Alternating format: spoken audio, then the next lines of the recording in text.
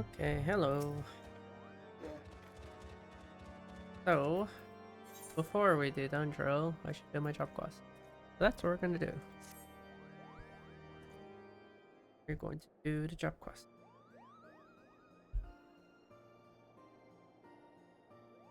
Oh, I mean, oh, the maddened glint in your eyes, the abysmal posture of one who has produced too many works in far too little time. I can tell you've been training hard, Kupo. Your aura too, has burgeoned since last we spoke, letting you the mysterious mind of an artist undergoing a wild and wonderful evolution.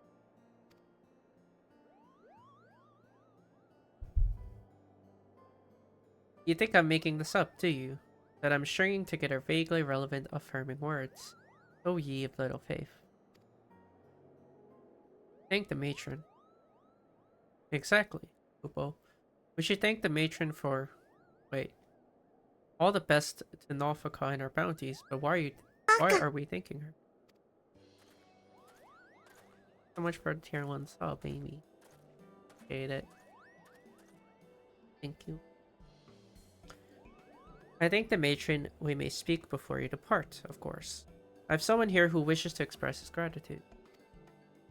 Our guardian friend has made a full recovery and is thanks to the horn you brought. Your selfless actions have saved my life. I know not how I can ever repay you.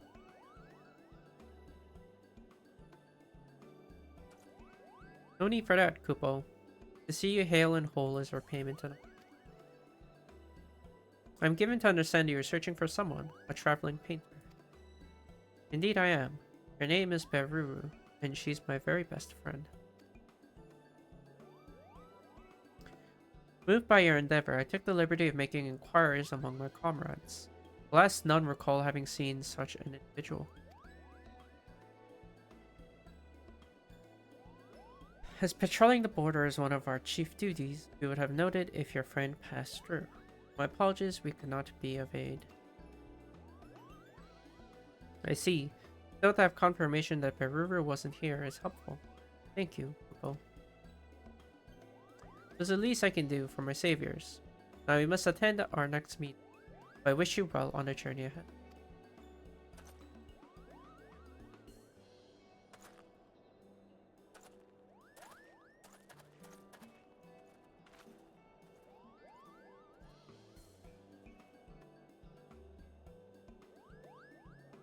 Where could Beruru be? Where indeed?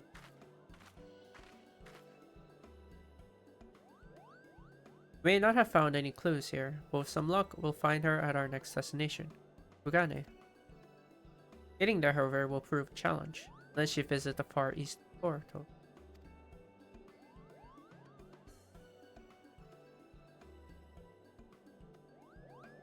Wonderful, that makes our lives much easier, Kupo. Now listen closely. I have here a lovingly crafted and blessedly breathable hempen sack. I want you to stuff me inside and teleport me to Kugane with you. Needn't gawp. It's a well-considered request.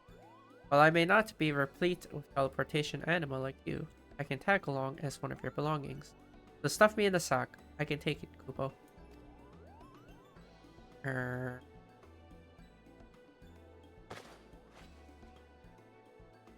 You're not carrying a Kupopo-sized sack. It will be prudent to handle your burden with the utmost care until such time as you Kugane. Does this count as animal abuse? Does it count as abuse if he's someone that wanted to be in the sack? Kupopo slumbers inside this hempen sack, snug as a grub in the soil.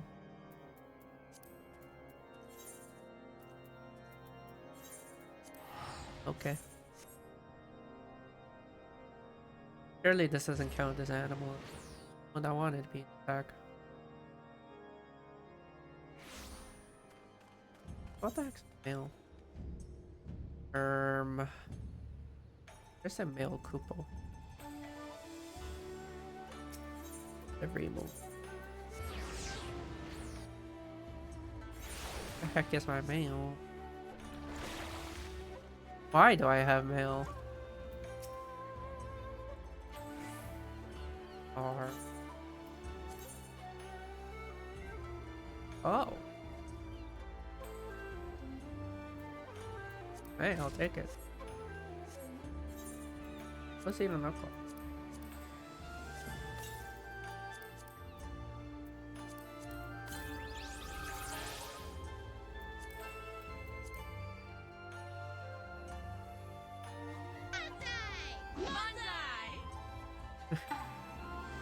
Cute enough. Great, please. Octavia Wilson, thank you so much for follow. Best glamour. Great. Looks cute enough.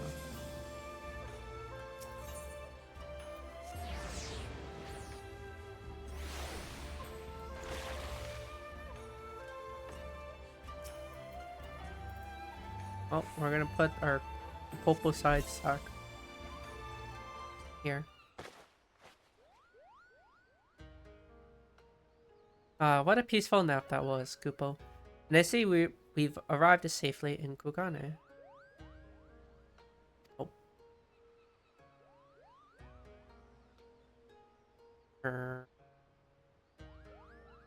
Oh, good job, Saribot. The city is as impossibly picturesque as ever.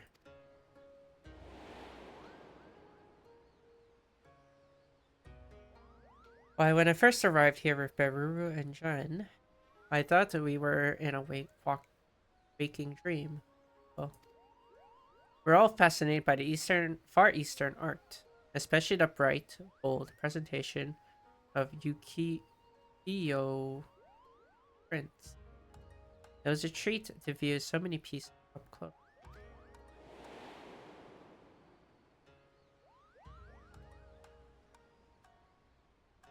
What of you, Toki? What do you recall most vividly about your first visit?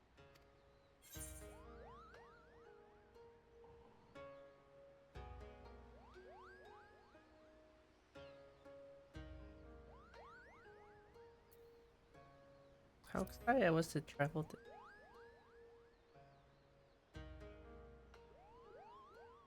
So were we, Kupo. Everything felt fresh and fascinating. Beruru was so taken with the scenery, she climbed to the highest rooftops she could to behold the city in splendor. Immersing ourselves in different cultures stirs the heart and broadens the can. Right then, I'd like to begin searching for Beruru, and I think the tea houses would be a good place to start. The proprietors ought to be able to strike down this hapless fool. Precisely, Lupo. The proprietors ought to be able to strike down this hapless... Wait, who's getting struck down?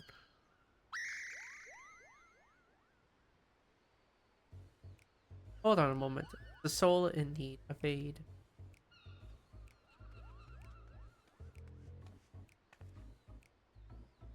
Him, what troubles you, good sir?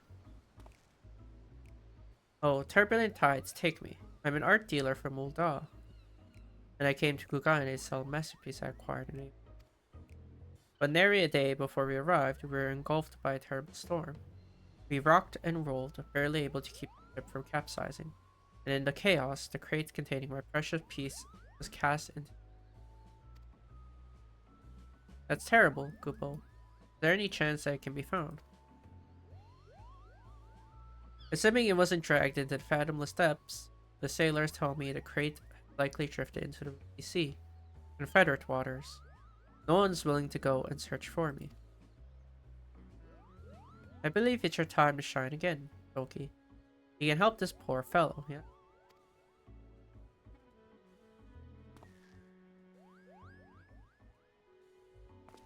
Well acquainted with the pirates, you say. You could speak with them about my crate. It would be great. I would be grateful beyond words.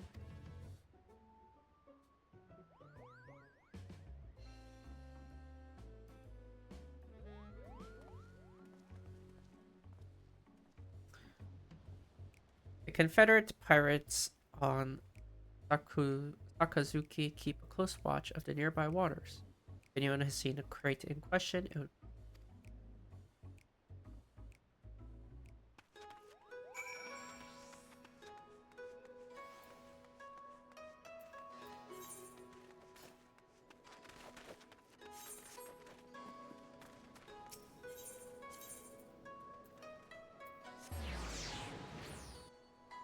It's been like 3 expansions, but no. Hey, I'm back.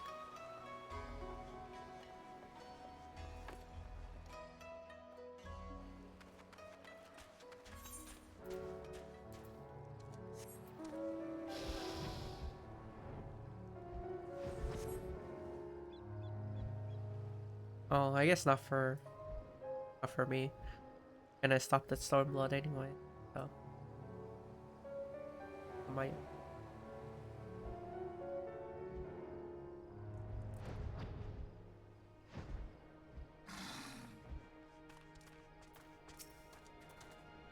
Oh ho! If it isn't our friend Tulky, what brings you back to these parts? Business with Rasho and Tensui.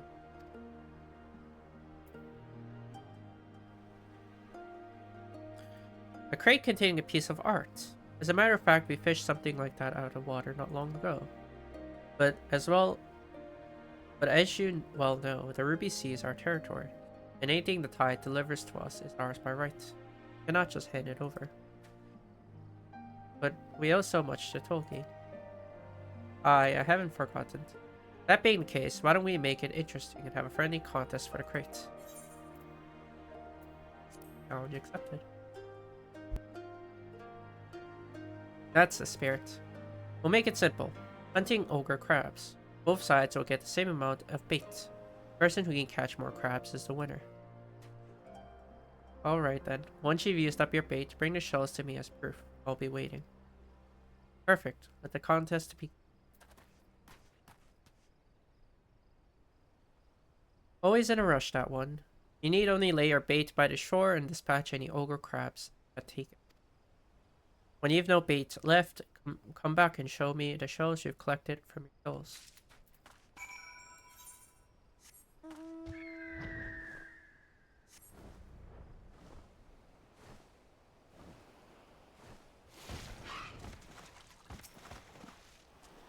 Peering into the water, you spot a bounty full of shells. A favorite of crabs. This might be a prime location for.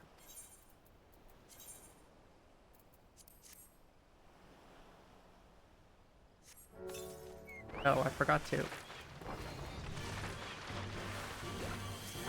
These things are tiny.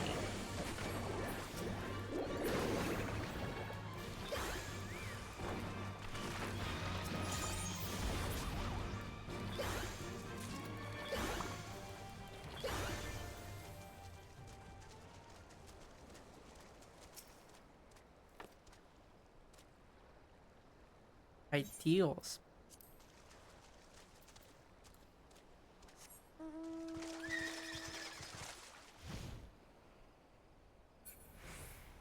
So it's all different.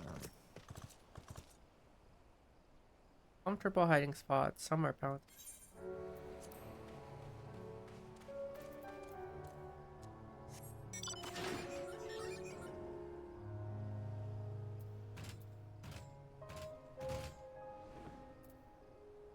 Oh, sure. I don't really use 7TV. A lot of my friends just.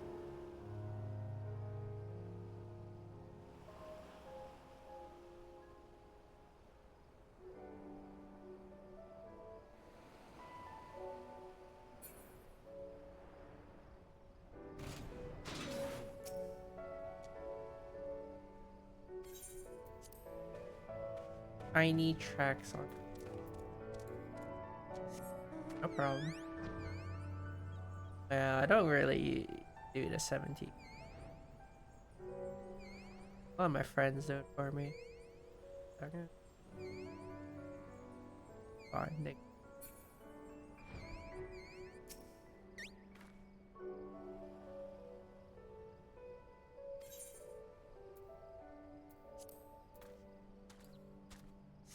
They all have these little tracks. Like, actually, Stormblood had us like this. Was that hunting? I forget what it was called.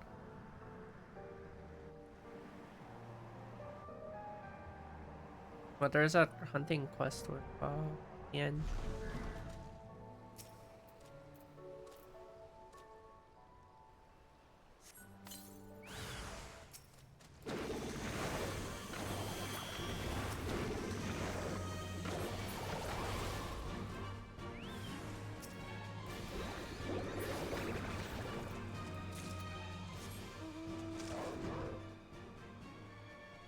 Oh, other one, right? All that's left is does it's like okay. Oh, more. Where the other one was? Oh, and said there's tracks or something. Yeah, whatever. Really rough.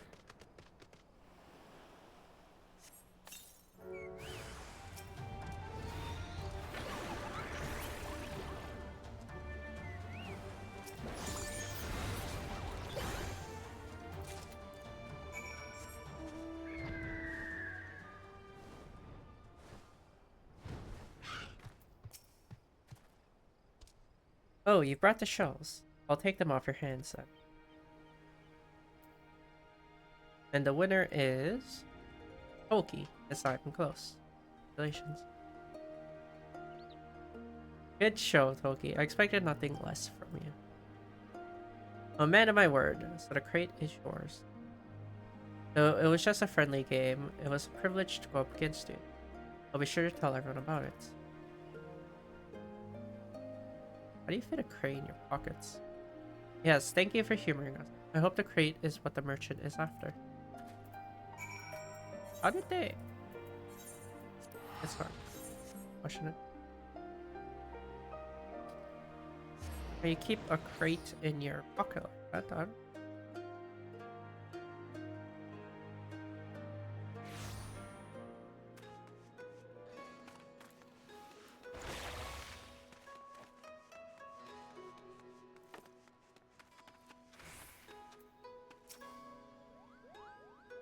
Ah, your return. We're able to find my crate.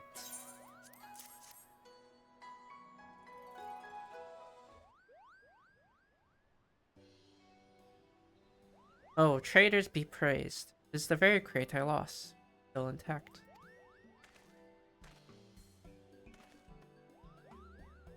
You're truly a godsend, adventurer. Words fail to express my gratitude.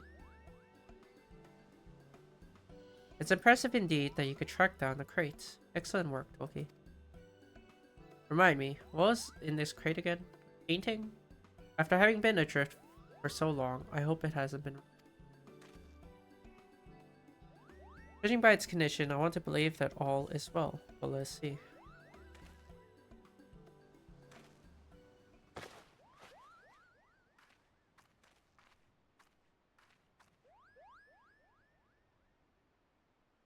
Thank the traders. This unharmed.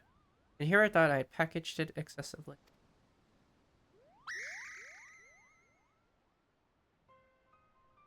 Look my palm. This is one of Jen's.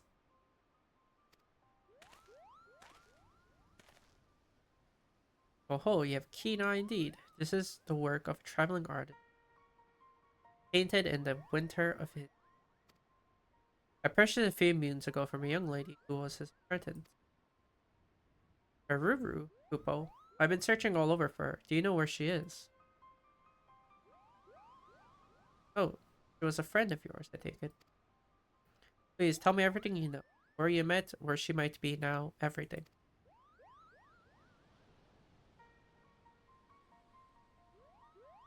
I don't know how to say this, but from what I heard, your friend has.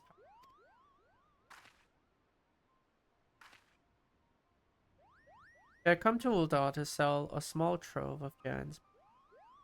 His works are extremely rare, so it caused quite a stir among. Expensive though the pieces were, it didn't take long for her to sell them all. And once she had, she disappeared.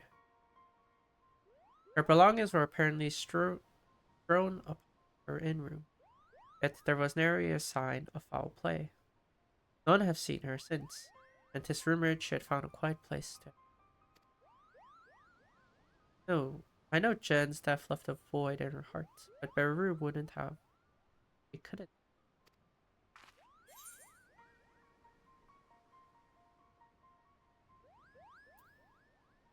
No, it's difficult, but try.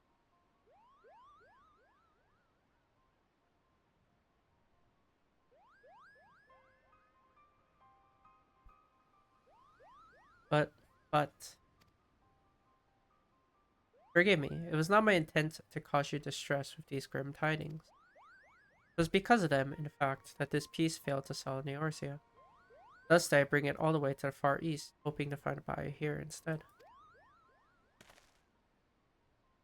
Now, if it isn't much, Now, it isn't much, but please accept this as a token of my gratitude.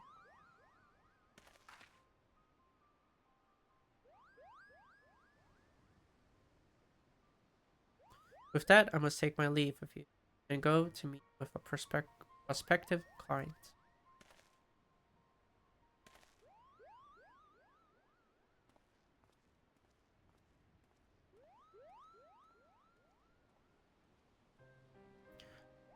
Sorry, Tulky. You did well. But if you don't mind, I'd like to be alone for a while. Oh,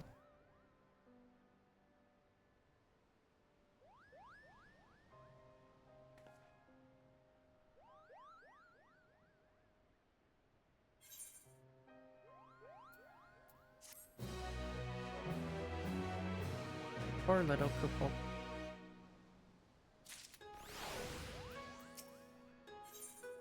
Yes, is job quest 4 commencing? Need to get through them.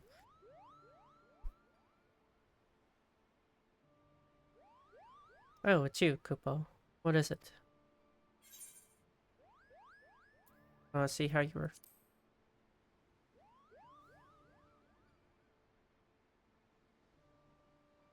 That's very kind of you, Koopo. Truth be told, I'm still struggling to come to terms.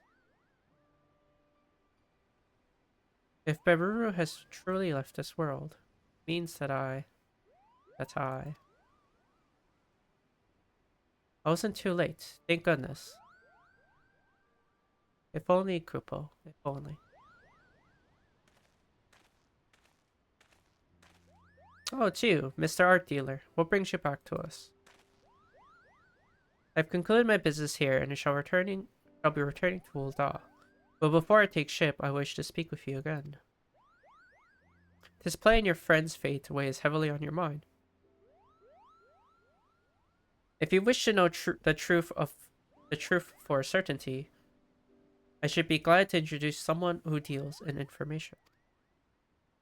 You think this person would know what became of Beruru? Oh yes, this man makes it his business to know everyone else's. At the very least, he should be able to tell you if your friend yet lives. He also happens to owe me a favor. I shall personally ask him to assist you. Once you arrive in Ul'dah, head to the Emerald Avenue and look for a bespectacled man with a self-satisfied grin. That will be him.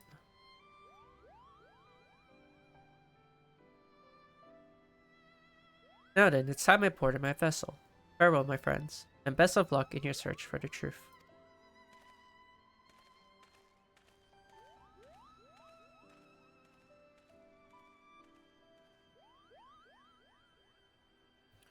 I want to know, Tulky, desperately, but at the same time, I'm so scared. If Beruru really is gone.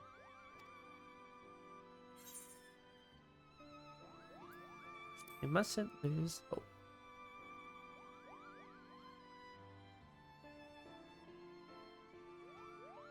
Shining the light of hope for me, are you?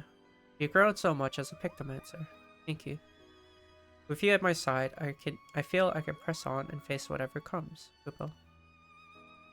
Right, let's head to Ul'dah. We'll do it the same way as the journey here. You teleporting with me in a sack.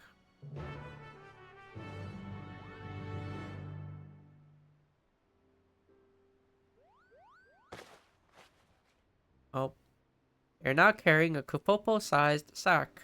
It would be prudent to handle your burden with the utmost care until such time as you Ul'dah. Now,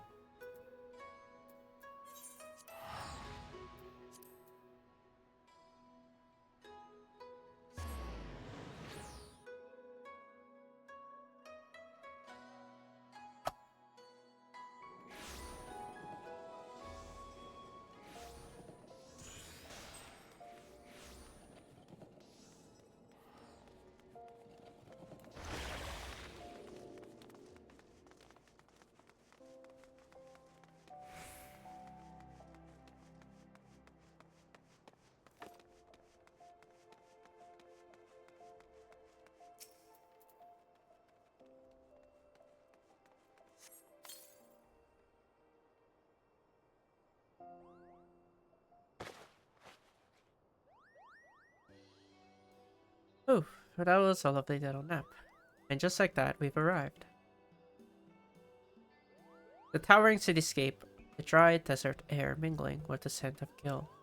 There's no mistaking Ul'dah. Now then, we should find the fellow who deals in information, Kupo.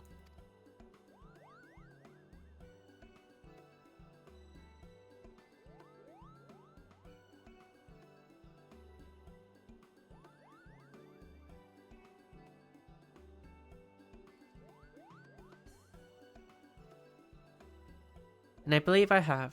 That spectacled man there, with a grin that does indeed bespeak unwavering confidence.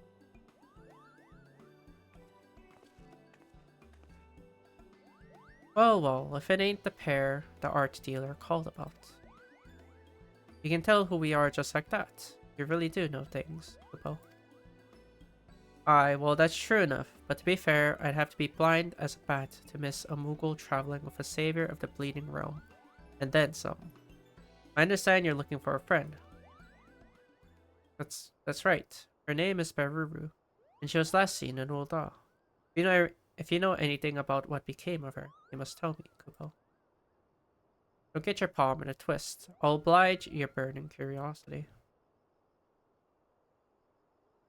It was about half a year past that Beruru came to Ul'dah. She brought with her 8 of Jan's paintings, which she put up for sale. She sold a lot within a matter of weeks, and with the small fortune she made, she went and bought herself accommodations at the ossuary. No, that can't be right. Great it is, my furry friend. Not bears stressing that being interred in the city is not an inexpensive proposition. Hardly surprising, given the limited space what's left. But she made the donation to the ossuary up front and in full, an amount most folk will never see in their lifetimes. What did she do after that? That remains a mystery. Her room at the inn was found neat and tidy. You wouldn't have known she'd been there, if not for some personal belongings left behind. Among those, of greatest interest was a set of traveling gear, a coin purse containing a payment for the room, and a letter what said she wasn't coming. Finding it all a bit odd, the innkeeper called the brass blades to investigate, but evidence led him to conclude that she was voluntarily missing, and likely dead by her own hands. Then Beruru really is gone. That's what they think, but who's to say, eh? There's only one way to be certain, I reckon. According to a priest who oversees burials, Beruru's coffin is stored in Eralig's burial chamber over at the ossuary. You'll have to open it up and see what's there, or isn't, with your own eyes. I'll go there at once, Kupo. And off he flies. You should go after him. Depending on what's waiting, he'll need support.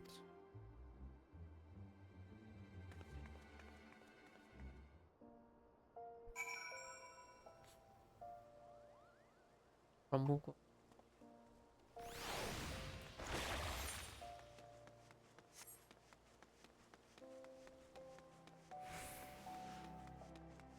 It really is just this sprint speed after using.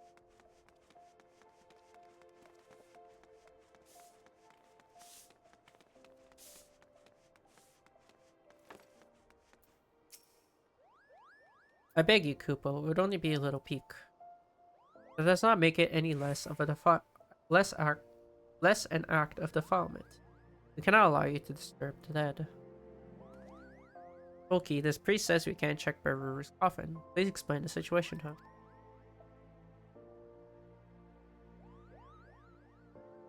So that is the way of it. Well, I am not unsympathetic to your plight. A coffin may only be opened in exceptional circumstances, with the permission of family, which you are not. I'm sorry, but I must ask that you leave me in peace. I have my hands full with other pressing matters. Oh, and what matters might those be, if I may ask? In order to address the shortage of burial space in the city, Works have been underway to expand Aerolig's burial chambers downward. The last excavators are inadvertently unleashed a horde of zombies from an unmapped ruin. It's fallen to me to deal with them. Oh, this sounds like another opportunity for Tulky to put her pictomancy to Pictomancy, immediate art created by the fabled Archon realm, who roam the land, lending aid to those in need. None other, Kupo. The man with the tomb can wait. Let's tend to these zombies first. I should be most grateful. The zombies have taken to prowling the Sildi excavation site in central Stanoland. Please see that those tormented souls finally know rest. Man, we come here often, huh? This little place. Also the Criterion dungeon here.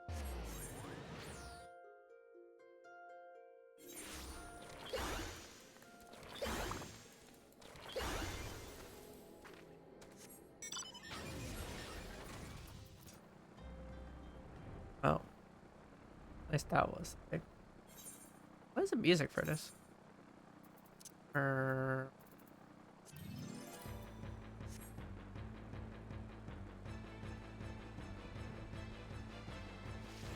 don't know if I've seen that.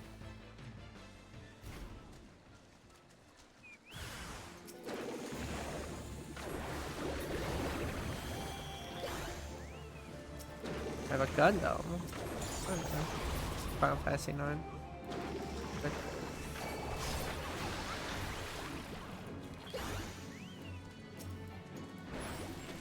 Use a hammer.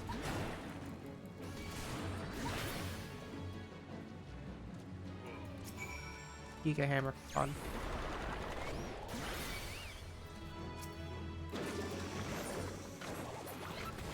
Alright, that was a mistake. I just clicked my hammer. Man.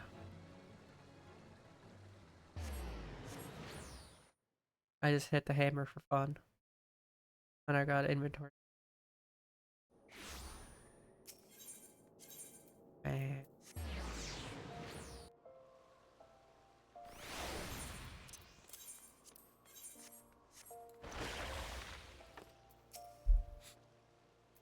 The zombies have been dealt with. Wonderful. Yeah, my heartfelt thanks. Good pictomancer. While you're away, I spoke further with Kupopo about his relationship with Mistress Beruvu.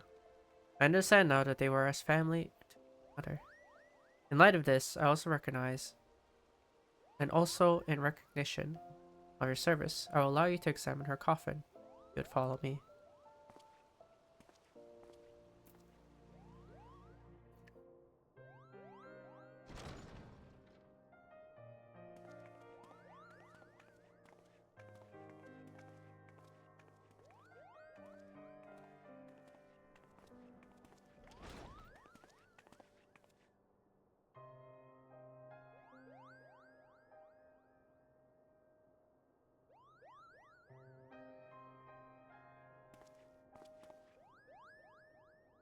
This is the one. If you are ready, I shall open it.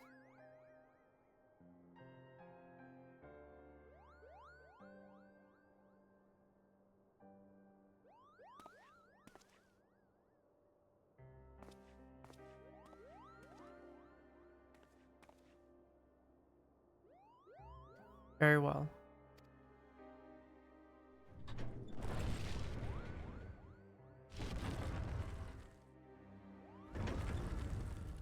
Please don't let it be her. What? What is this, Kupo?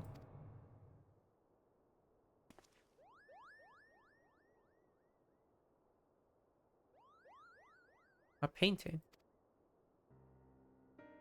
Yes, we can all see that, and recognize it as well. This is Jan's final work. The ephemeral palace. Why was this painting in a casket? And if Beru isn't here, then where could she possibly be? I'm afraid no one in the Order knows where she has gone.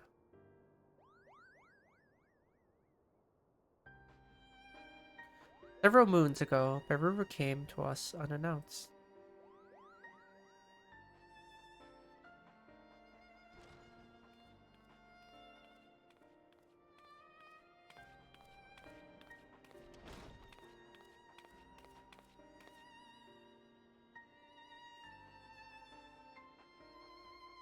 Pardon me, is anyone there? Greetings, my child. Are you come to pay me your respects? No, I was told I could purchase a tomb here. Aha, ahem.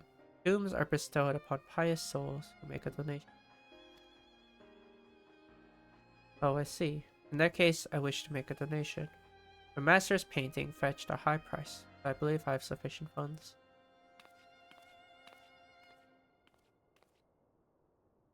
Would it be possible to have a tomb prepared to me?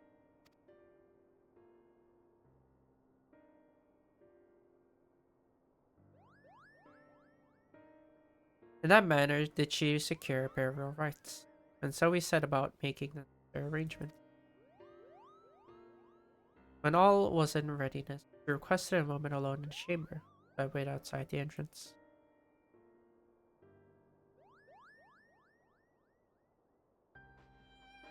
When she did not emerge after a time, I went back in to check on her, only to find that there is only this painting and a handwritten note instructing us to inter it. Are you saying Beru vanished into thin air? As far as I could tell, as you can see, there is only one entrance to this chamber. I organized a large-scale search, thinking she might have wandered into the lower levels, or even those under excavation. Yet still, we found nothing. At length, the search was cut off. And without answers, what else could I do but fulfill her final wish? I placed the painting within the coffin, where it has remained ever since. Curiouser and that is everything I know. I'm sorry I cannot tell you more. Now, if you would excuse me, I must return to my duty. Yes, of course.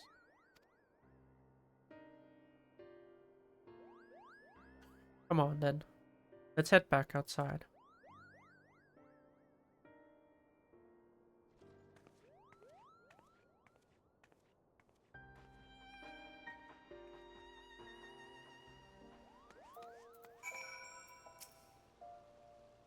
Interring Jan's painting and vanishing without a trace. I'm not sure what to make of Beruru's actions. What about you, Toki? Do you have any thoughts? Jan's painting must be a puzzle. But I think. Has some meaning. I hope so, Kupo. Because if that painting can't help us find answers, then I have no idea where to go from here. I suppose it's back to the search. I'm going to take some time to ponder things and see if I can't think of any other leads to pursue. Meanwhile, please continue to train. Think colorful thoughts. Keep your brush arms supple. And come and find me when you feel your artist's aura has grown further, Kupo.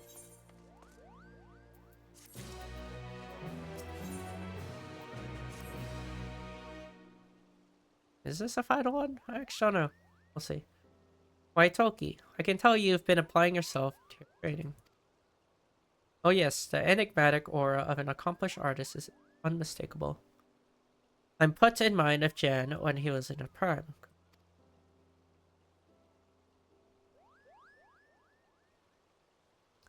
Now then, imagine a great big canvas that has yet to receive even a single drop of paint.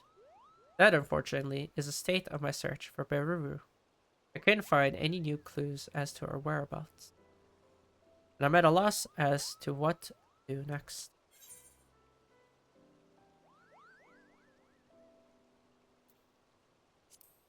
Why did you two have a falling out in the first place? I was reluctant to disclose the events of that fateful day, but perhaps I should have. Let us speak of the very root of our troubles, the argument that led to Beruru and I going our separate ways.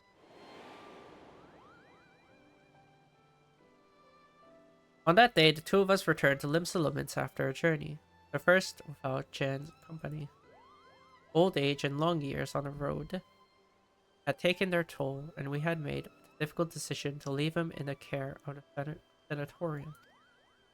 It With a smile on his face, he lay abed. He had wished us well on our coming adventure, and reminded Baruru that she mustn't.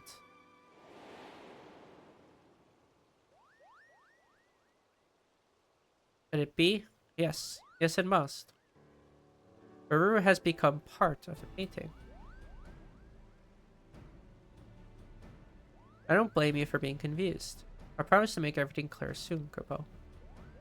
Tulky, you've been the best student I could have hoped for. You've trained diligently, aiding those in need, and kept your promise to me. I can't rightly ask more of you, but for this thing I'm about to do, I'm afraid I must. I beg you, lend me your strength one last time.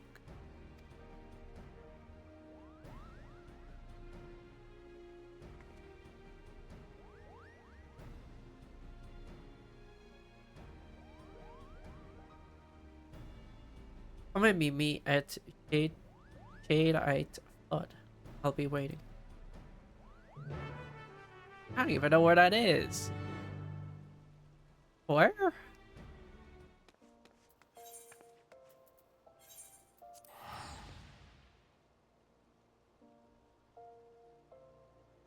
I didn't even know that was a place.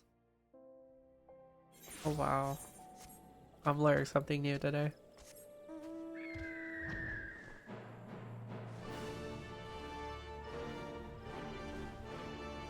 Not much of a flood here, but you know. Sure. You can call it that, I guess. There you are, Tulky. I know you must have many questions. Allow me to explain everything.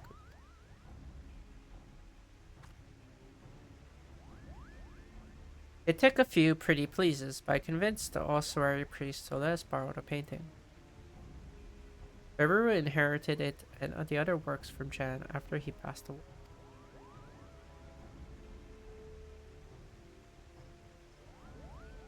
On the day of our arguments, Baruru and I had returned from our first journey together, as I said. But when we arrived at the sanatorium to see how Jan had fared in our absence, all that awaited us was a few of his paintings, personal. A fell fiend had found its way into the facility a few days prior. Seeking to protect his fellow patients, Jan confronted it and vanquished the beast, but the exertion proved. Baruru and I were devastated. If only we had returned sooner. Taking a quicker route, or not wasted as much time, Jan might still have been alive. Such thoughts tormented us, Kupo.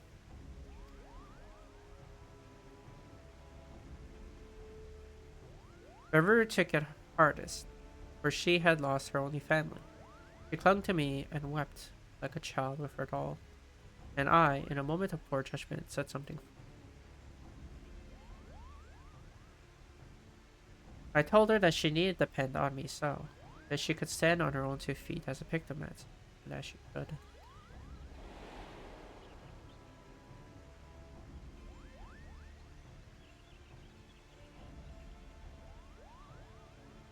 She swept me away in anger. One unkind word led to another. We shouted at each other until our throats were hoarse. When there was nothing left to say, she stormed off alone, cradling Jan's painting.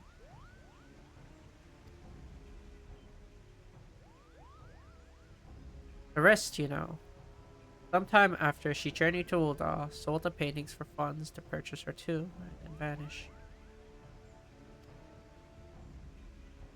For so long, I've been unable to understand what she was doing and where she might have gone, but the answers were right under our noses. Well,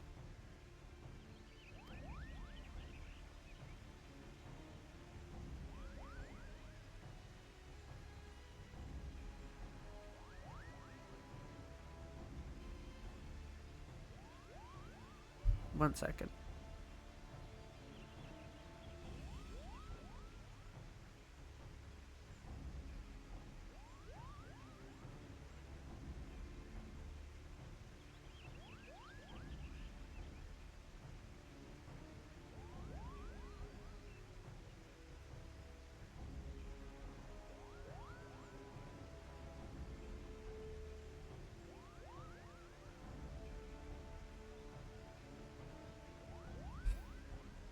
You see, Baruru possessed a vivid imagination, and she could bring any of her thoughts to life, as this rare gift allowed her not only create but reshape. Jen made her promise that she would never use her powers to alter a living being. But in her grief, she did just that. She made herself one with this painting.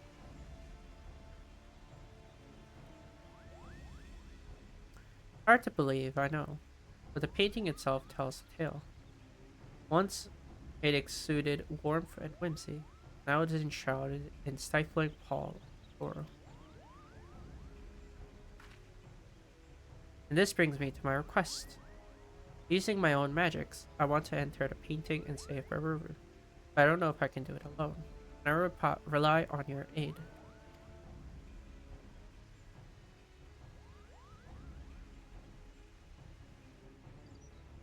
I'm in your debt. Be warned, the painting will be a world where one's imagination is made manifest. That's to say, anything can happen. So see to it you are fully prepared. Okay, right back. Something else.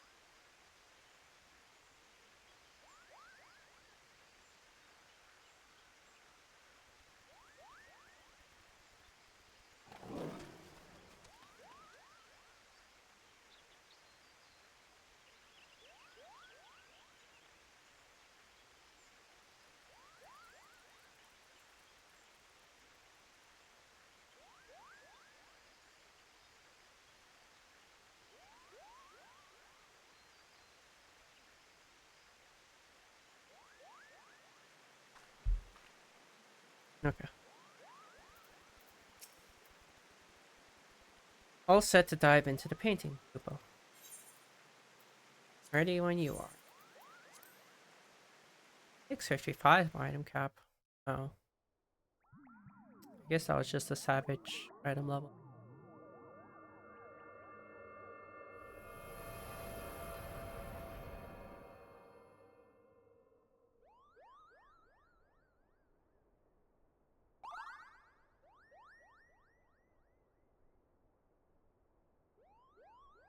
This looks like that Shadowbringer's dungeon. Don't know what's called. Looks like we made it, Coop.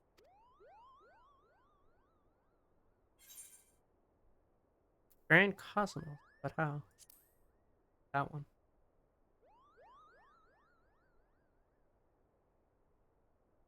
Oh, is this scenery familiar to you?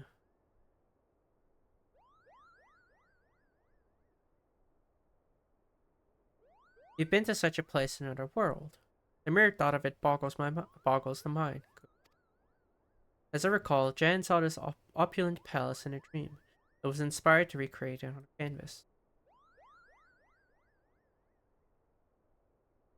Perhaps his arcane affinity allowed him to visit worlds beyond our own in his sleep.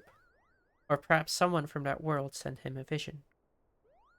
Regardless, we're undoubtedly within the painting. Baruru must be here somewhere. Let's go, Tulky.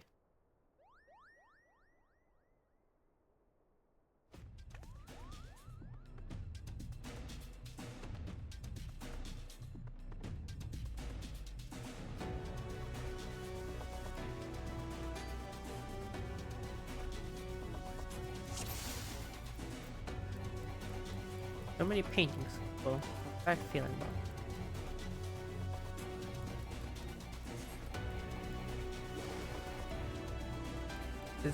Is this their idea of Pokemon? Have at them, Tulky.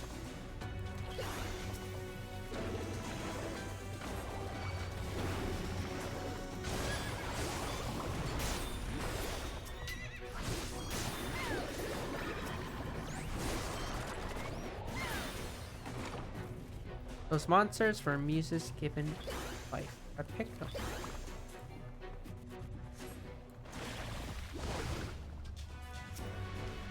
Goodness. Big.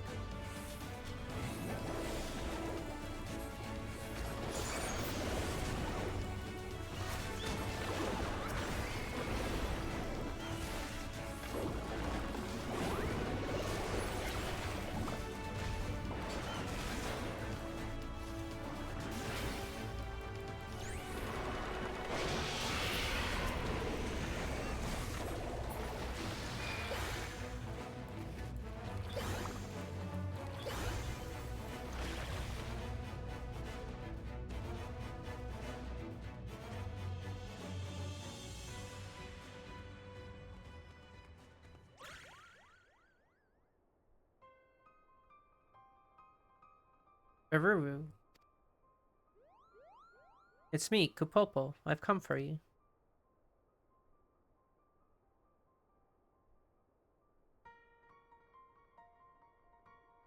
You've come for me. None would do that. No one. Master Jan is gone because of me. Because I was... You mustn't say that, Baruru. You're not to blame. Even Kupopo has abandoned me, my only friend. That isn't true. I'll always be your friend. No matter. Please, Baruru. Please come back to me.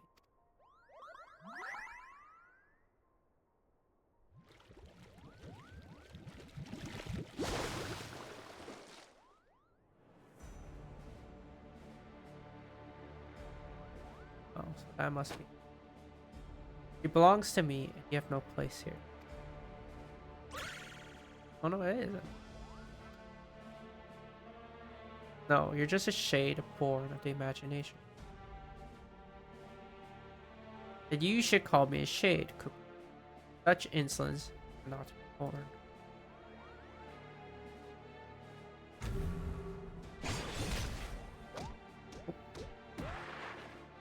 Hi, Kupo.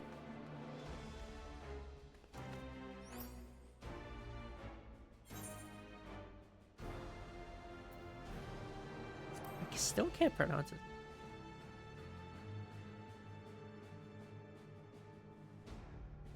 A Pictomancer, one in possession of my soul crystal. An imitation. You're no match for the master you spot.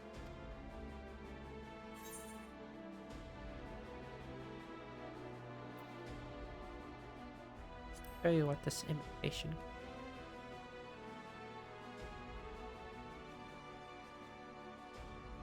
Bold words, but you will soon be made to know the true power of Pictoman.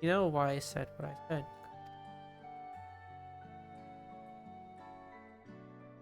I'm not real, no matter how much I wish it. I cannot remain by your side.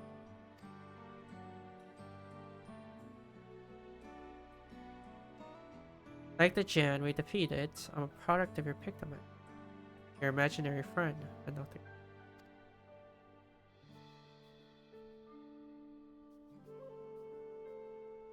It isn't uncommon for children to have friends. They create us in their minds to help cope with their struggles. But children grow up. When they do, you don't have to disappear though. I painted you into being, my very first creation. Just like I painted Master Jan. So I could fix my mistake, so I wouldn't be.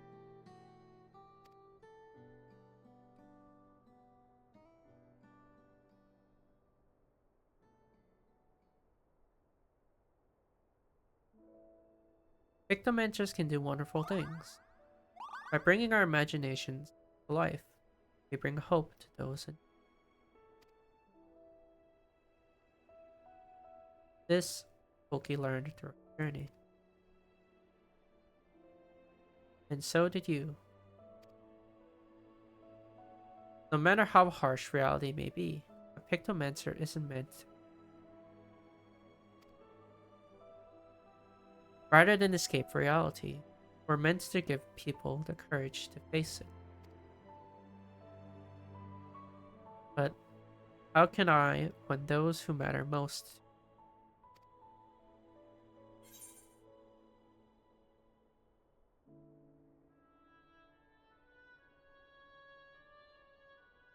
You carry on for them though.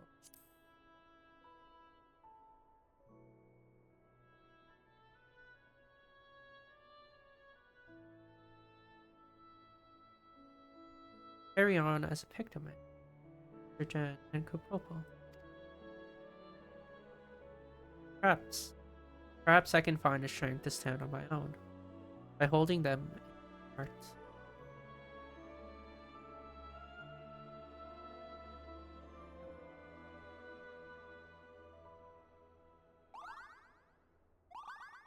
You will, Kupo. You absolutely will. Be just.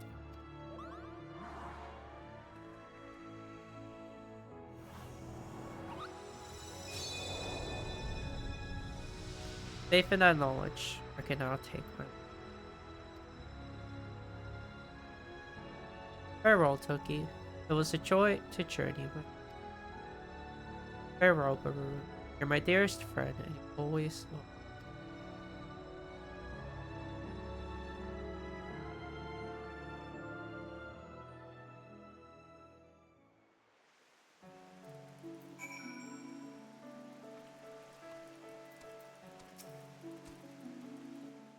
Oh. I never considered that they could create things. Although it makes sense.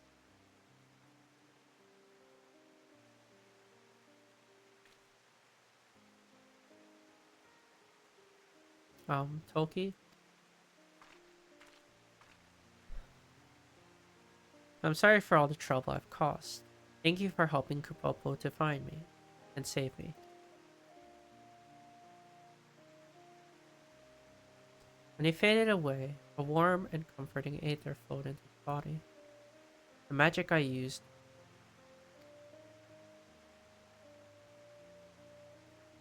In that instant, the moments and memories he shared with you.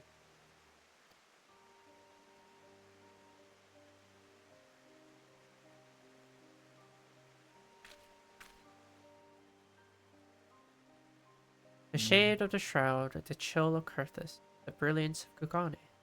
The two of you traveled far.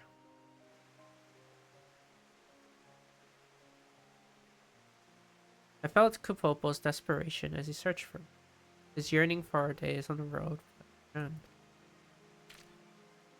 and his happiness at having found a friend in you. But what of you, Tulky? How'd you find the journey?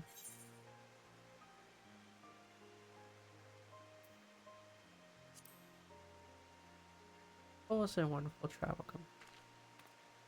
We stopped him in a sack twice.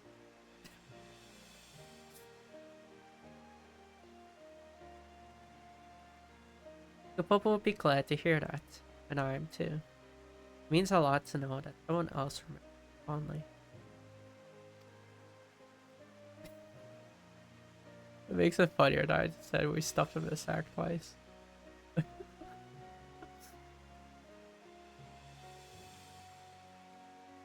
I saw my first Moogle here, you know. The way it danced through the air, so full of life and joy. What child wouldn't have wanted a friend like that? I could create him again, or recall the feeling in an image, and paint him anew. But I won't. Because as two of you have taught me, parting is...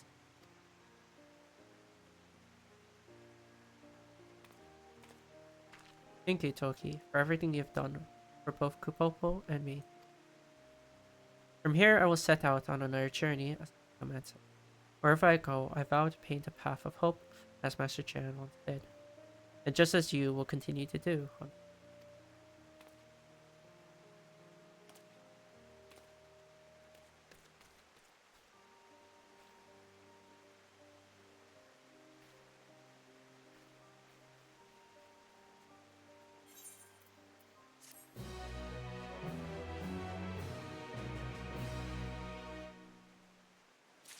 How do we explain that to the priest? Like, hey, your painting kind of disappeared.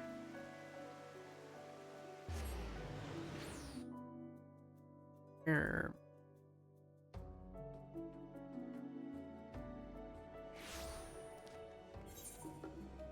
It's not really our problem to do, but whatever.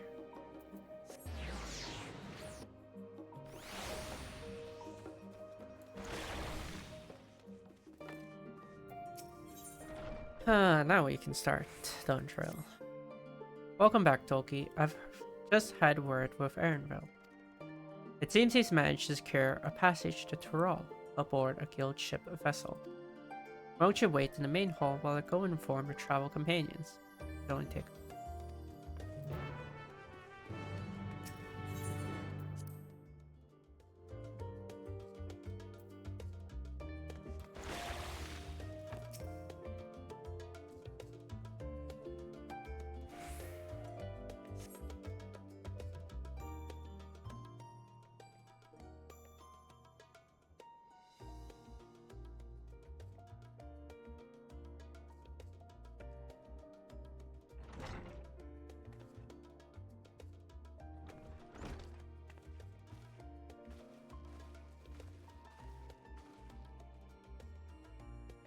Ojika gave us the good news.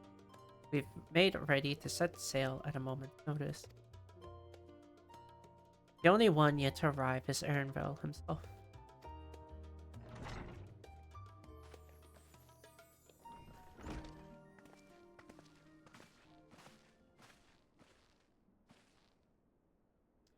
Ah, you're all here.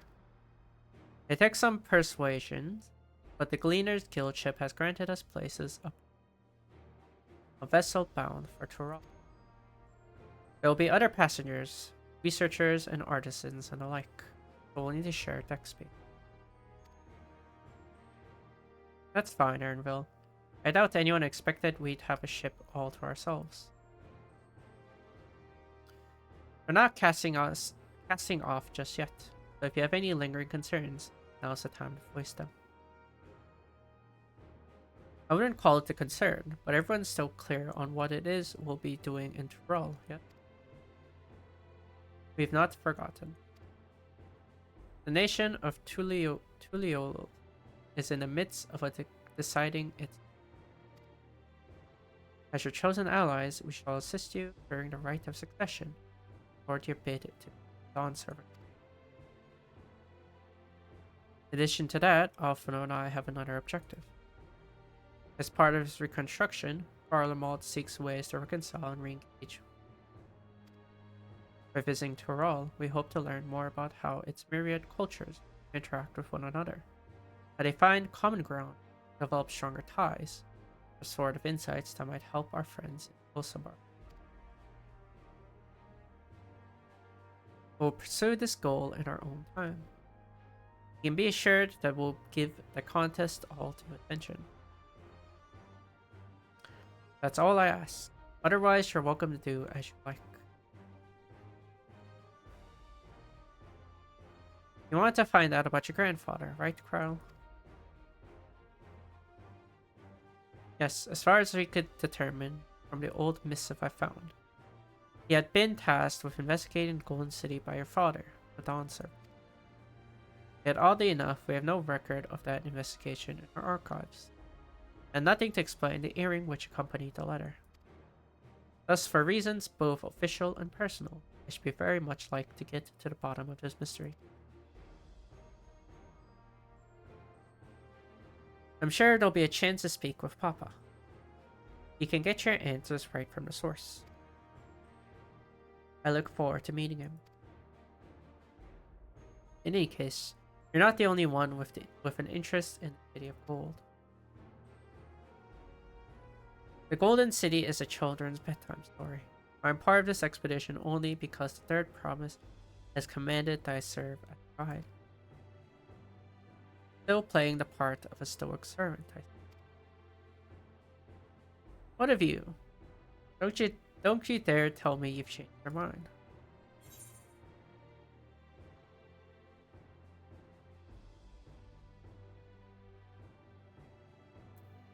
Oh, Ursula.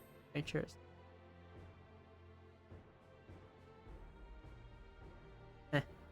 That's what they tell me. Right then. We're all still committed to the journey. Then I say we make ready to depart.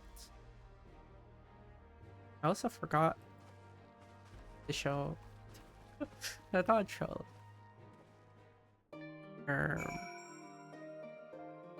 I'll look for it. I've seen it personally, but I like to always.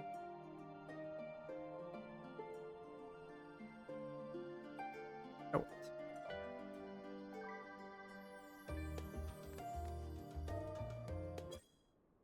So. Look.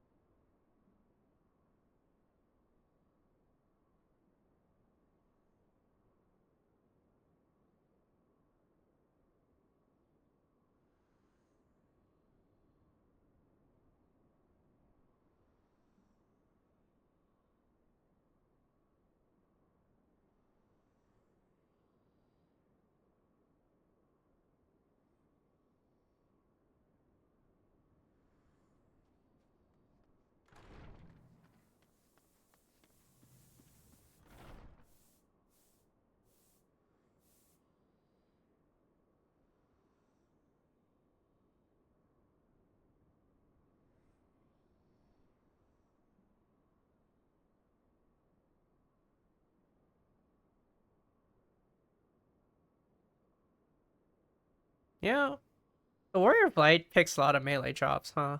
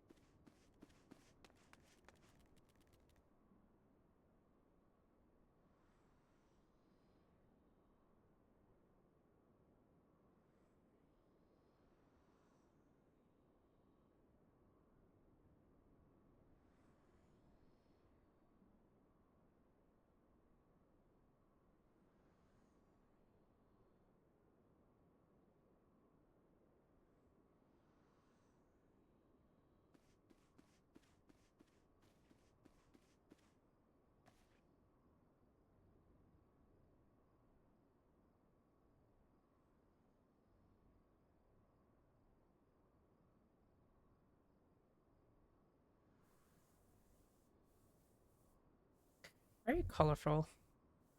Colorful. Very, very colorful. Oh yeah. That was the trip.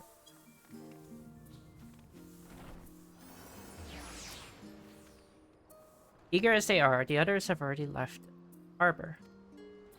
We're not in danger of missing the boarding call, but perhaps we should be on our well.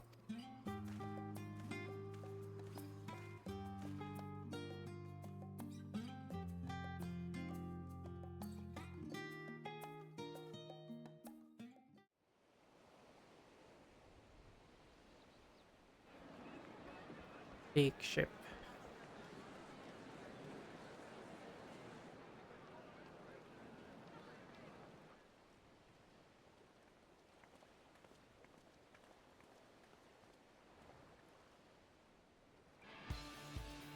Savoring the moment? I can feel your excitement, your eagerness to explore the unknown.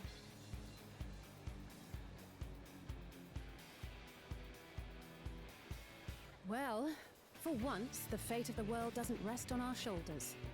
We might even get a chance to enjoy ourselves. Do not be so quick to relax. Oh, Tural may seem but a short sail away on a map.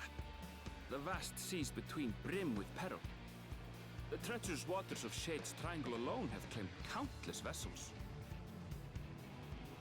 Even following the safe route plotted by Admiral Buffiswin herself, this will be no pleasure cruise. Perhaps, but my voyage here was uneventful enough. Disappointingly so. Either way, the two of you have first-hand experience, which will be of great comfort in the days ahead, I'm sure.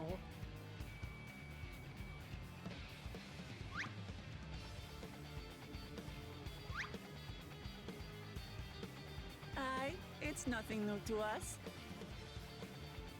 All aboard! We're casting off! It's time.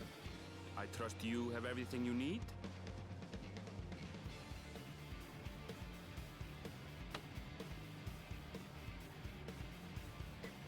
Well, even if we don't, we just teleport back anyways, so.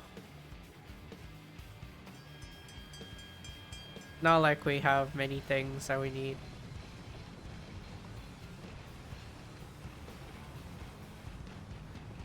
As long as you have more And than so like does a 1,000. ship cast off from the docks.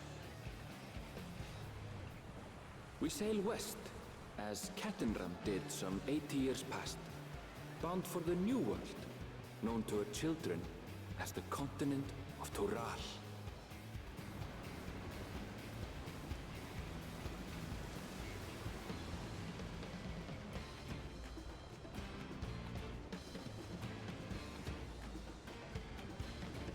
Just wait, Papa. When this contest is said and done, it'll be your daughter who sits the throne. Me, Woklamat.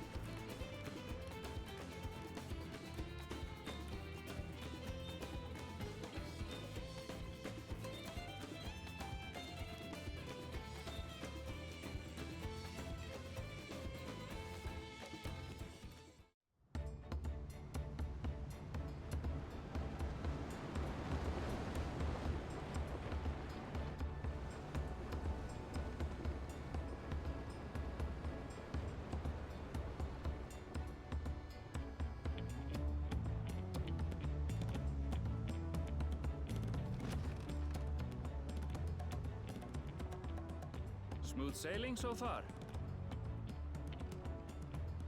Aye, so far so good. But this sea, she's a fickle one. Calm one moment, blowing a gale the next. I'll take my rest while I can then.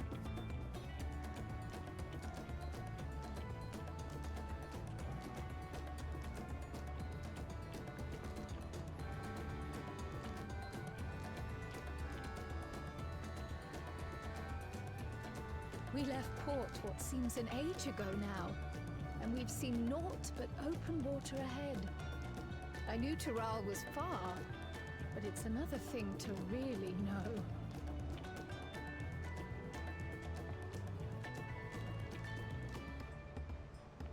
Speaking of which, some of our fellow passengers have made this trip before. Several times, in fact. I was able to learn a few things about Tuliolal and the right of succession. Since we still have a long way to go, why not have a chat with them yourself? I'm sure you have questions of your own.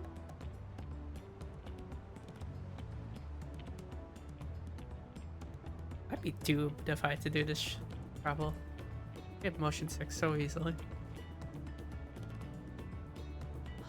Did you look out across these same waters, grandfather? I'd be so doomed.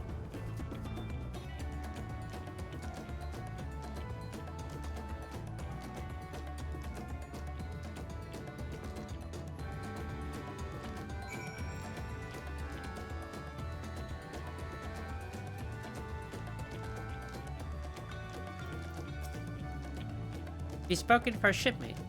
Tural is still a good distance away. It might be a pleasant way to pass the time.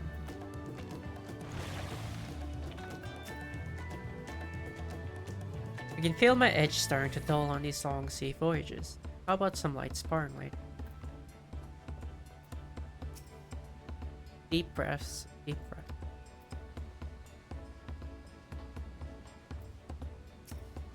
Bonjontaine? Oh, this will be my first visit to Tural. Bonjontaine's the name. I was working at Eshtaime's Aesthetics in Ul'dah when my employment with them came to an end.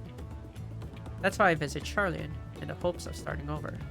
While I was attempting and failing to find a new job, I seized the chance to board this vessel when I overheard room for another passenger that suddenly opened up.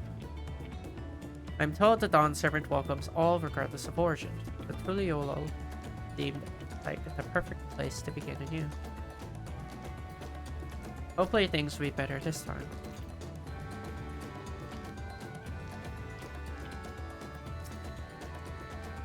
I see you in Eorzea before, you great and famous hero. I've had enough playing the simpleton. There was a time when we took great pains to maintain the deception, but with more of you Eorzeans coming to Thrall, it's become impractical. Besides, my mercenary days are over. Too many of our warband have fallen, so we head home to lick our wounds. My story? Well, since you asked, I want to retrace the historic journey of the great Etenram. You know, the first Eorzean to set foot on Tyrol, almost 80 years ago. The Mumulja leader is said to have welcomed Etenram with open arms, and sent it home with a bounty of silverware as a token of their friendship. But the real treasure was the crops he brought back: potatoes, tomatoes, corn, which spread across Eorzea like wildfire. This grand adventure led to a culinary revolution. The tales say Ketenram returned to Thrall several times after that. The ship vanished during his last recorded voyage, and he was never heard from again.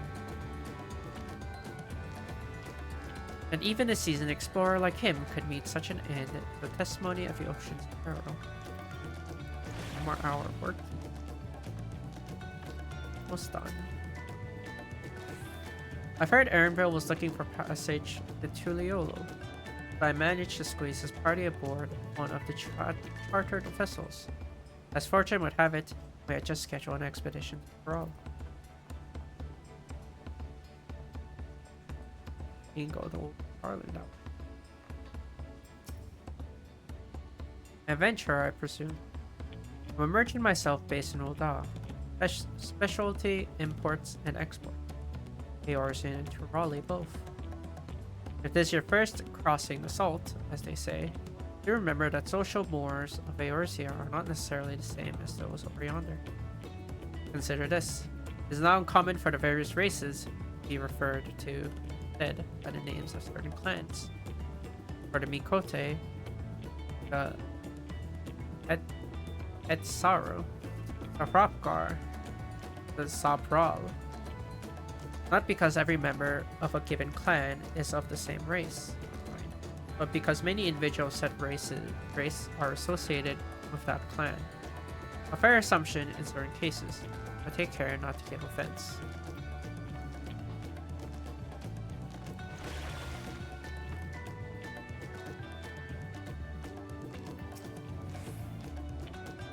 I'm told this vessel has been equipped with a barrier generator to protect it from storms.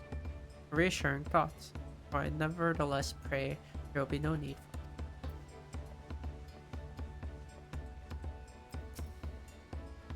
Do you want to make a wager? We're taking bets on who will be sat next in the Dawn Servant's shiny chair. There are 4 claimants in the right of succession. Your young Waklamat being one of them, of course. But from what a Mamulcha bloke was telling us, the other 3 are all strong contenders. Not too keen to risk their coin on the third promise.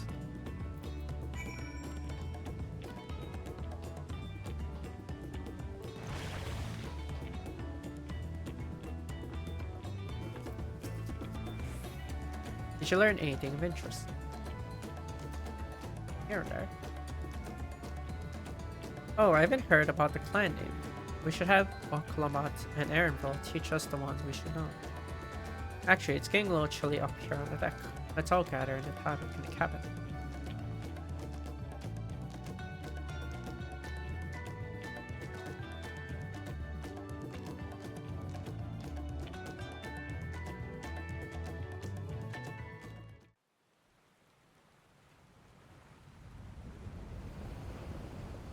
Great, Alphado. You jinxed it. Now there's a storm. I blame Alphado.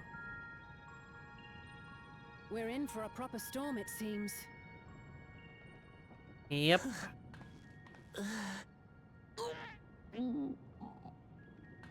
Oh. He's just How's like your me. stomach any better? I also get seasick. I understand. I Problem. don't know what you mean. I don't get seasick. Except I don't say that. I definitely get seasick. I'm just 100%. feeling a little nauseous is all. Isn't that what seasickness is? Yes, exactly. Erenville, you were born in Tural, yes? Do many Viera live there? The Shatona, as my people are called, have settlements mainly in the north, in Shaktural. And your family? I know nothing of my father, not even his name. As for my mother... We're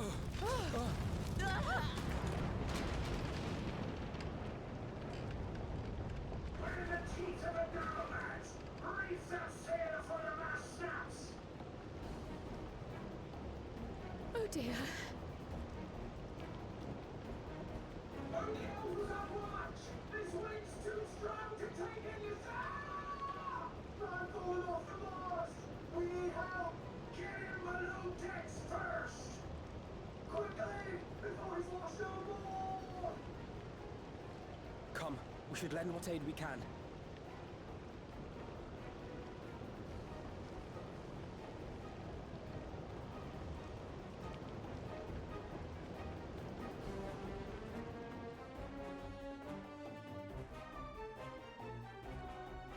I have not seen the ocean rage with such fury before or since.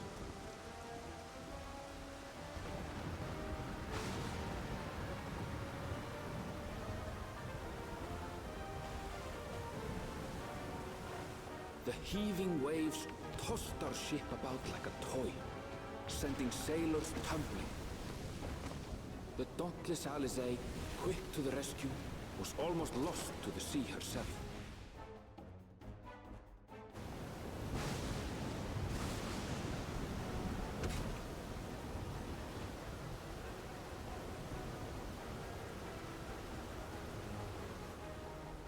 Meanwhile, our champion rushed to deploy the vessel's magical defenses, and thereby shield us from the lightning.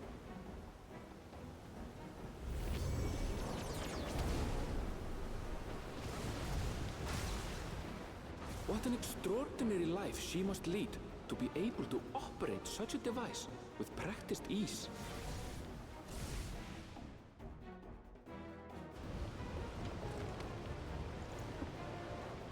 Woklama, too, threw herself into the rescue efforts, though one might have mistaken her for another soul in distress.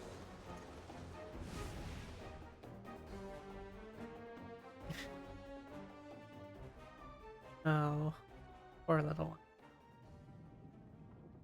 Seasickness sucks.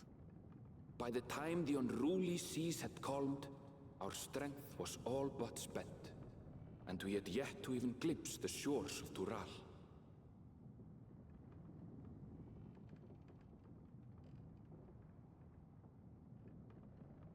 In retrospect, of course, that battle against the storm would prove a fitting prelude to the coming contest for the throne.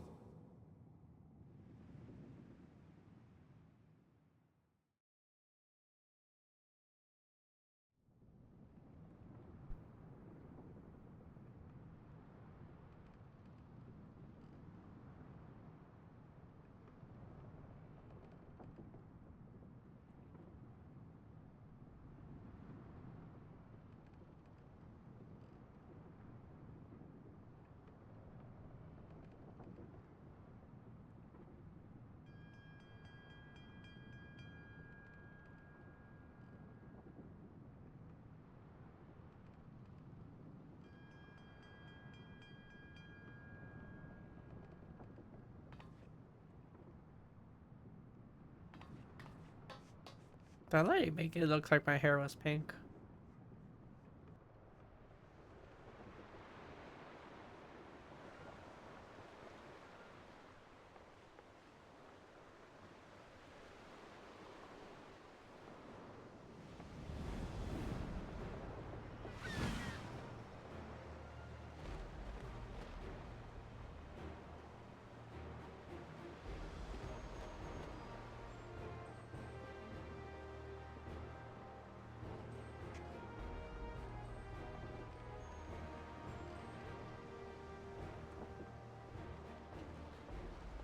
Morning.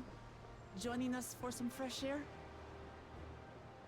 Yeah, the graphic updates Seems make my it belly nice. has settled along with the weather, but I'll feel much better once we're on solid ground.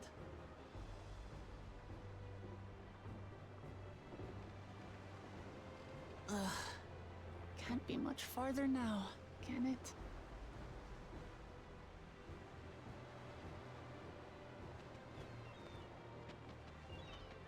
Seabirds. Land must be near. You need only hold out a while longer.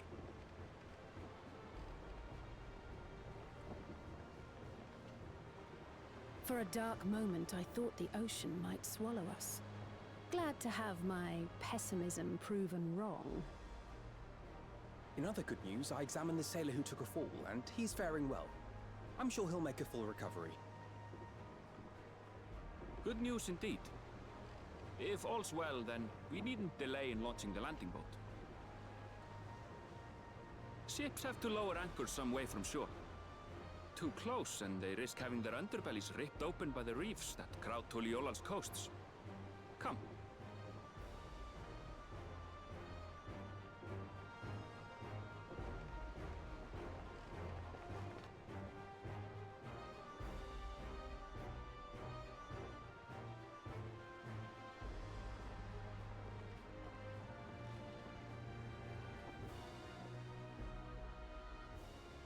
Thanks for bringing us all this way.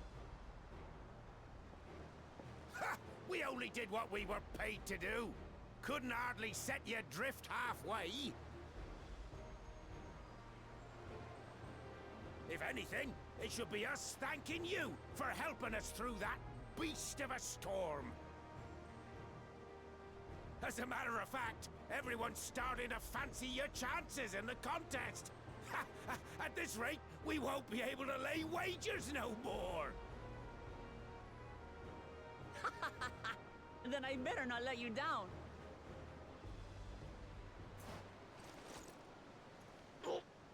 Easy, stomach.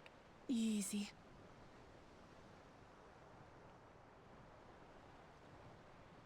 We're the last to board. If there's nothing left to say, then let's shove off, shall we?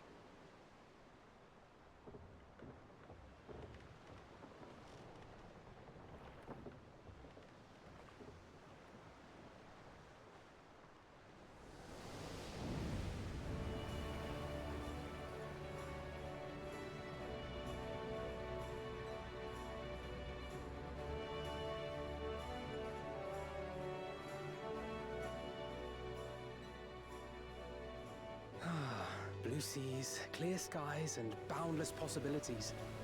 I dare say our destination will soon be in sight.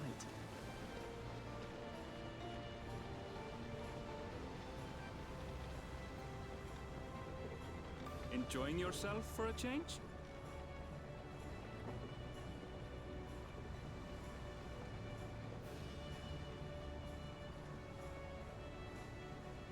There, look, my friends. Behold the scene of our next great adventure.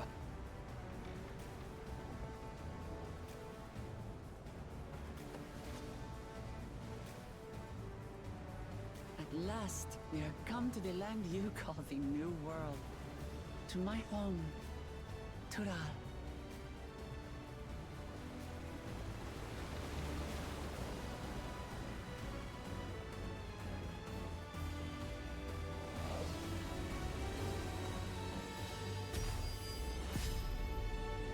We did the trailer scene.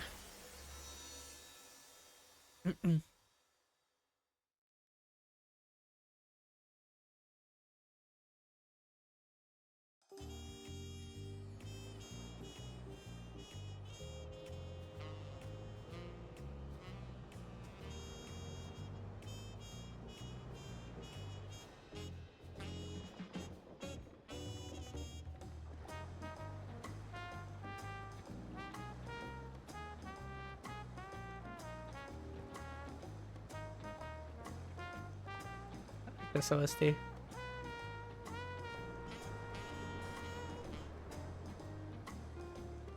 Yeah, 4th of July off. That's nice.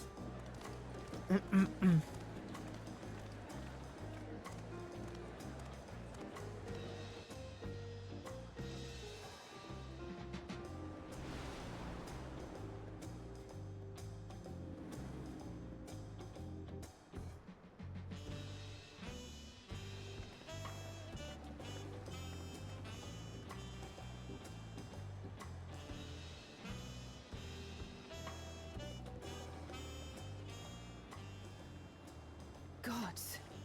I've seen cities with an impressive mix of cultures, but this is something else. Is that a... No. I've never seen Vanu feathers in that color before.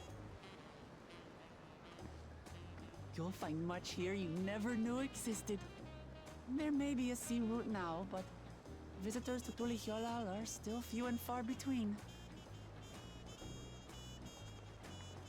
And as we don't build seafaring ships, only a handful of Turali ever venture abroad.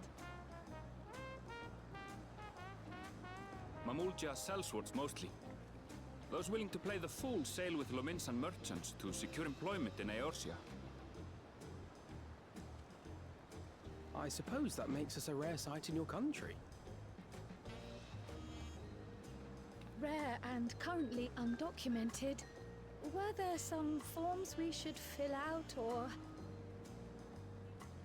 Forms? Did you forget who you're traveling with?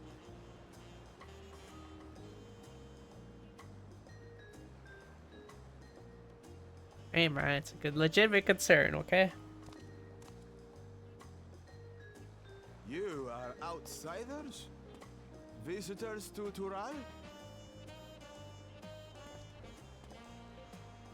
We are. Our nation is soon to hold a right of succession to choose its next dawn servant. We will not abide interference from foreign agents seeking to foment trouble. What brings you to Tulky? I can answer that. These fine people are allies in my succession bid.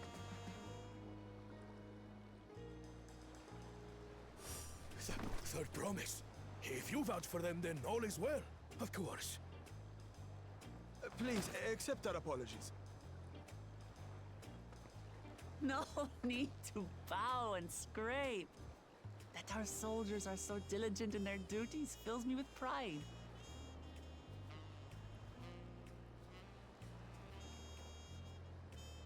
We'll be continuing our patrol then.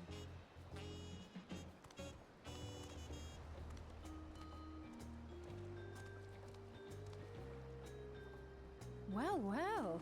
You really are a figure of authority here. Are you suggesting I don't look the part? I'm we're suggesting it's a stark Anyway, contrast to what we First things expect. first. Um,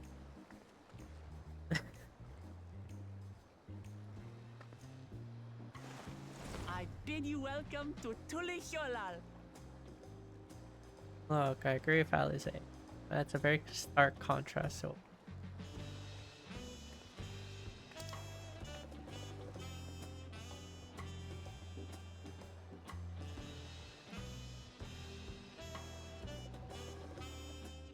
yeah, there's rarely jazz genre of OST. Rarely.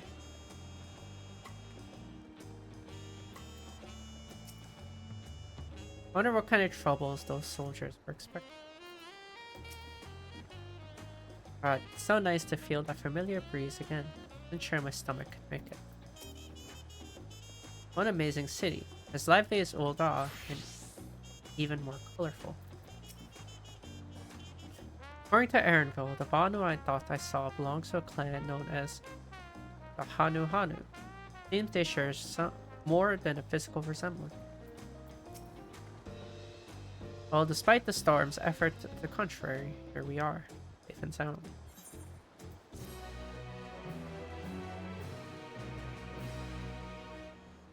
You have arrived in Tulky. You can return to the city at any time by speaking with this dwarfly sailor in the Scholar's Harbor, Arlene.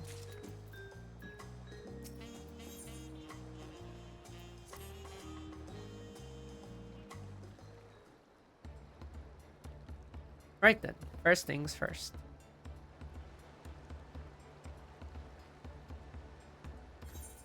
I feel a bit queasy. No more boats for a while.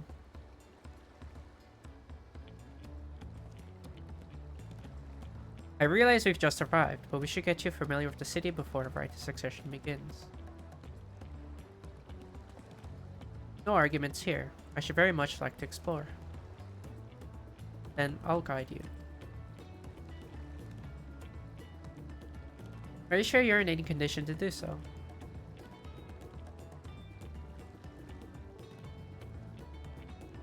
Aha! We're wondering who these strange folk were. The third promise has found herself some new followers then. Follower? Buklamat, are you unwell?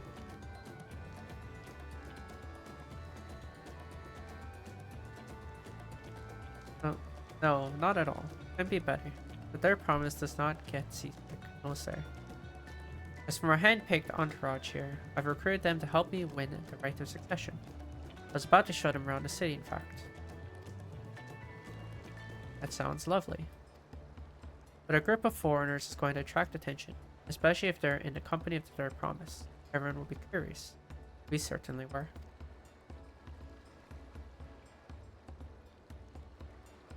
Your siblings have a tendency to command a respectful distance. But you're just so easy to approach. And I enjoy it so much when you do. Please don't ever worry that you're a bother to me. You're very kind. Good day to you, I promise.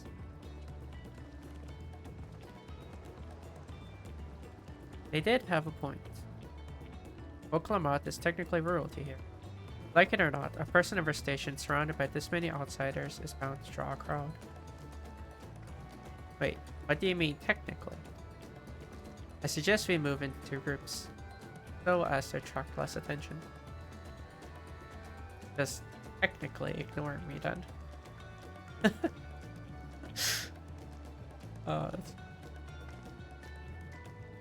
Tulky, you and Kral could come with me. I'll take the twins then. We'll get in touch once we've had a good look around. That voyage was hard on all of us, but take it slow and recuperate. We have time enough. Enjoy your wandering.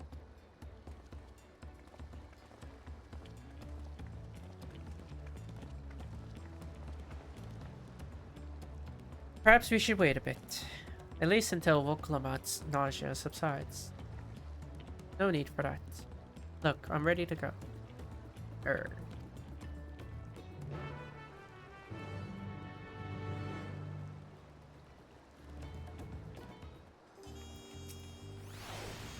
Really, Olol isn't going anywhere. Let's give Vokalamat a little more time. I'm fine now, really. Can't stand around all day feeling sorry for myself. What if the contest looming and all? Now then, seeing as we're already here, I might as well tell you about the harbor.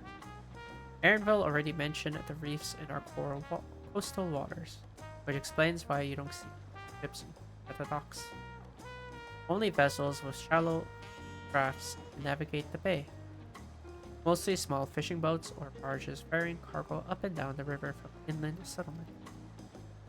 Much of the incoming traffic is from Yok-Ural, the southern landmass. The clans there produce various goods for export. Their wares are unloaded here and carted off to the merchant stalls. And speaking of which, Bayside Bevy should be our next stop. Boklamat and Carl are now accompanying me. Keep them at your side in order to proceed with quest objectives. You can leave your quest companions behind by entering a different area or speaking with them and select the option to part ways. If you wish every companion to join you again, return and speak with them at the original location. While you're accompanied, you may encounter conversation points along the way, which offer additional topics of discussion. Enter the glowing area and speak with your quest companions to initiate these bonus conversations. Enjoy exploring.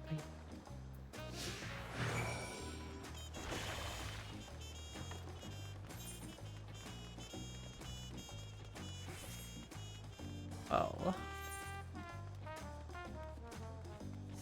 Before that, let's go get the 8th right.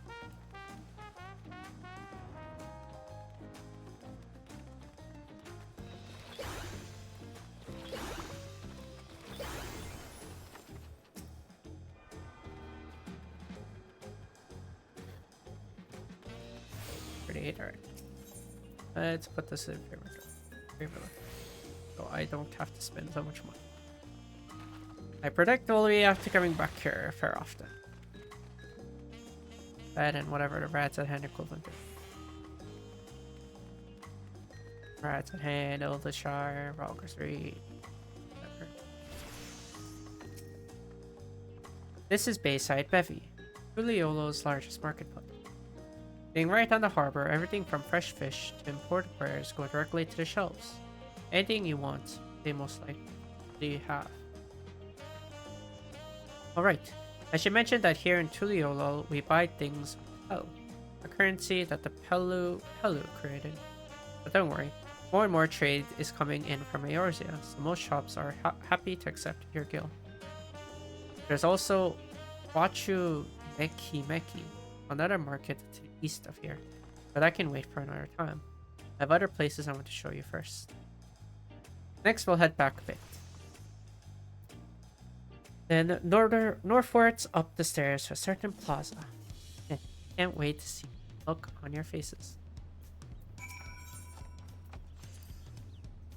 It's reassuring to know we can use our guild for shopping. As long as you remember it was invented by the Pelu. I'll never forget what our currency is.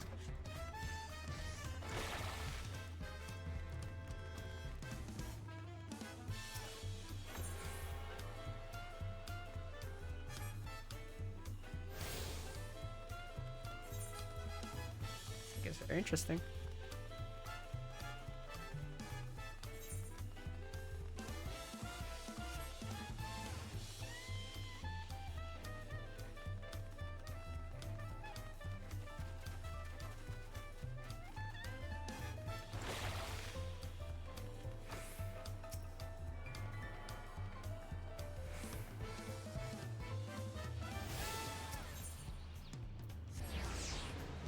I like this music a lot. Very interesting music.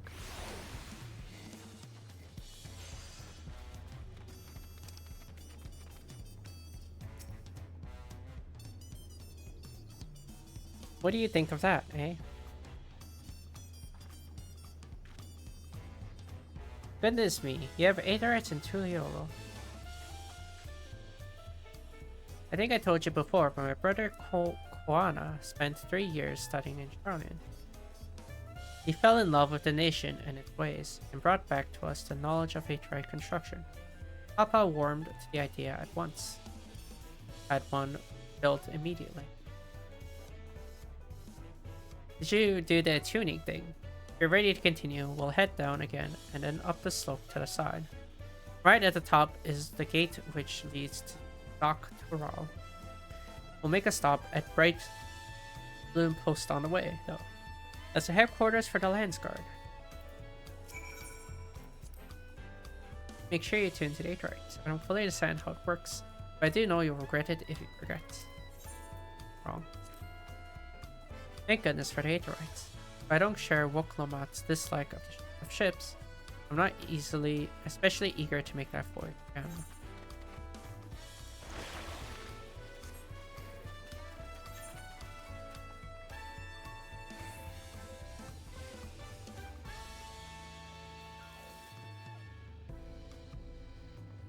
think I should probably get that.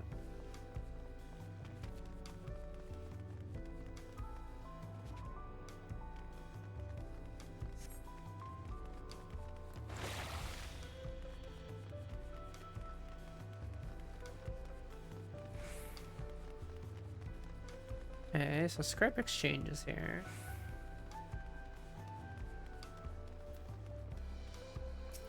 I have an Azale here. An Azale that's a Viper, apparently. An off one.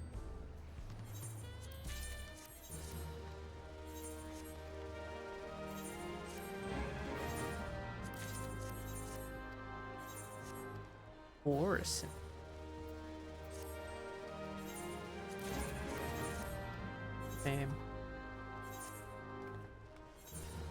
Shame there's no venture coffer.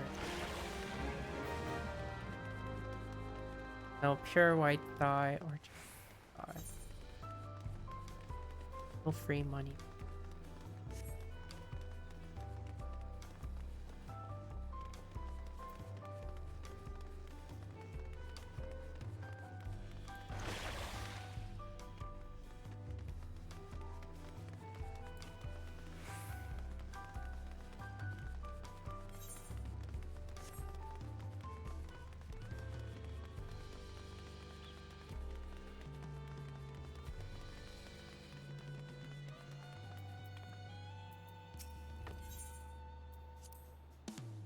We have a lot of narrow winding streets that crawl up the sides of the mountain.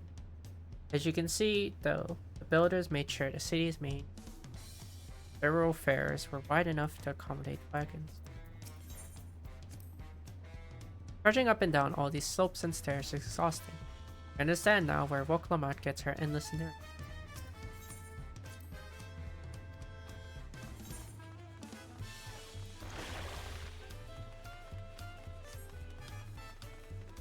It does look like hell to go up and down. Guess point.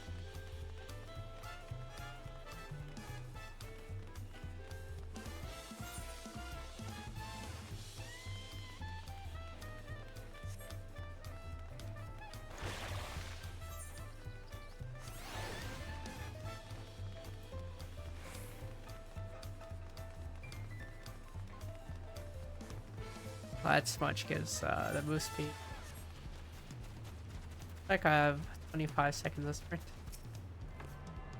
And a 15 yalm dash at the same time. Oh, nice.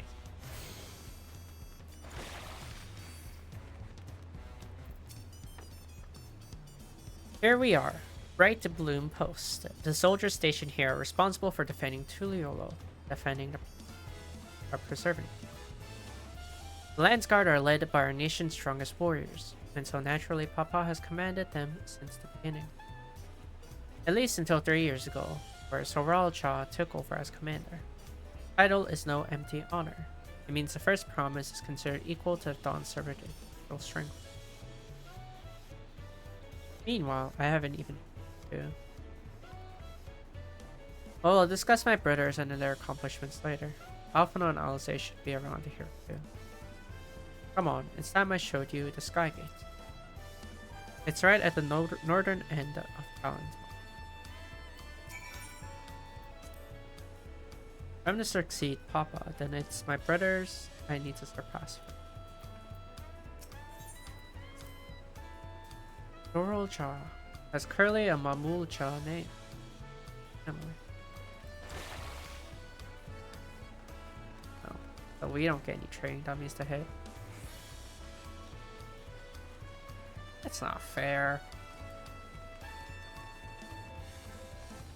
They get training dummies, but we can't.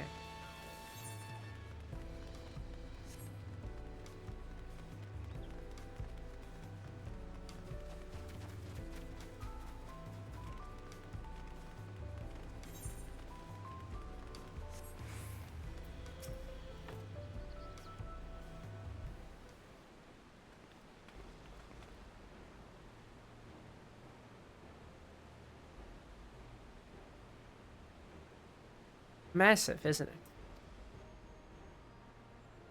And on the other side is an equally massive bridge. Both were constructed by a race of giants, the Yokhu. Strictly speaking, Tural is actually two separate continents. Yok Tural, the southern lands of the mother, and Zak Tural, northern lands of the father, which lie beyond the bridge.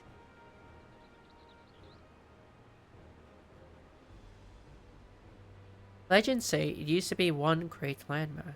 Long ago, the two gods fought a titanic battle. And when one threw the other to the ground, the impact was so devastating as to split the continent in twain. A familiar sounding tale. I am put in mind the conflict between Hydaelyn and Zodiac. But getting back to Zak Tural, those lands are also part of the Tuliolo nation, correct? That's right. Isn't my father incredible? He united the people of two continents. The many clans of Tural had been at war for generations. It was only when Papa traveled the lands and put a stop to their myriad conflict that we finally had peace. And that's the main reason I want to win the throne, so I can preserve the peace he built. But I see you're more interested in what's behind the gate than hearing about my aspirations. Crossing the bridge to Tural requires a special travel path.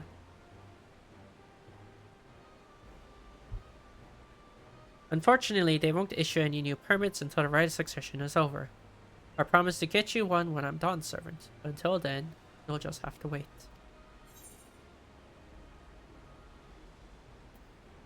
I'll hold you to that.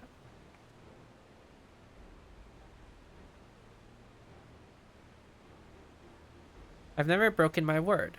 Once the throne is mine, the travel permit is yours.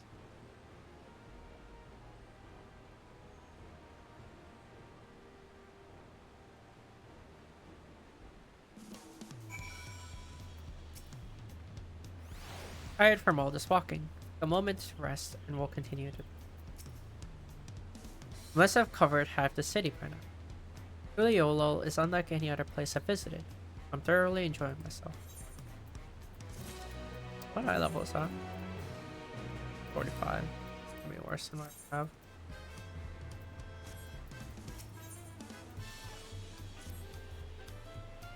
We'll head west. We'll head west next. Toward the Arch of the Dawn. The dirigible landing is on the way. You have dirigibles too. Tuliolo certainly doesn't want for methods of travel. We get by. Now if you've seen enough of this area, let me know and we'll continue. The Arch of the Dawn is on the other side of the city. Speak up if you see something that interests you. We're accompanying again.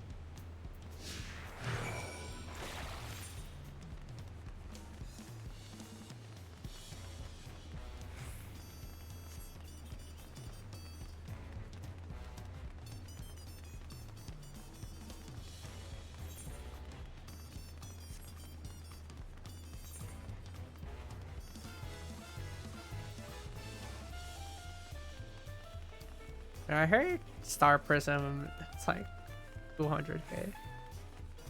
Is very, very big number. It's gonna hit over 300k expansion. I'm still struggling to conceive how one could construct an entire city on the side of a mountain. This was originally the site of a Yoku temple. The giants built it when they were first making the bridge to Tural, to appease the god who slumbers in a great ocean trench. After the Yoku withdrew, the temple stood empty for centuries. When Papa was establishing his new nation, he saw a structure he could refurbish into a palace, sitting practically in the center of Tural. He gathered artisans to do the work, and the houses they built for themselves became the foundation of the cities today. Speaking of houses, we'll be passing through the Resplendent Quarter, the biggest residential district in Tuliolo. We climb these set of stairs here and all the way up.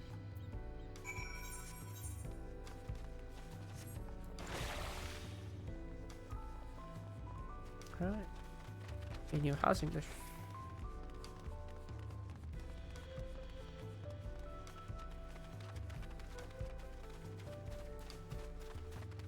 What is Endwalker's housing district? There one? Remember.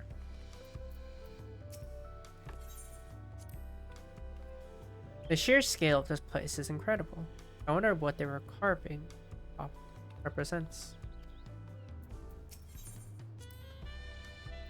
Papa's palace is called Folok Unsa, which roughly translates to Invincible Resilient. Probably want to take a closer look. We'll be coming back here later. Let's move on for now. Gosh, it's our optimist time. The stairs leading up to the peak can get pretty steep. Careful you don't fall. I've been one step away from death times. So this was once a place of worship. Yoku seem fascinating. But I've not seen any in the city. I wonder when we'll have a chance to meet.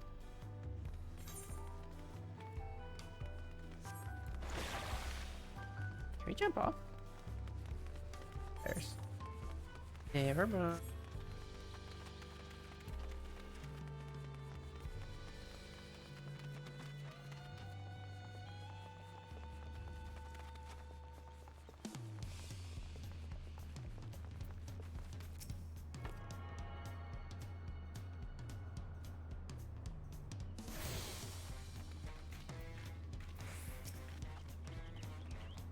So this is the Resplendent Quarter. What manner of people live here?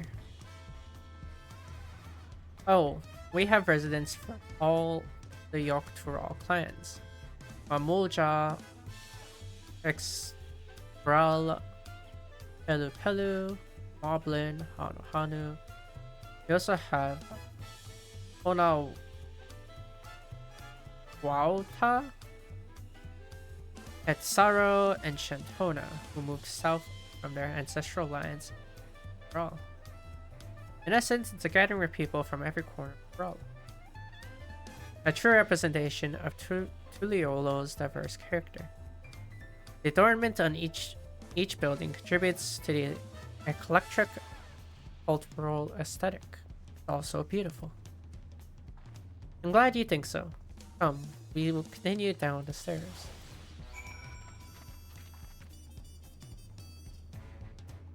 They are different.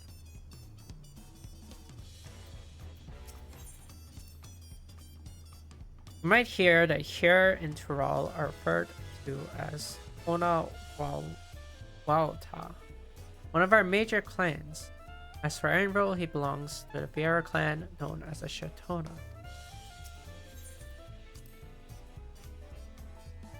One need only look to the children playing for a sense of how peaceful things are.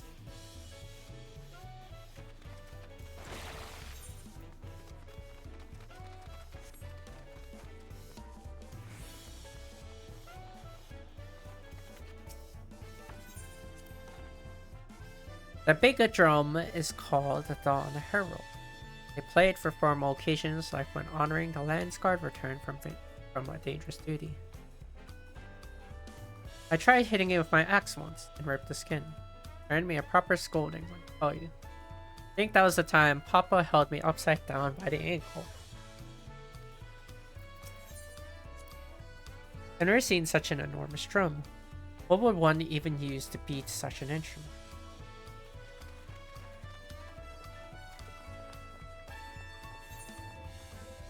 Good question. Oh my gosh, I have alpacas. Instead of chocobos. There's an alpaca key. Great.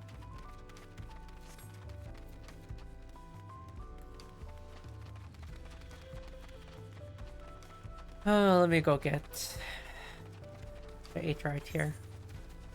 Should be complete after that.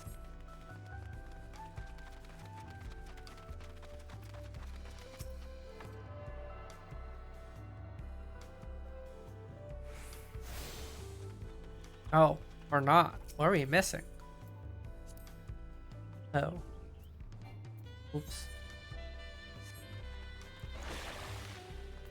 I thought I picked that one up already. Oops. Okay, it's okay. Pick it up later.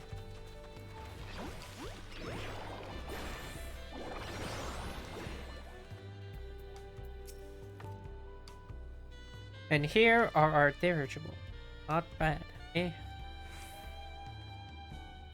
I hear other nations use airship to sail the sea. We only find balloons in Tuliolo. We have them for the exact same reason as the Aetheryte. Ona brought back plans from Charlene, and Papa thought them fantastic and commissioned their construction. This was around 3 years ago.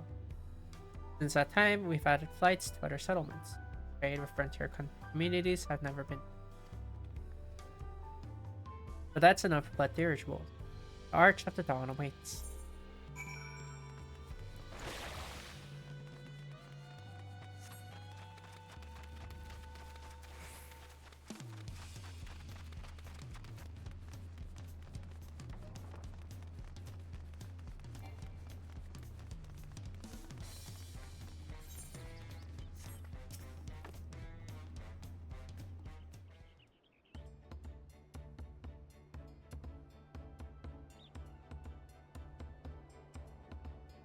This is it.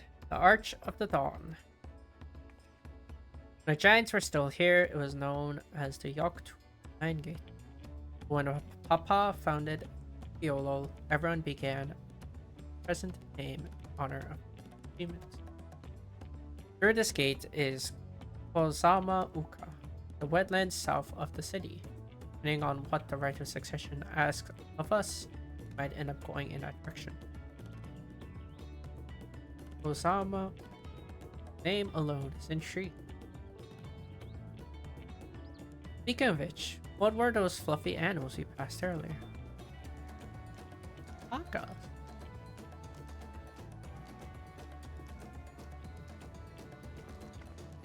Ah, those are alpacas.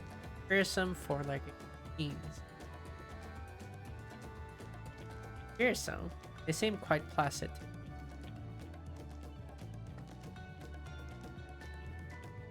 You'll learn soon enough, Crowl.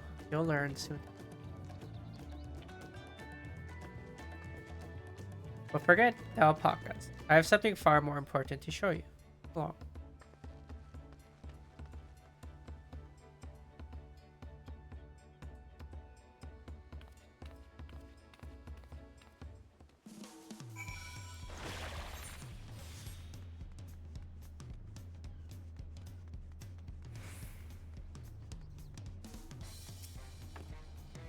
Are these the pillars what Wakuk Lamat?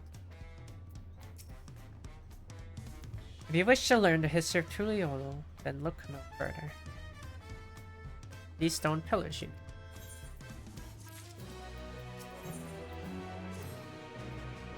What is special about these pillars, if I may ask? At a glance, they may look like ordinary stone decoration, but if you take a really good look, you'll see there's something much more. The following event cannot be skipped. You may wish to cancel any pending to be finder registry. A nice little bit added.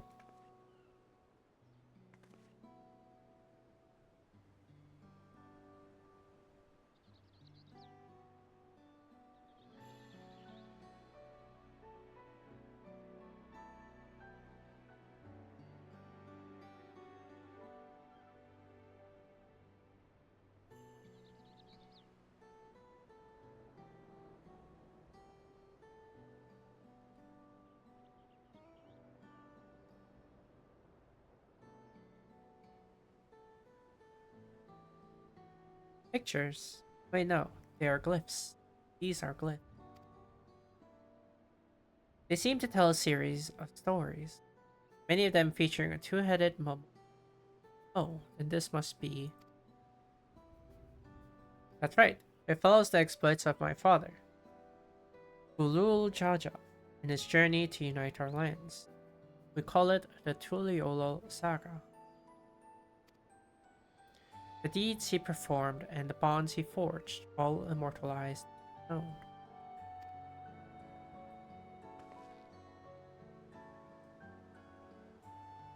There's no better way to learn how Tuliolo came to be.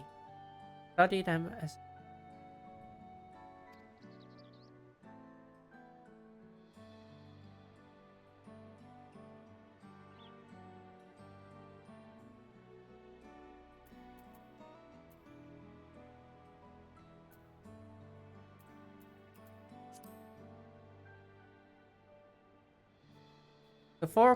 the four stones closest to us cover the first half of Papa's travel. Let's start with those.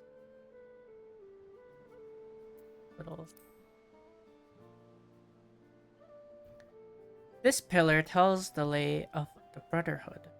It depicts the scene where Papa granted an audience to the fourth floor. Ket something. I can never remember. Mean Ketanram. Ah, that's the one. Ketanram's arrival in Tural is what prompted Papa to embark on his journey. It said the two grew to be close friends, brothers in spirit, if not in blood. But no one knows what became of the explorer in Ketanram's disappearance is a mystery in Eorzea as well. The records say he traveled between our lands and yours for a while. but then it's assumed he was lost.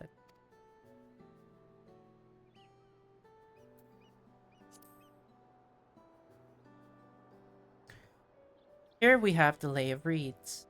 This is a story of when Papa visited the Hanu Hanu village in Kozama Uka. The people Alphino almost mistook for Vanu Vanu. If not for the colorful plumage, he spent a fair bit of time among Vanu in the clouds. So it's no surprise he took an interest in your countrymen. I don't know how it is with your Vanu, but our Hanu are bright and cheerful. We hold this one festival every year. Very famous and a lot of fun.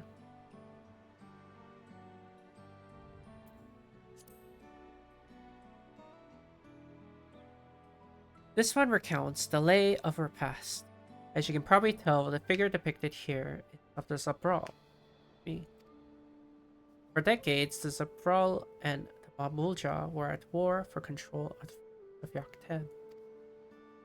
The actions Papa took to end the conflict have since been hailed as the first steps in the founding of Tuliolo. There's a clan of Hrothgar and Boja known as the Hellions. In their society, the women rule as and the men serve as devout subjects. Yet here in Tuliolo, Zabral, men and women appear to be of equal status. How dramatically cultures can vary within location.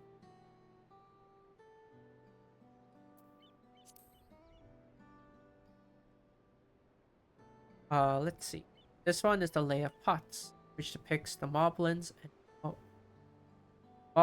of Kozama.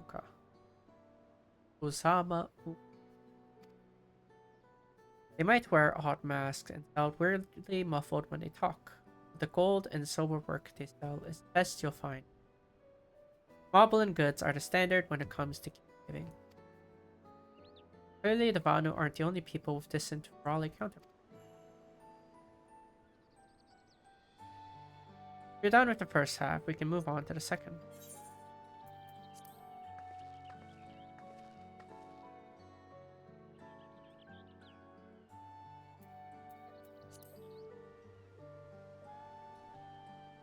And these four comprise the rest of the saga.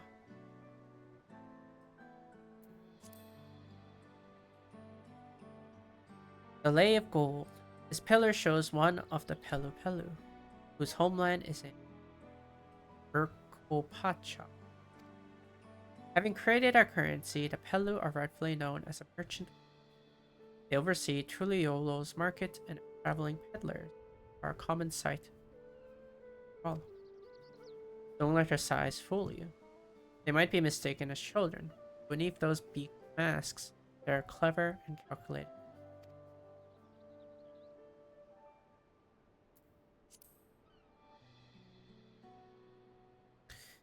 Oh, this one is my favorite. The Lay of Ice. It depicts a battle with the legendary Tural Vitrol. Valley Carmanda.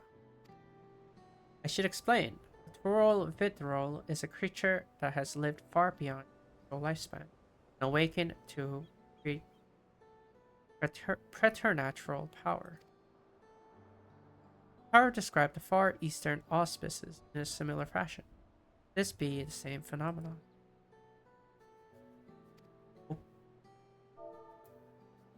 That said. Valley Garamanda itself was dubbed the Sky Ruin and earned for the destruction and the terror it visited upon Thrall every time it stirred.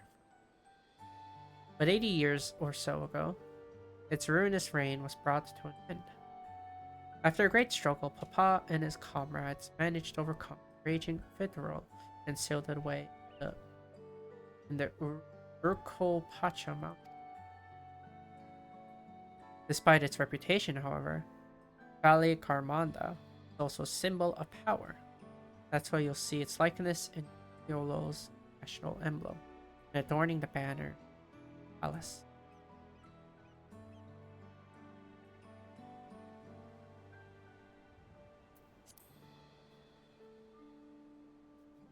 Oh, this one is unmarked. Papa says he left a blank pillar for the next chapter in Tuliolo's history. whatever that might be.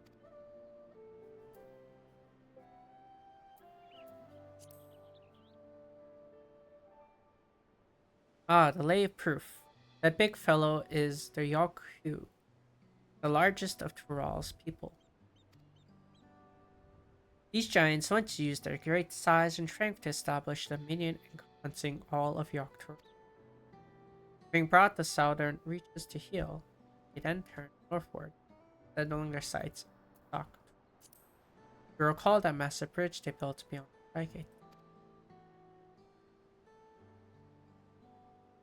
Sometime after launching their northern campaign, however, they just gave up.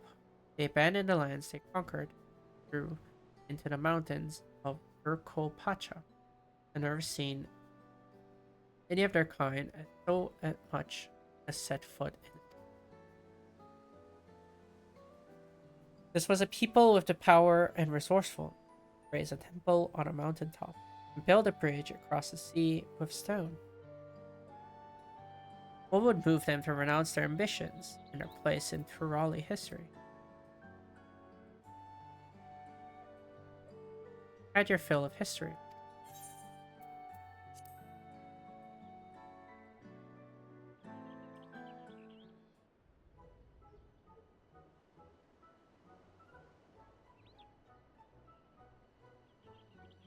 Glad to hear it. You know, I feel awfully hungry all of a sudden. No surprises. They're seeing I couldn't keep anything down for a while. But now I think I'm ready to eat again. Let's go and have ourselves a bite of local delicacy. Come, I'll take you to the best restaurant in the city. I like the sound of that.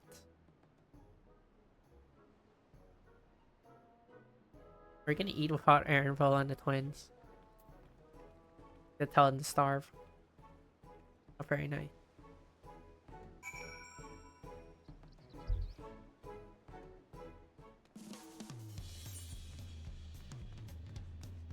Okay, let me go pick up that last 8 dragon.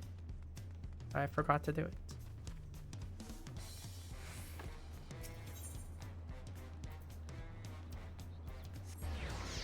Oh, that's closer. Might not be.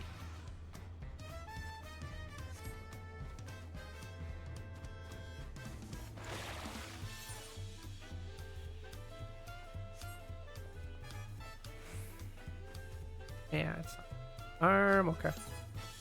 I guess we'll walk around here.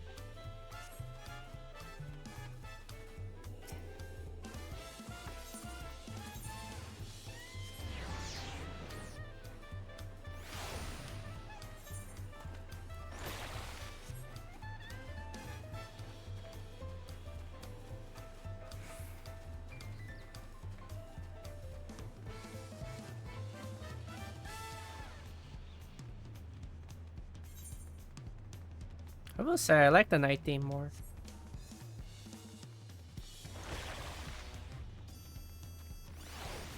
The phone autocorrected. What you mean to say?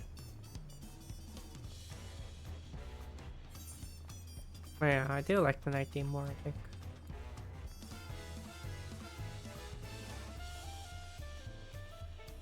Not that I hate this, just I had to pick between. Much like I prefer old Charlene's night theme as well. Oh yeah, I don't think we've actually been here. Maybe that's outside and pick up later. Right?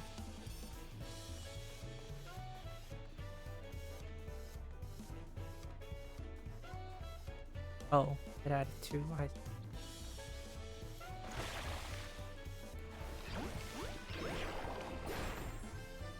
It's okay. Not like the worst thing to autocorrect to. Yeah, we have all the back down.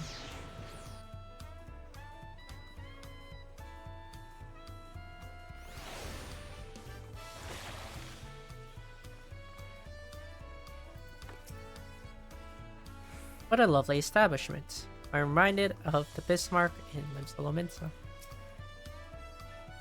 Have you ever had tacos? They're Tuliolo classic. A baked crunchy shell made from corn flour and fill it with meat and salad. A lot of shops and stalls sell them, but I like how they're made here at Zapaliav I Est. And I need one right in front of me, right now. Let's head downstairs and place an order with old Rock Evu. You like tacos. Yeah, I like Picto. Always liked Picto. Every dish looks delicious. At the risk of sounding like Woklamat, the mere sight of so much fine cuisine is making me ravenous. This is Brock Evu, the owner. Don't let his unassuming appearance fool you. When it comes to making taco, he's the greatest artisan in all of Tural. What do they even have? They have like some kebabs, bowls, nachos, some drinks, fruit salad.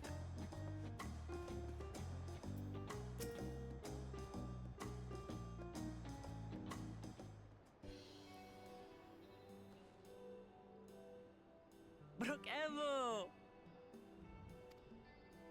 My companions must sample your heavenly tacos. One for each of us, please. Right away, promise. And I'll pack them tight with my choicest feelings. Only the best for you and your friends.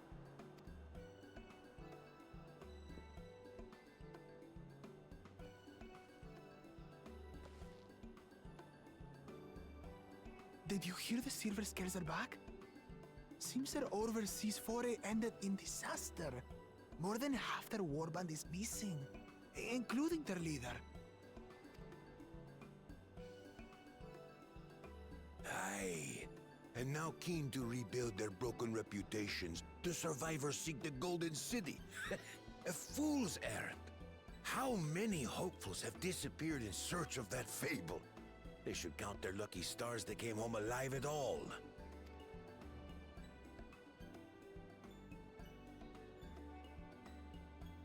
The legend of the Golden City is well known here, I take it. It is, but as no one's ever seen it, many question if there is any truth to the tale. Like our skeptical Erinville. I can't imagine the Dawn Servant would request a formal survey for a place that doesn't exist.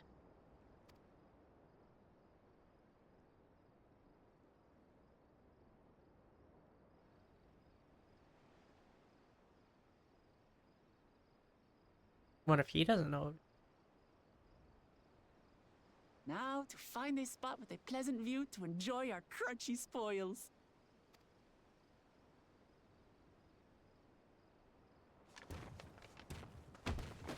Oh! Oh!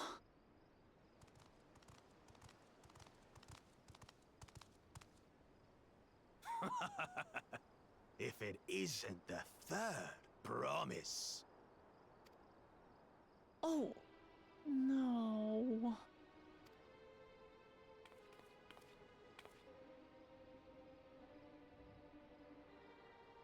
I don't know these ones.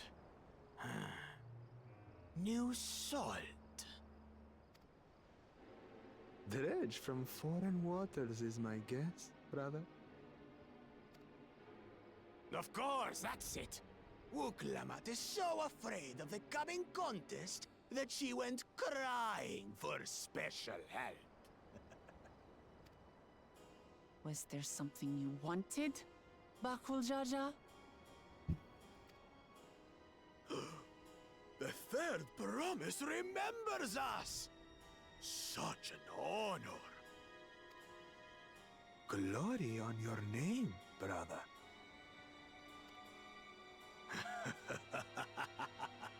And on yours, brother. I know my rivals for the throne. Nothing more. Another child of the Dawn Servant? No, this brute. We have no ties to their farce of a family.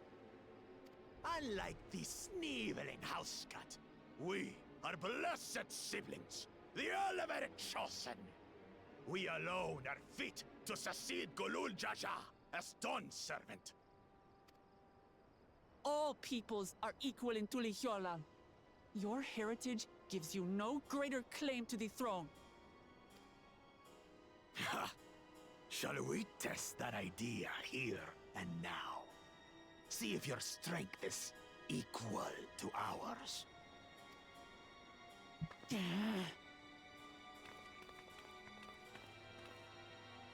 None of this has any bearing on the right of succession, correct?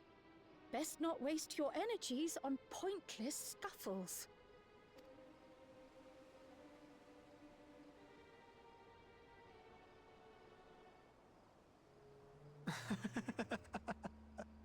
The kitten comes to the house cat's defense.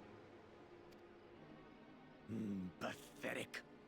Since when was our nation overrun by mewling weaklings? Listen to me, you.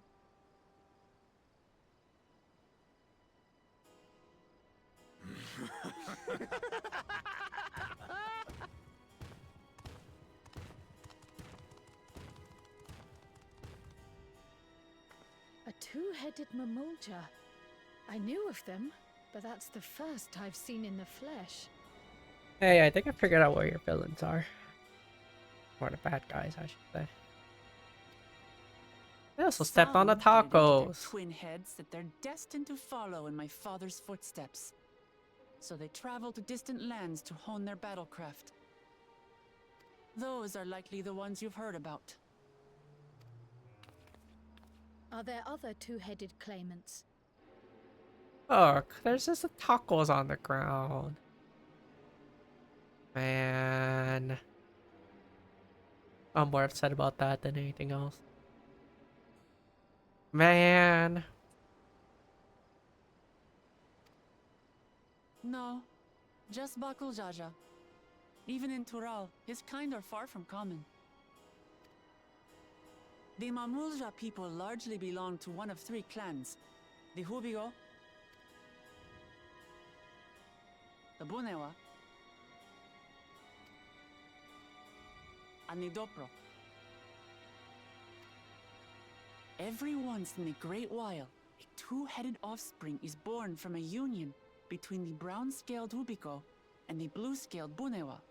The child grows to possess immense strength, both physical and magical. Blessed siblings indeed.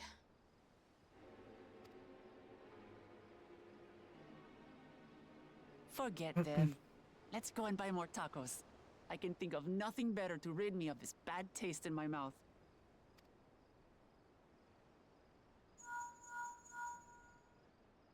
Enjoying your tour of the city, I trust. We've seen our share of notable sights and took a moment to rest.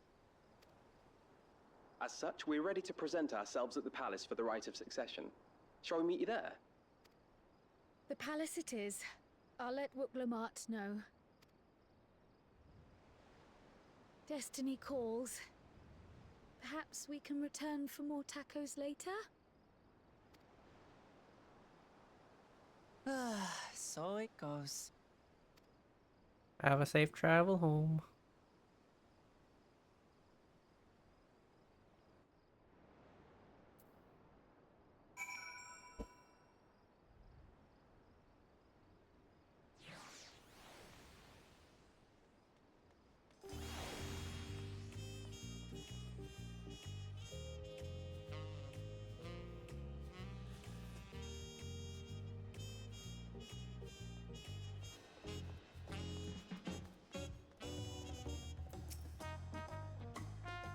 Brooke Evu's lovingly made tacos with twist. It's all that brutish Bakul Jaja's fault. I was looking forward to try some authentic Tuliolo cuisine, but we should hurry and join Alphan on the other side of the palace. Alright, it's a bit of a climb to the top. We can head up from the resplendent quarter, or even the eastern side of town march if you prefer. Now that you have an idea of how the city's laid out, I'll let you find your own way to Volok Shunsa. Ah, my poor empty belly.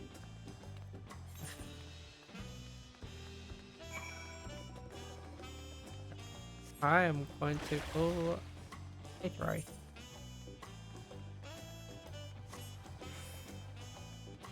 And then I need to go.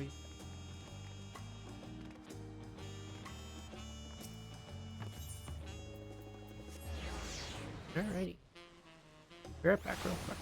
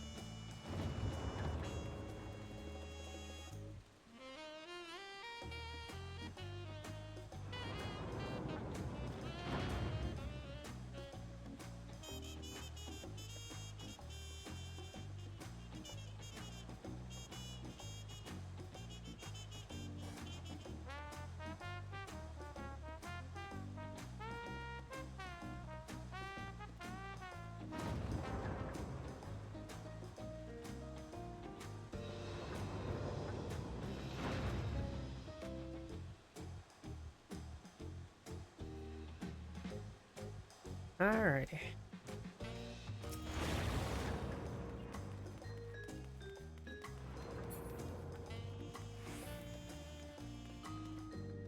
Damn, this palace is huge.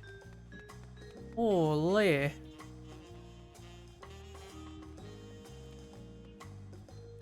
This is a very, very big palace.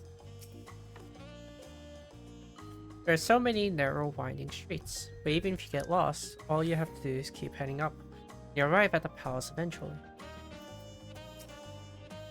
The food is amazing. Our passing Mamuja let us try a fruit called Perimoya. It was just sublime. We saw a two-headed Mamuja on our way here. Another claimant in the right of succession, according to Aaronville. Do you have a better feel for the city now? You made it. Good, then we're all here. I'm still hungry enough to eat a whole roasted colibri, but the contest won't wait for us forever. Name 645, yeah.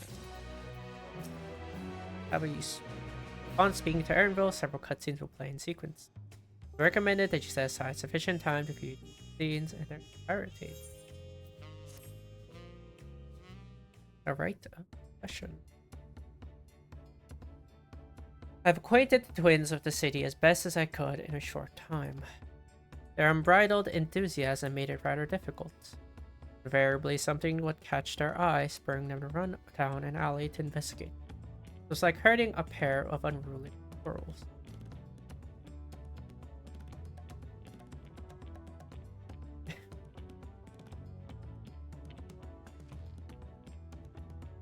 I understand all too well.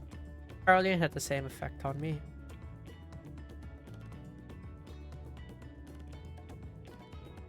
Right then. Now it's time we saw the inside of the palace. Papa will want to know I'm home and to meet the allies I've chosen. Given how impulsive he is, though, there's no telling what he might be in for.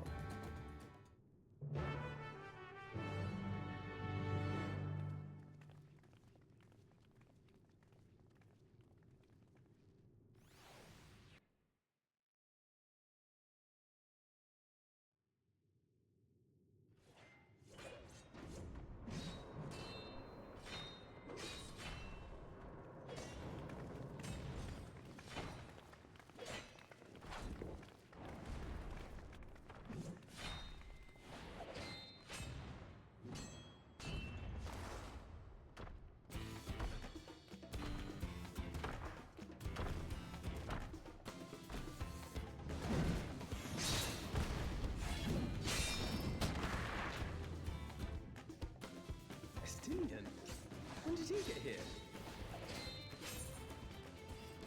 It's fine. Look at. What's the point? Why is he here? Oh, you know this man? Whenever my father spots a promising opponent, he invites them to Sunperch to duel. Pressing duties or no, he can't resist a good fight. So the one Estinian is crossing blades with.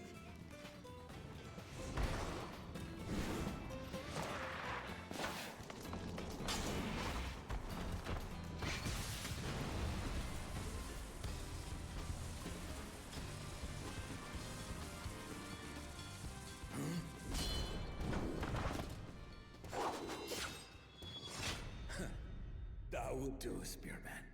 I will receive my darling daughter.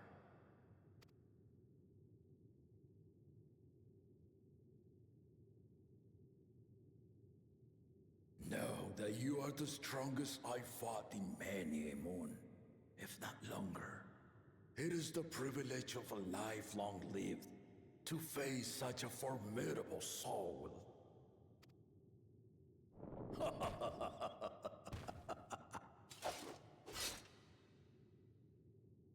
If it's formidable you want, then look no further than that woman there.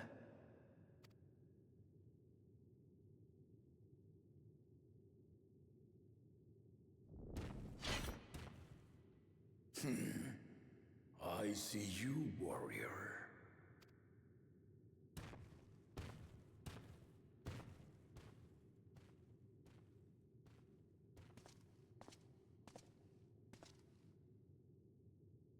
We had no idea you meant to visit Tural. I've seen what lies east. This time I chose west. And thus did our itinerant dragoon make his travel plans. You witnessed our bout. If you thought he was fearsome, that was with one head dozing. I'm not sure I understand.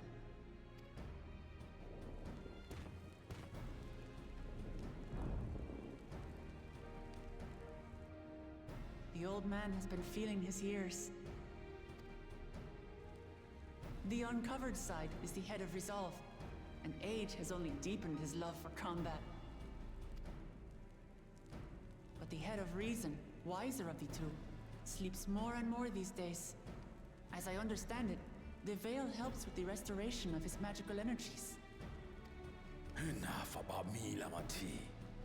I want to hear of your adventures. Lamachi.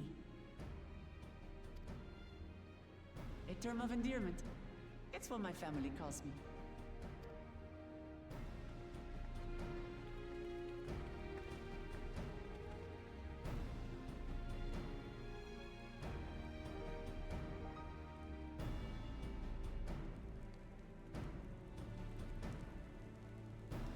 Oh.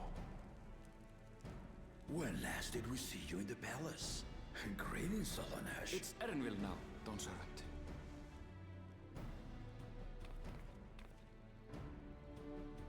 I took the name while abroad, and have since grown accustomed to it.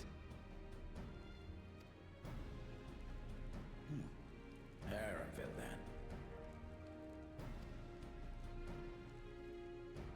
then. And these others? I assume are Lamati's recruited allies.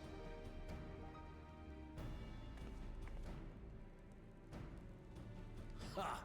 Old-tempered still. Yet as much as I'd enjoy testing their metal, the hour of the right is at hand. I will summon the other claimants at once. Then I shall leave you to it. Good fortune, my friends. Welcome, Holmes. Never had a walking commute before.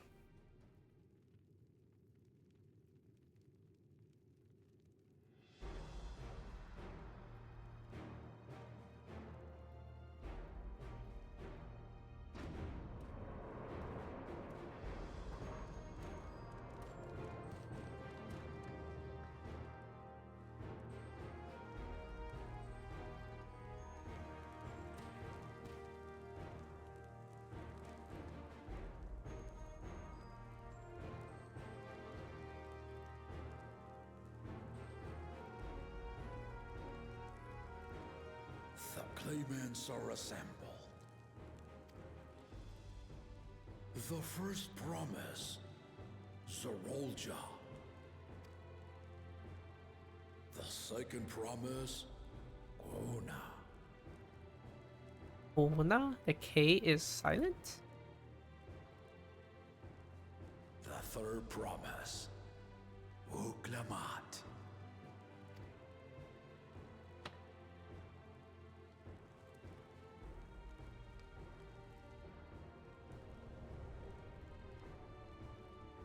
And lastly, the chosen of Mamuk, Bakun Jaja.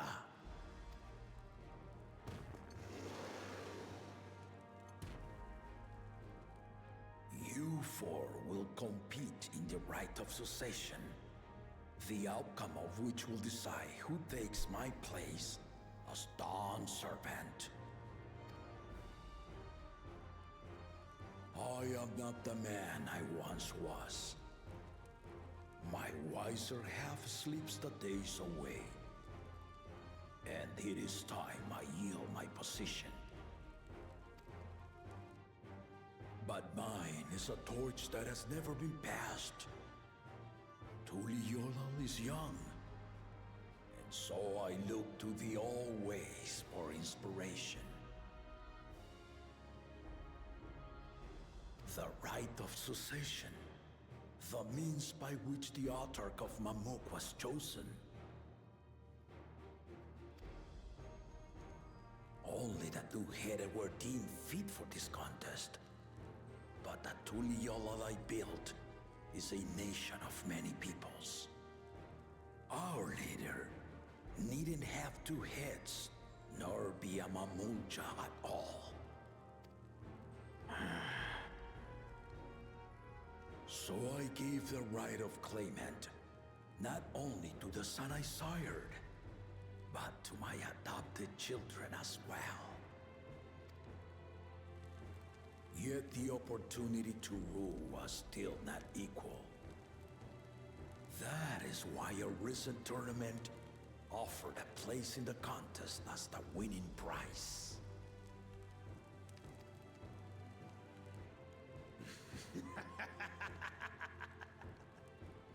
Now you have us to compete against.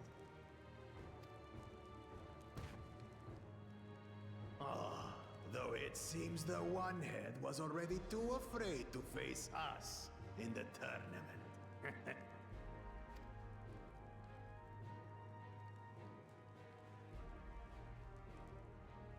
Our brother was in Shock Tural leading the Landsguard on a campaign to eradicate a Tural Vidral.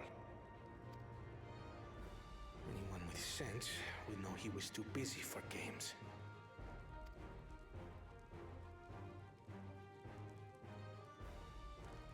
Now for the part you've been waiting to hear. The nature of the contest itself.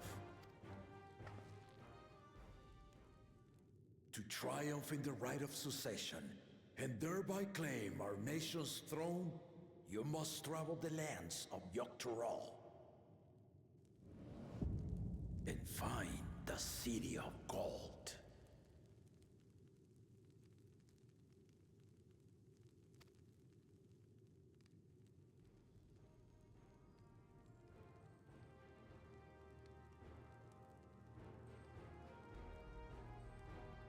If I may, Father. Speak, Kona. Okay, it's cool. The Golden City is an ancient Turali legend, but after so many failed attempts to find it, the story has become more fairy tale than fact. If you would charge us with such a quest, are we then to assume you have proof of the city's existence? I offer as proof my unbroken word, for I have seen it with my own 4 eyes.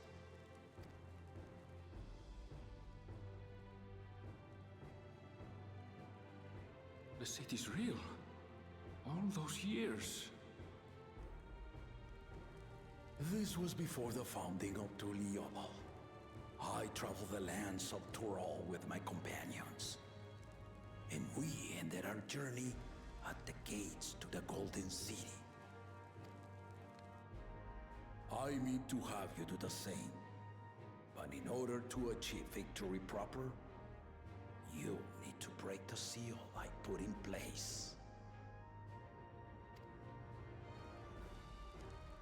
Bring them.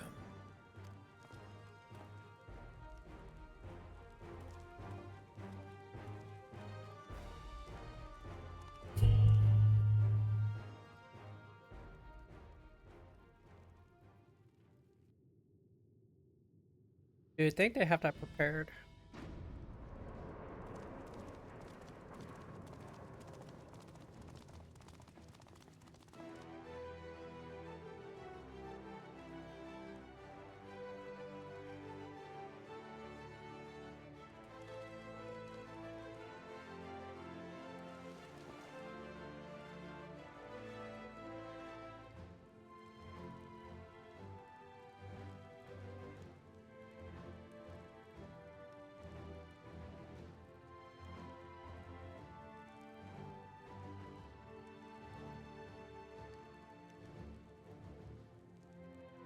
The Tully saga.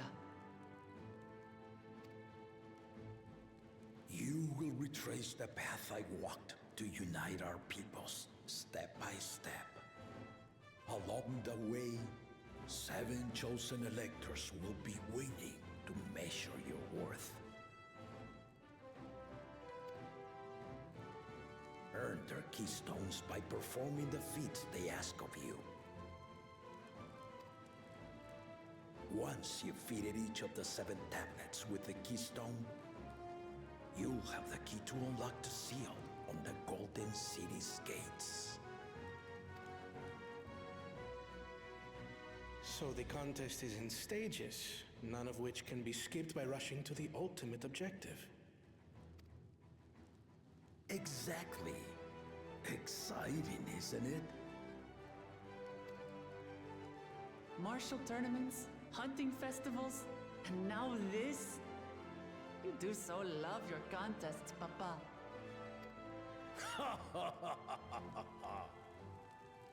Were I a few years younger, I would have joined in myself, giving you a proper challenge.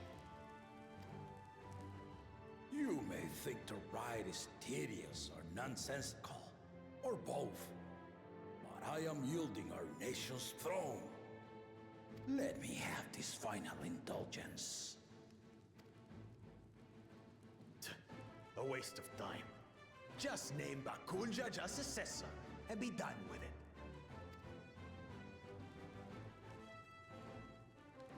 The rite of succession begins now. I'll be watching you progress with great interest.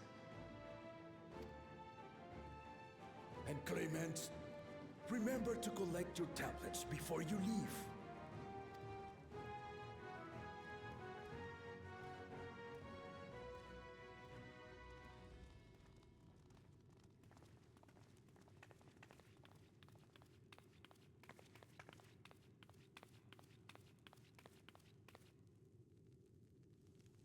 You are one of Lamachi's allies. Speak freely. I am Cryle Baldessian, representative of the students of Baldessian. My name is perhaps familiar to you? Ah.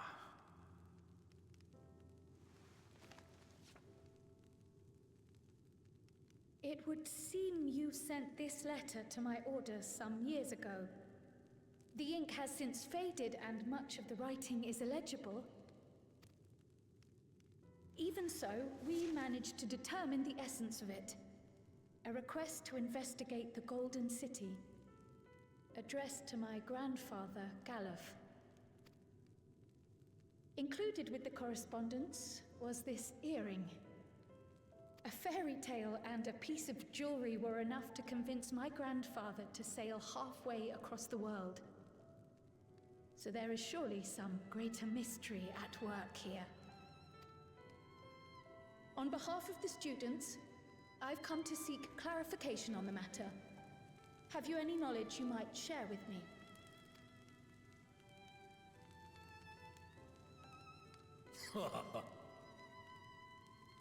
No, not at this time. I have tasked the claimants with finding the Golden City. To fulfill your request would afford one of them an unfair advantage in the right of succession.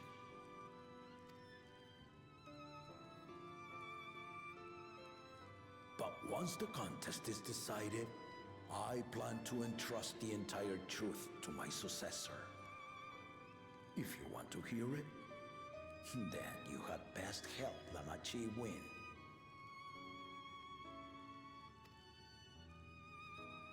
Very well, Dawn Servant.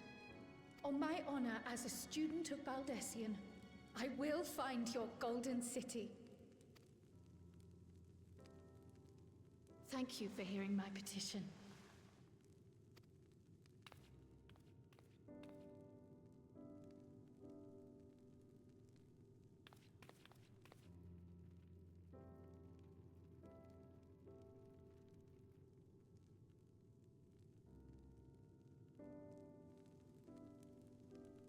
How about that?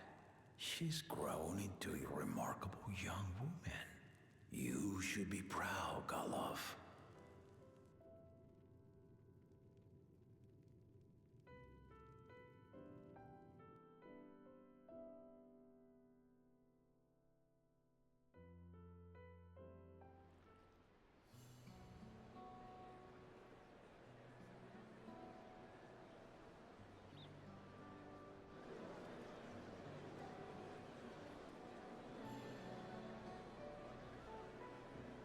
Too late to change your mind now, I suppose. But are you sure you wish to be part of this? I mean, Our third promise is not wont to take no for an answer. Though you may have agreed to help, I worry that you were swept up in her relentless enthusiasm. as you said, it's a bit too late to back up now, man. It's fine. Or perhaps you've been lured by the glory of the Golden City. Either way, this contest for the throne will place you and yours at the heart of political turmoil. Ah, the Stormblood. Got it. Sounds good to me. Stormblood 2.0. If you are second-guessing your decision, tell me now. This may be my last chance to help you withdraw.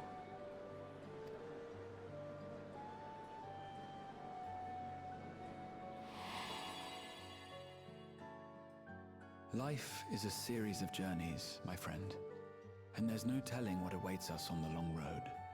But what's important is to be true to yourself as you walk it. Only then can we hope to be content when we arrive at the end of one and step forward into another.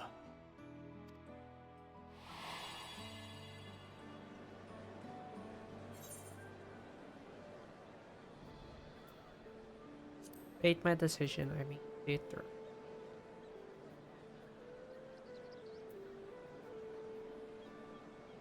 Is that so? I will speak no more of it then. As for my own involvement, I can no longer conduct myself as a mere guide, I think. Not after the Dawn Servant's revelation.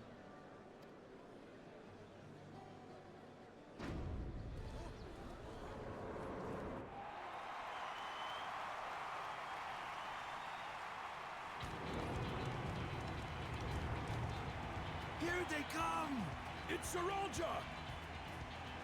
Such a fearsome mien. Make no mistake, there goes Duliola's mightiest warrior. First promise, our village needs aid. The cold weather stunts our crops, and the children of our village go hungry. Once you ascend the throne, I beg of you, grant my people new lands, please! Saralja. Take heart, tiller of the soil. The resilient son, blood heir to the Dawn Servant, has heard your pleas.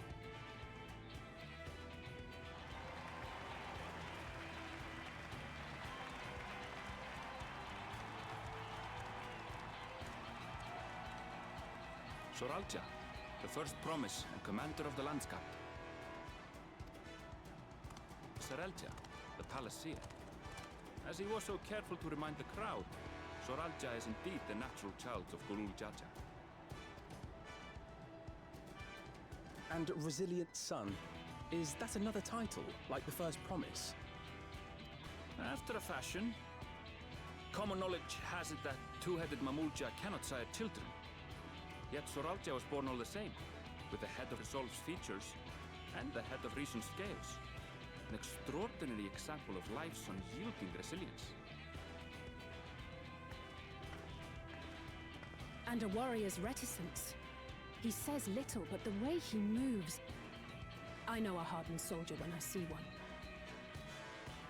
He's a natural swordsman, a gift he inherited from his father. Some even say that the son has already surpassed the sire. Should he come to power, the first promise means to employ that martial prowess in the conquest of foreign lands.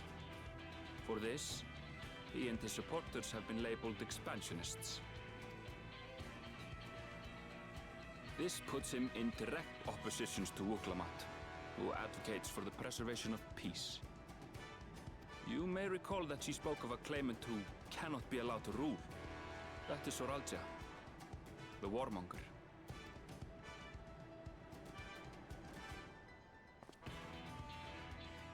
Cryon, are you alright? I forget that would have been the fourth one. Two-head. The echo. It gave me a glimpse into Zoralja's ambitions. Deep and unknowable, like an abyss. Yet at the same time, a roaring, unquenchable fire. It was a trifle terrifying, to be frank.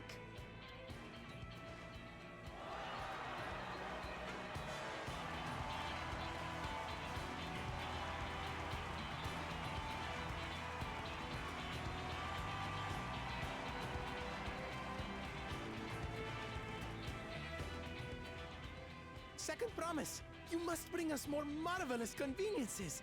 More dirigibles and trains and the like. We need you in charge to make trading easier. The elders, they complain and complain about abandoning tradition. But we're not like them, afraid of everything foreign and new. You have our wholehearted support. With your ingenuity and knowledge, you're sure to win the contest. Forgive me, but the right of succession is barely begun. I will hear your petitions if and when I am named Dawn Servant. If you will excuse me.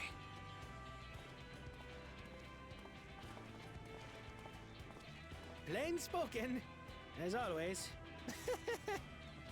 That's Arcona. Practical to a fault.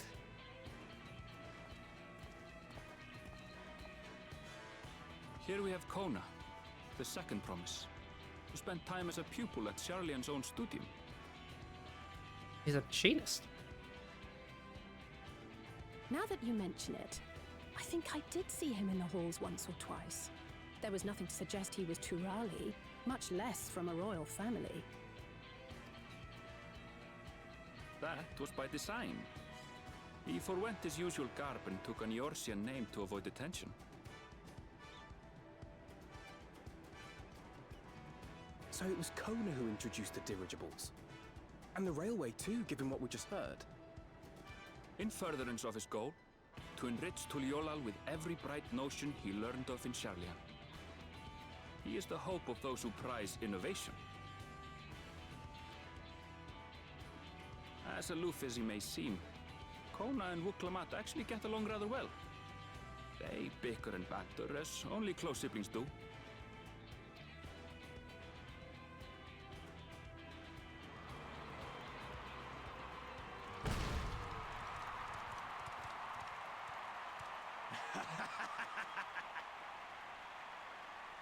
Get that key. Gracious of you all to cheer the lesser Glaber. That he would have been the Hormong.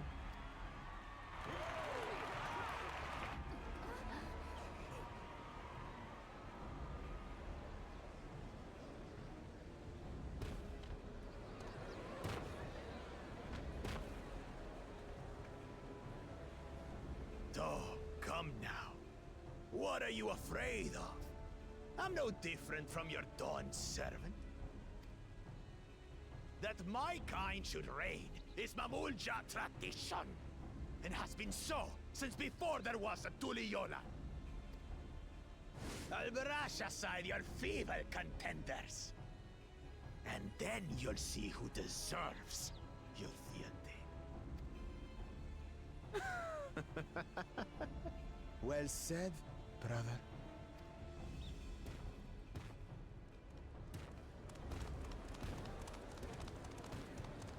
The Mamulja have finally found peace in Tuliolal. A pity those fanatics are intent on keeping that tradition alive. The chosen of Mamuk, Bakul Jaja, winner of the recent martial tournament, and the only claimant not of the Dawn's promise. His strength is undeniable, but you see how he is. A few devoted Mamulja are his only supporters. What would he do with the throne should he win it? His policies and so forth. I doubt he's thought much beyond winning the contest itself. But one thing seems certain. If he does become Dawn Servant, he will see the Mamulja exalted as the ruling class, and all others forced into subservience. sounds like another that cannot be allowed to rule.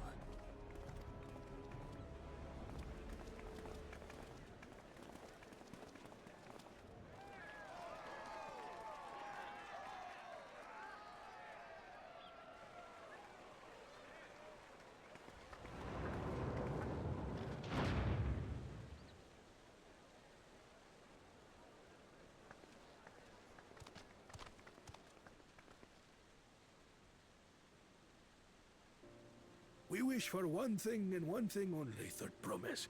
To abide together in harmony with our neighbors whom we love in this land we share. It is our way, the Turoli way. Galul Jaja built for us this peaceful nation, and we beg you to preserve it. You have my word. I won't let your pleas go unanswered. Until Tuliolal was founded some 80 years ago, this continent was ravaged by war. The eldest among us remember that dark era, and they are Wuklamat's most ardent supporters. Apologies, it's hard to get away. This is Namika, my childhood nursemaid. She's been like a mother to me my whole life. I told her it wasn't necessary, but she insisted on seeing us off.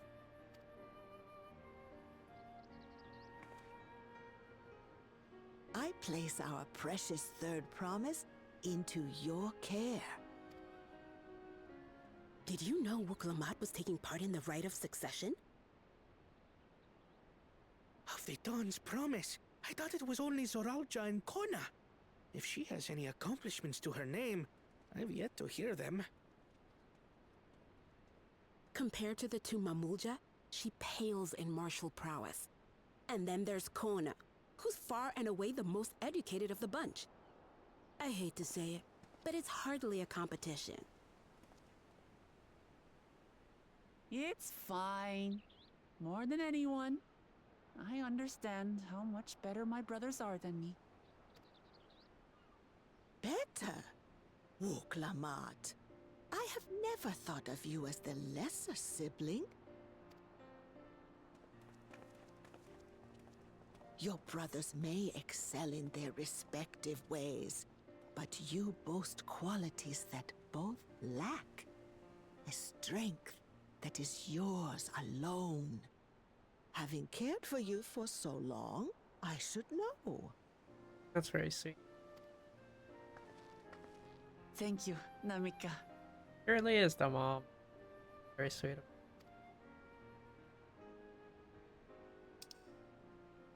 Well, we ought to be on our way. Yes, hurry along. I await word of your victory with bated breath.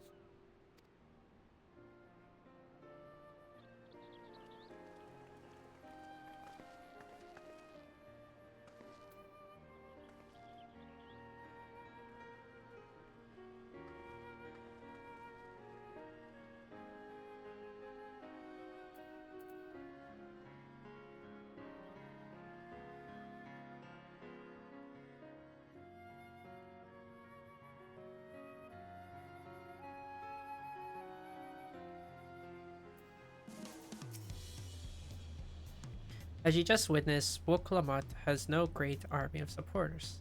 Not yet, at least.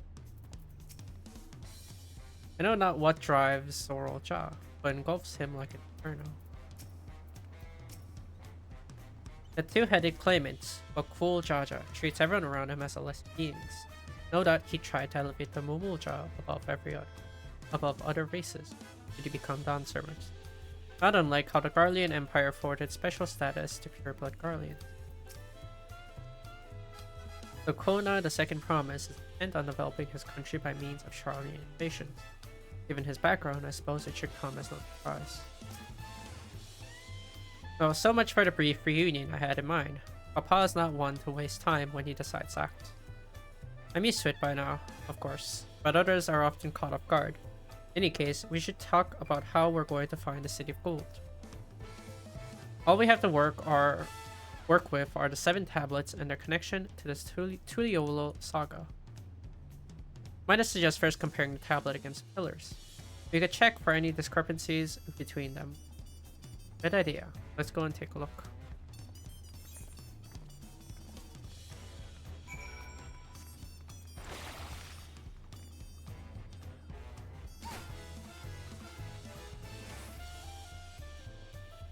Oh, that's one way to come down to Palace. Jump it off it.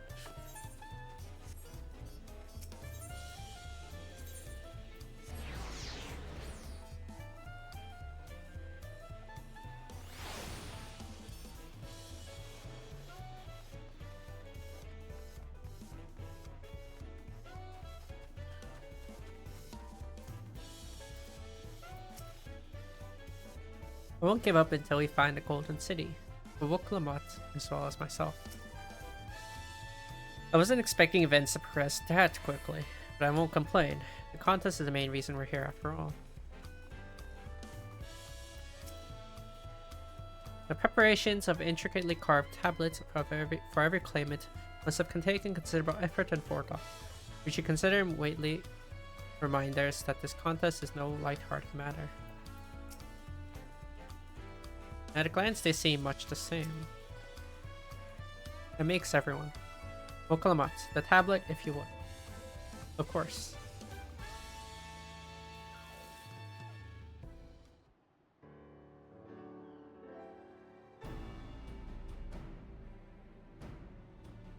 Everyone has a tablet, and let's compare them to the respective pillars. Keep an eye out for even the smallest differences.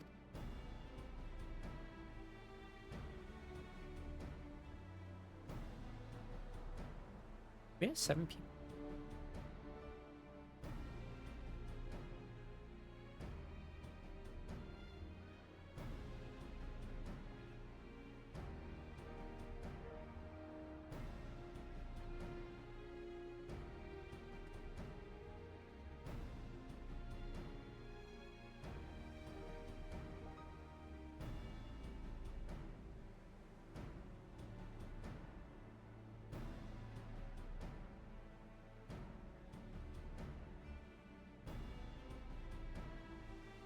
Unless I'm missing something, the glyphs appear to be identical. The only difference being that the tablet have hollows where the keystones are to be fitted. So now that we've established the scenes are the same, where do we go from here? The Dawn Servant said we were to retrace the path he walked in uniting Tural's people, that we would encounter 7 electors along. Then we have the answer right in front of us. Papa's path is all laid out in a Tuliolo saga.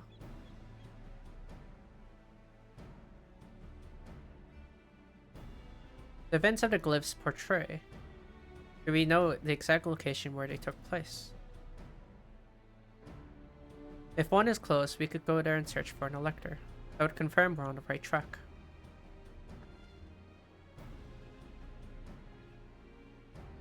Let me think. The Lay of Reeds was in the nearby Hanu settlement. Papa took me there once. It was during festival season. The whole village was alive with good cheer.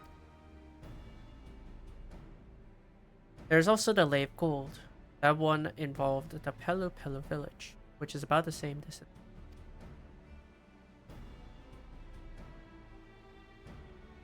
Before going anywhere, we should ask around about the road ahead. I heard a lot of talks as we toured the city about the storm we passed through at sea. Apparently it ravaged York Tural several days ago. Since our roads are not well paved as Eorzea's, they're more susceptible to damage from natural disasters. We want to avoid wasting time taking a dead-end trail. It's just we spend a few moments making inquiries.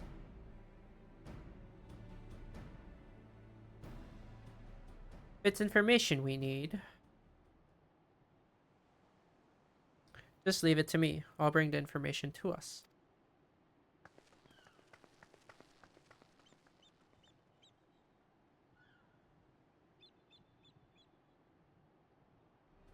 It would be prudent to ensure we're prepared for the journey. I'll guide you to the accommodations I've arranged.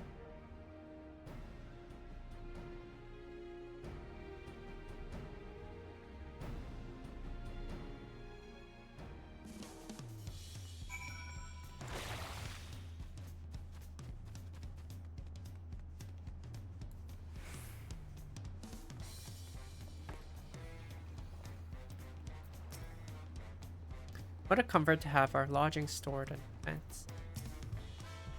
Woklamat said she would bring the information to us. I wonder what she meant by that. Oh, such a lovely little cottage. Is this the inns? I guess it's the inn of the area. That's right, the reservation is under Woklamat's name. If you don't mind, I'll leave my companions to you. Certainly, sir. I'll go and track down the third promise. Once you finish organizing your gear, you can meet us outside the Baliev Tea. I don't know. Greetings, visitors to Tuliolol. Welcome to the Forund cabins. Whenever you're ready, I shall show you to your room.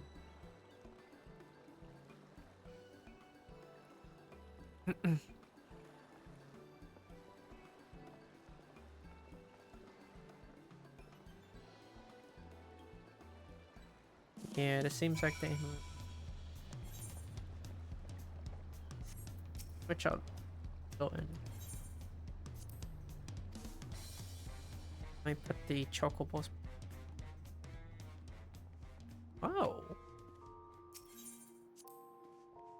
a nice in room.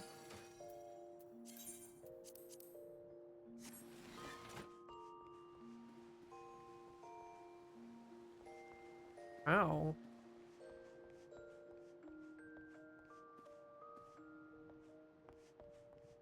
I like this in room.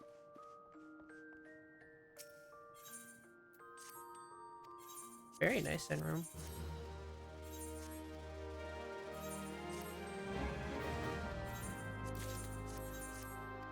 Danish fiber. Well, I used to. Oh. Not so much anymore. Very nice in room. I rate highly.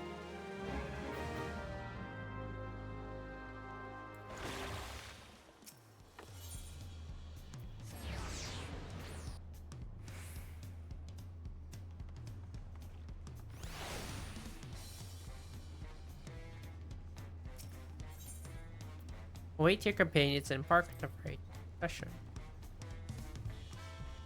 Yes.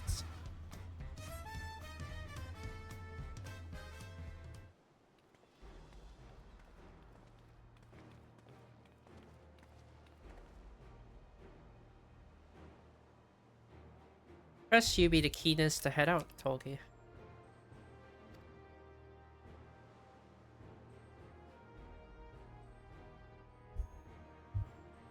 But where are Ernville and Woklamat, I wonder?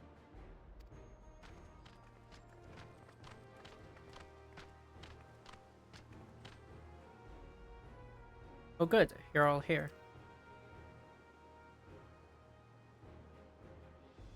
Who might your companions be? Seeing as we need information, I thought who better to get it from the locals. These two hail from the villages, we're thinking.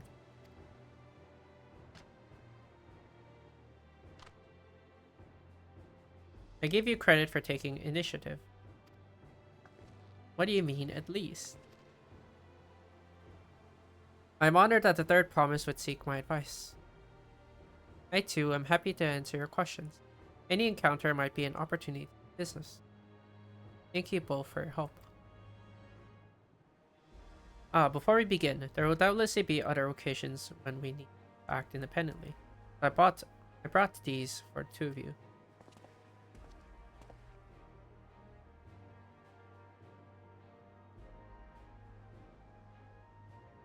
What's this?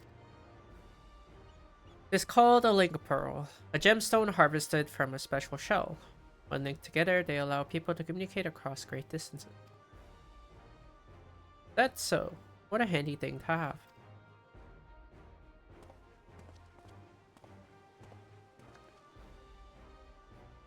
It'll be very useful on our travels. Speaking of which, I should get back to introducing my two new friends here.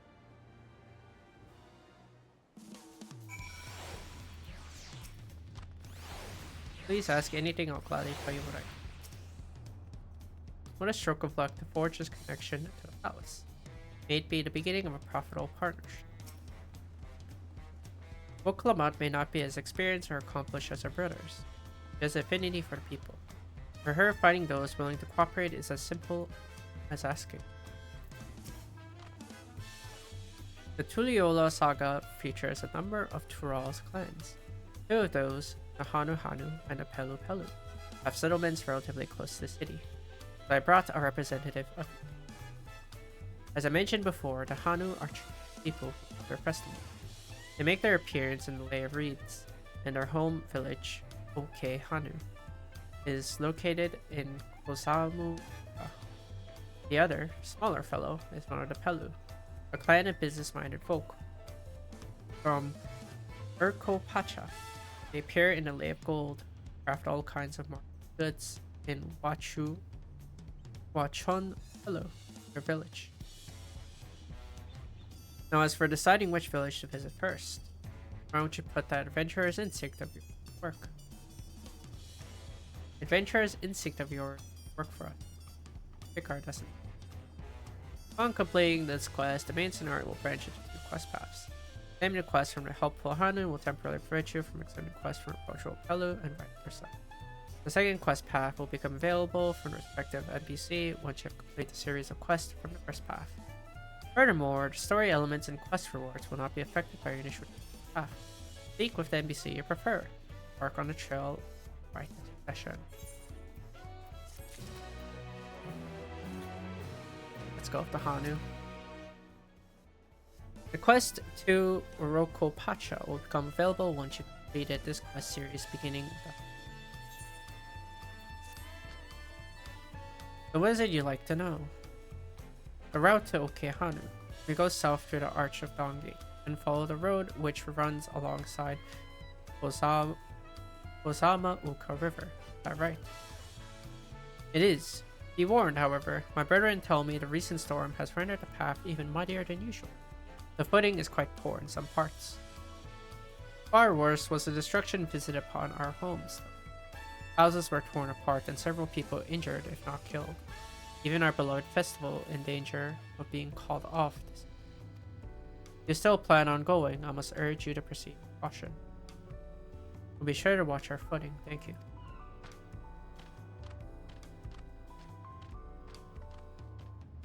Now I'm worried for the Hanu. Sounds like they were hit hard by the storm. Anyway, if we're bound for Kozama Uka, we should head over to the arch. We'll be back to talk to you in good time, Master Merchant. Meanwhile, you can eat and drink your fill at Zabalyav Tai. It's all been arranged.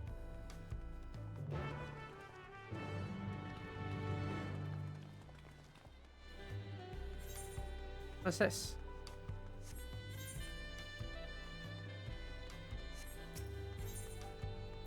Once, maybe? You there. You're Tulky Astray, are you not? An adventurer from across the water who has been lending the third prop for strength. And well met. To tell the truth, I've been meaning to make your acquaintance for some time. I have a proposition for you. You're familiar with the Eorzine hunts. You have something very similar here in Tuliyola. And, having heard much of your philanthropic spirit, not to mention your capacity for violence, we should very much like to recruit you to our cause. If you're interested, speak with my associate, Olga. The Zabral is the master of the hunt, and administers to the bills in a square overlooking the port. Tell him the Wing of Protection recommends you.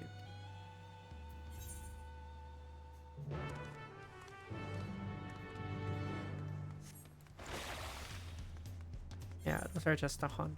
This is more than likely going to be sightseeing. Oh, dude, I forgot there's Aether card. And what do we have here? Your posture could use some work. We've got good eyes. Eyes have seen a few things. You here to sign up? The Wing of Protection recommends you, do they? Well, we're always on the lookout for new hunters. If you're good enough for Woklamatsu, you're good enough for us. Pleasure to have you with us, Tulky. Suppose I better get down to the introduction. Or maybe I don't need to. This whole idea came from your side of the sea, after all. It was Kona who showed us your ways. Either way, I'll keep it brief. Our hunts work much the same as they do in Eorzea. We put a bounty on those beasts that prove themselves as an enemy of the people. You kill them and bring us back proof. You get your reward. While your reputation may precede you, rules are rules. And the rule is I have to test every hopeful out on beginner bills. Can't have every youngling with nothing to her name but a plowshare and a dream of glory, skipping merrily away to her doom. Prove yourself in Tural, and I'll give you some bigger, fightier fish to fry.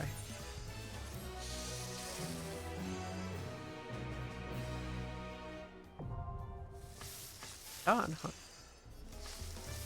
You're not able to undertake beginner Dawn Hunt bills. Dawn Hunt board into YOLO. Defeating the monsters grabbed on bills, and you will be rewarded with the tokens that can be exchanged for items. You exchange tokens for exclusive items. Speak with Ryubul Ja and Tuliolo. Now, quests and intermediate Dawn Hunt marked bills will become available from Full Olga upon reaching level 90.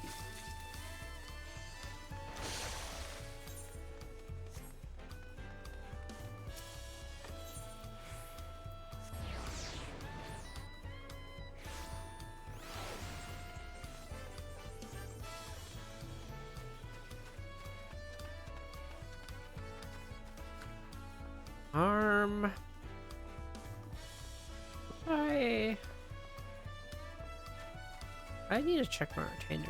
A retainer bullshit. Oh. Damn, I thought that was a house. I got baited. Oh, they're all the way up there. Okay. I need to check the retainer kit because I'm not quite sure if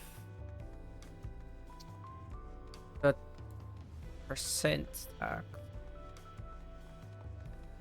I wonder if it's still high. Selling stuff.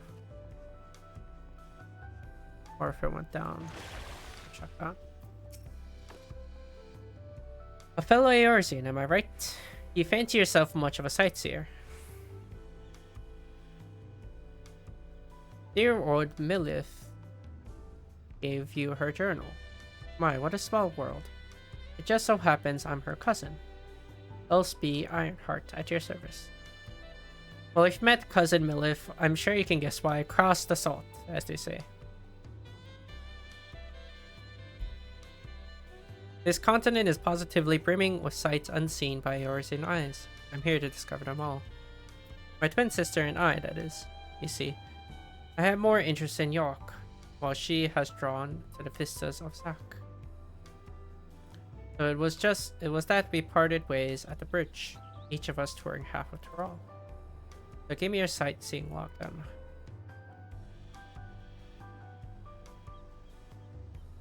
Let's see. Oh, how beautiful. I should like to see these places myself someday. Or sorry, I was just going to scribble down. My notes on York Tural. I included what my sister shared with me of Zak Tural, but I'm afraid it isn't mine. My twin sister's name is Emmeline, and she's still wandering about over there. Given your natural affinity for Ironhearts, you'll doubtless run into her someday. Well, I'm sure you got places to be and vistas to behold. May your journey throughout Tural be bright and unforgettable.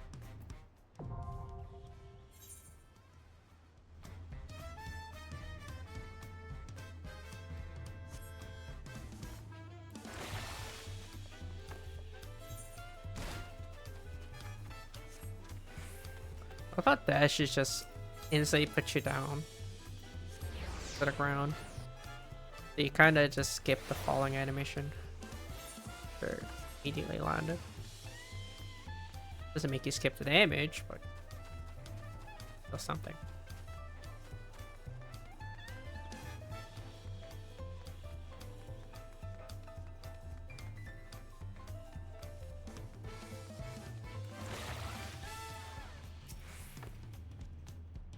The Hanu Hanu are friendly folk who welcome us with open arms, assuming they are not too preoccupied with recent troubles. Through this gate and we'll be on our way south Osama Uka. I swear that gate gets bigger every time I see it. Considering the size of Ulu Jaja though, I suppose it's better than having it. I'd like to observe the festival, but the Hanu are probably not in the mood to celebrate. Are we all ready to leave? Then onward to Kozama Uka. Open the way.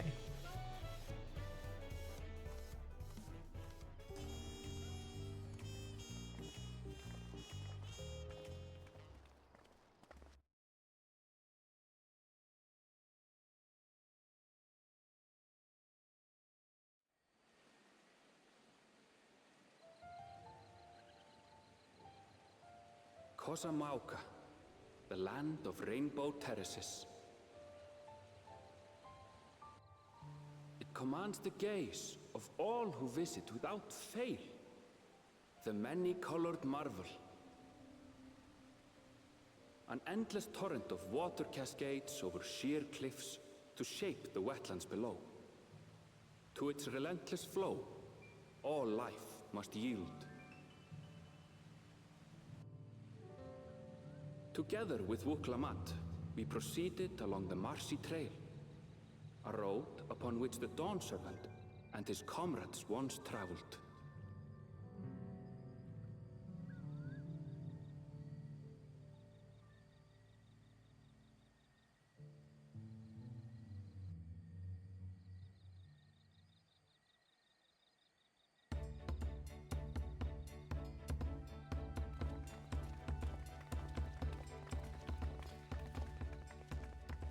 Look at those falls. Even from this distance, you can feel the weight of that water.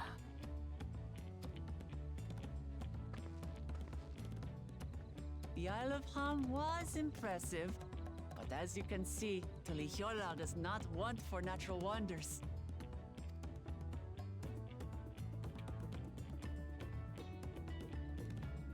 The ground is swampy, so watch your step. You wouldn't want to fall into a bog. I won't. I told you I've been here before. Come on. Okanu isn't much farther.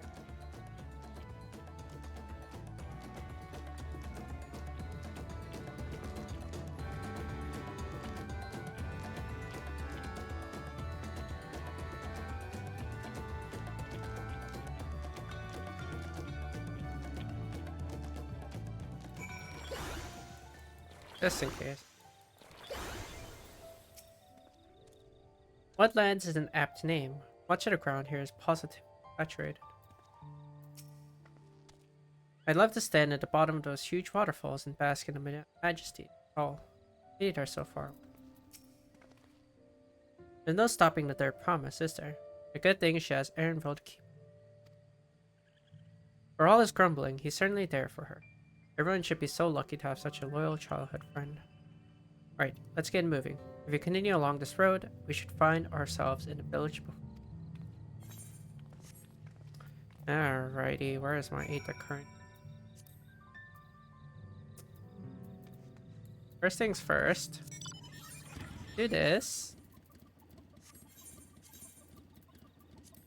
And find my Aether currents.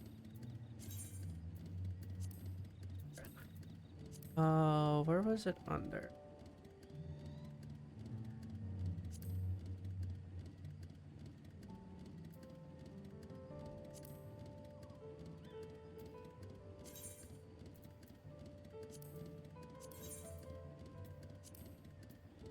Mark.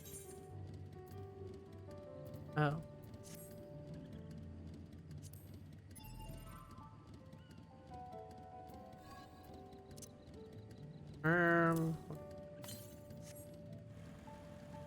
Oh, 460.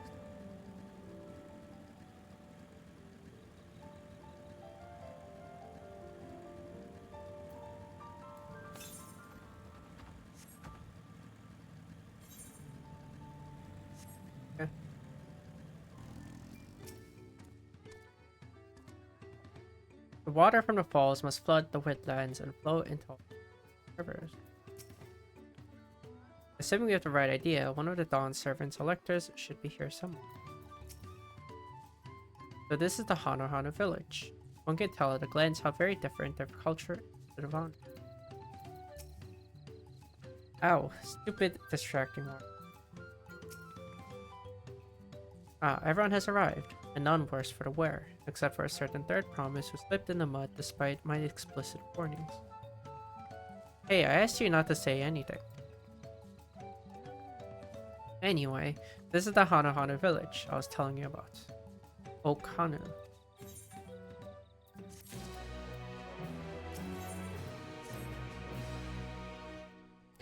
Well, flipped.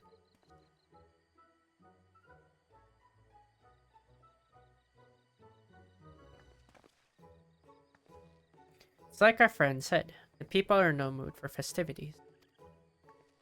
I can only assume they're still recovering from the damage wrought by the storm. Indeed. Well, let's do what we came to do and find the selector.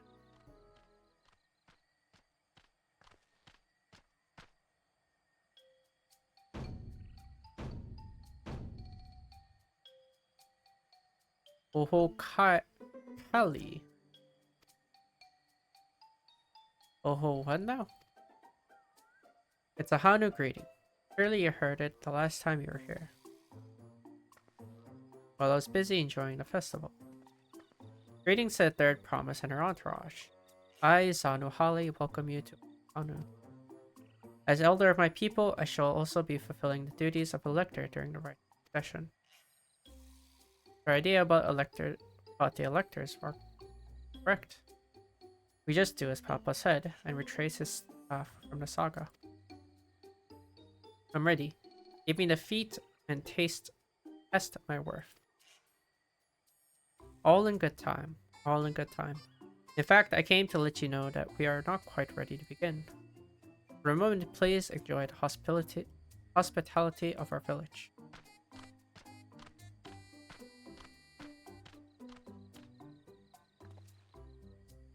We poke around a bit then. Might pick up some clues about the feat. You know, prepare ourselves. That's surprisingly prudent of you. But, you think I'm being too cautious? No, I'm impressed as all. I admire and respect your father, who is prone to decisive action. I expected you to rush in first and ask questions later. Or never. I do look up to Papa, but you should know that he has a pragmatic side too. The head of reason is a thinker. It takes time to consider all the possibilities. With the long naps he takes these days, though, the head of resolve is less restrained by his wisdom. I can't fault you for thinking that's all there is to him. But there is more to the Dawn servant you've seen thus far. I should like to speak with the head of reason one. Ah, well. I'm sure you'll catch him awake soon enough. To return to the subject at hand, you wish to look around Okanu, then. Do some groundwork before the feat begins. Something like that. I mean, I could probably pass this test with my eyes closed, but it'll keep us busy while we're waiting. Woklamat has a right of it. As Elder Zanu Hali is a resident of this village, learning more about it can only improve our chances. Might have suggested division of forces. For instance, Arnvel, Alize, and Kryle could concentrate on the southern half of the settlement. Meanwhile, Woklamat, Tulky, and myself will handle the north. Sounds good to me. I need to use the washroom. I'll go after I tune.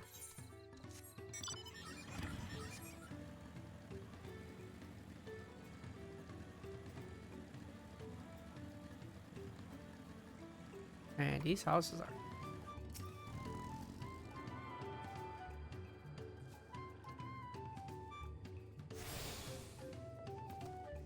Yeah.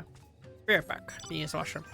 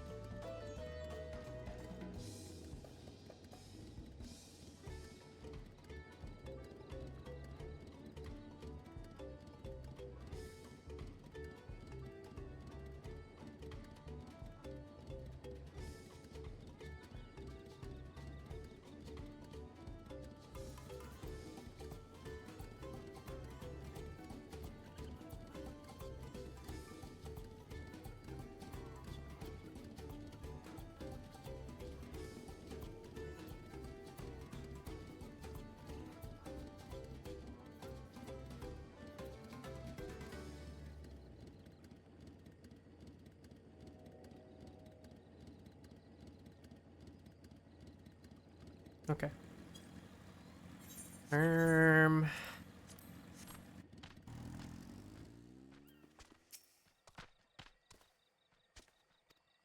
You heard about the storm. I've never seen the likes of it before. With the supplies and the help the Dawn servant sent, we're making progress, repairing and rebuilding homes. Well, while roofs and walls can be patched, there's so much else that was lost. Good.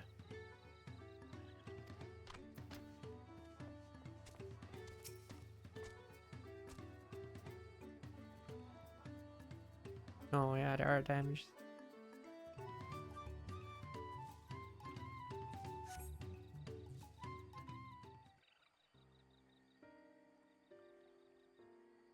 I want a onesie like that one day. And just wear a blanket. Have armhole. The gaping hole in the wall and missing portion of clearly the work of Storm Tower. Repairs appear to be on.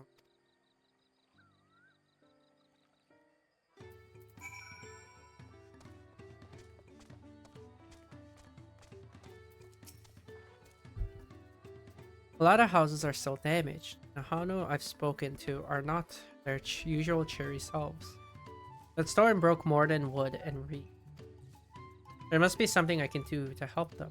I'm going to look around a bit more.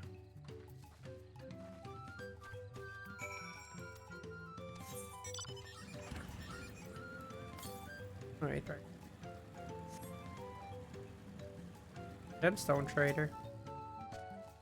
Welcome, welcome. I'm glad to say that the damage from the storm has been repaired and our stores are open for business. If you have any bicolor gems to trade, I'd love to take a look.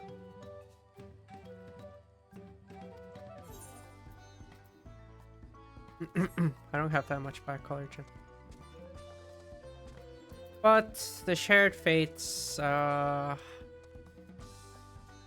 it on. Have it on. Shared fates are also something that needs to be unlocked.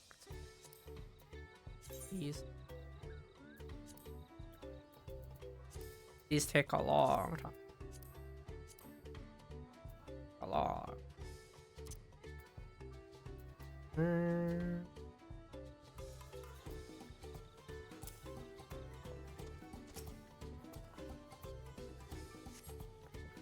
The dry and shrunken bundles suggest that the reeds were harvested some time ago.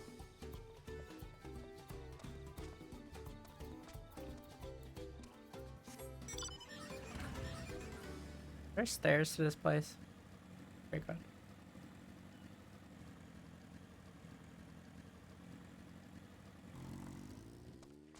Boat of woven reeds. Woven from reeds, this boat-like vessel is reminiscent of a bird. The beak and feathered tail in particular. Ew. This boat must have been woven from the same reeds I've seen gathered into bundles there. Plans hold both practical and cultural significance for Hanu then.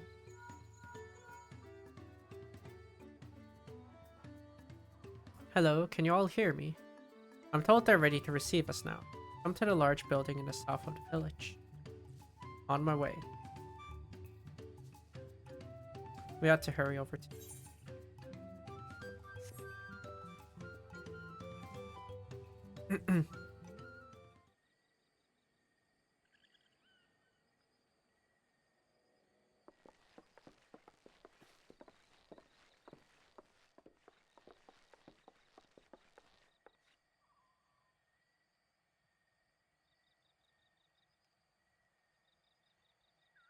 No sign of Zorolja or that oversized lout.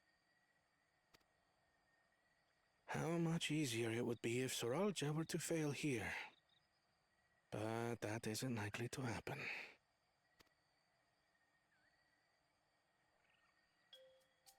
Honored guests, I am Zanuhali, Elder of the Hanu. I am also an elector, charged with judging which among you is worthy of ascending the throne. Without further ado, let us talk of the feat. Not so fast. Surely you couldn't begin without us.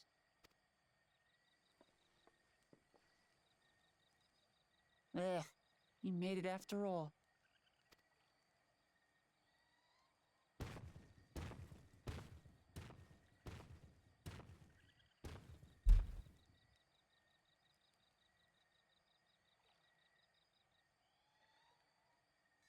No need to fuss.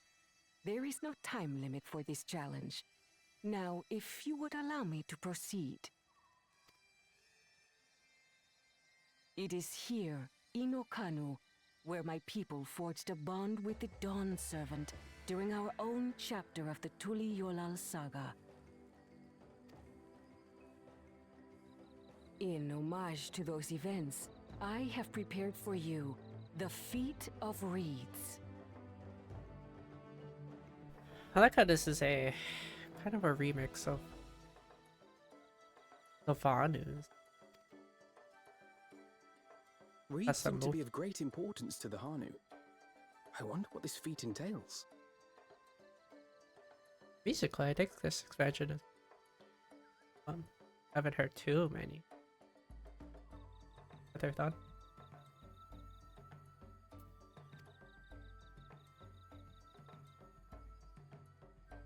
We use reeds in every part of our lives, be it as food or weaving material. But look around the nearby paddies, and you will see that this season, our crops are failing. How fortunate, then, that my appointment to Elector coincided with this predicament. For surely, those who aspire to be Dawn Servant would find the matter of an ailing harvest a mere trifle to resolve. Aye, well, it is indeed the duty of a ruler to address the people's woes. Exactly, exactly. Do well in this, and you will earn my keystone.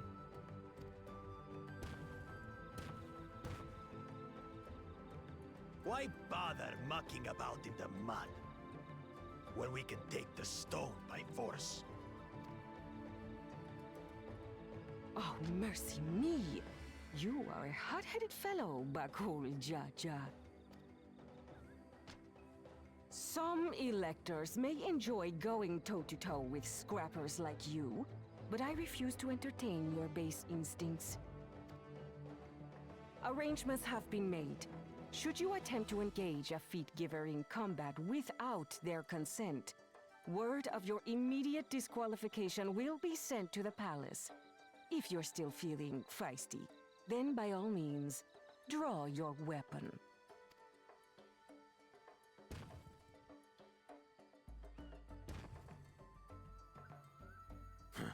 This contest is presided over by cowards. There's no sport in fighting you. Then we can return to the business of earning my keystone. The Feat of Reeds is begun. Claimants, I wish you the best of luck.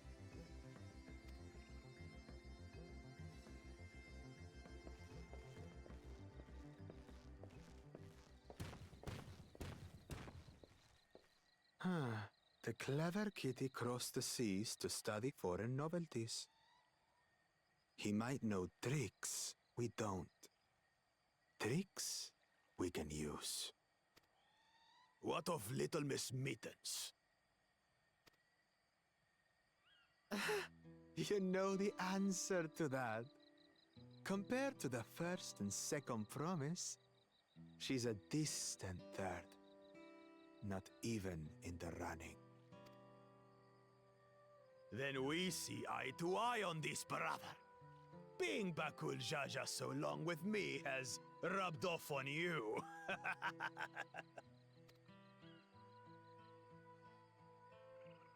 These allies of hers, though, they might be a problem.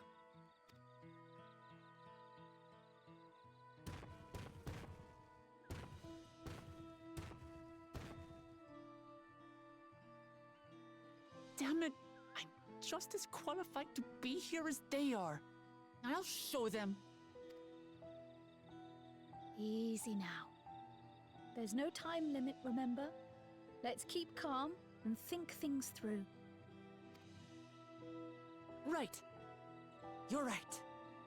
I won't win against that lumbering Vidrol by losing my head.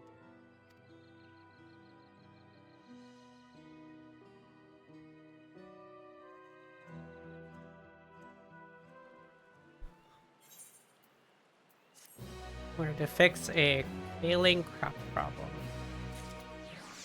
I'm not an agriculturist. I don't know how to do that.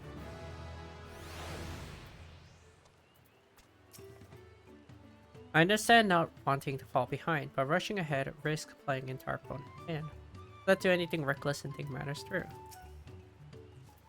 This kind of feat is tailor-made for a rational, educated follower like Ona. Not that I intend to gratify him with a response, but Bakul Jaja's provocations are hard to ignore. So the Hanu Hanu also eats the reed, another way in which they differ from the Hanu. I don't know the first thing about farming, but there's a way to save the harvest and help the Hanu find it. I'll make Bakul Jaja eat his words. Understanding the nature of the problem, solving it. We need to examine the reeds themselves and then deduce the cause of their poor condition. Aaronville, will you take us to the fields where the reeds are grown?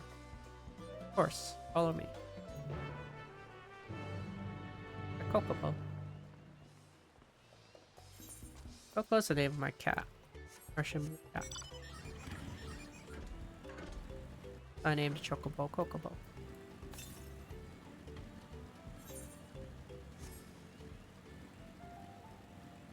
Been with me for 6 years.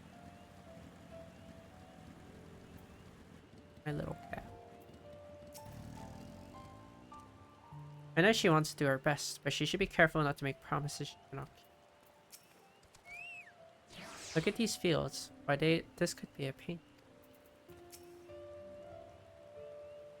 I see they irrigate the fields by diverting waters from the neighboring river. It's unlikely that the reeds ever dry out. And there I thought these feats would have us battling dire fiends or similar. Agriculture is a far thornier problem. Ah. You can all stand back. I'll get to the bottom of this problem in no time. Give me strength. Let's all of us scour the fields and help our bold leader identify anything.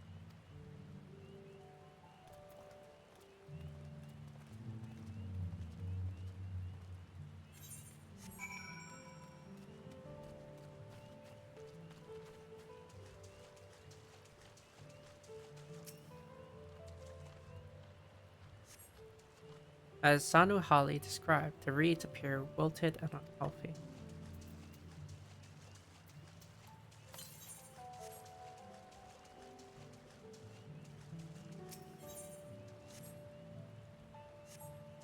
The water contains no obvious contaminant. Looks fresh and clear at a cursory glance.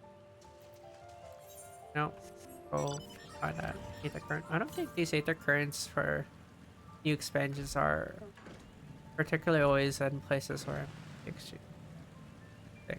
I think there's 10. I want to kind of confirm it.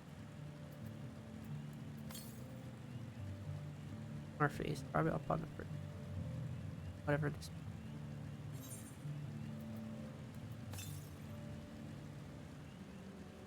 Beast. Okay, so past the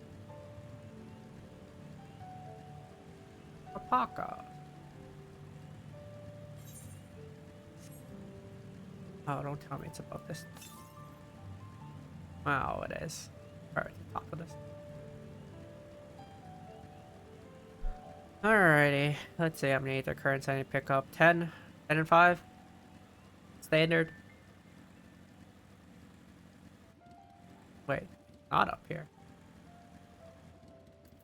What the? It's not up here. I lied. Yes. Or Oh wow, I thought they would make me climb that whole thing for an ether current. Usually do.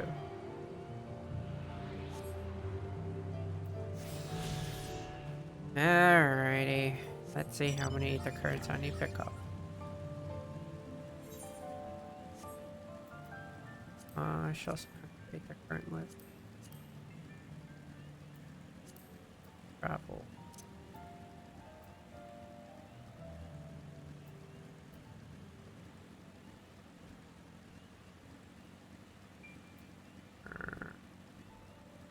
PD.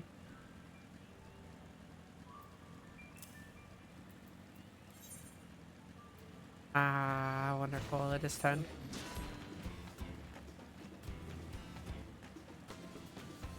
Five. I figured as much.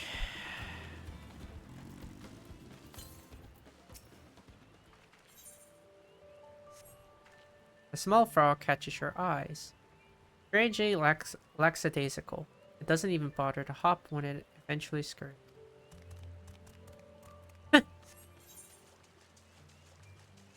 The damn thing just crawled away. What the heck?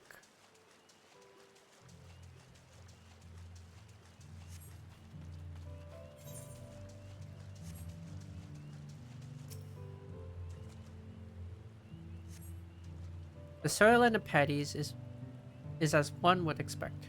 Rich in color and suitably moist. Not dry nor flaky.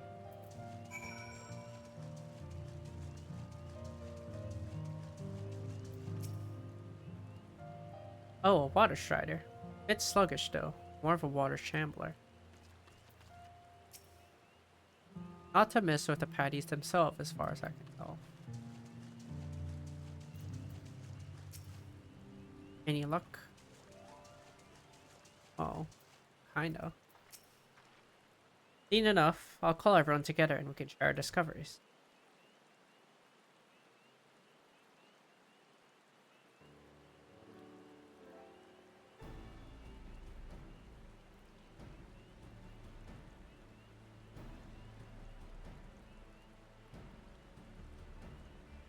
Well, what do we think? Any obvious problems?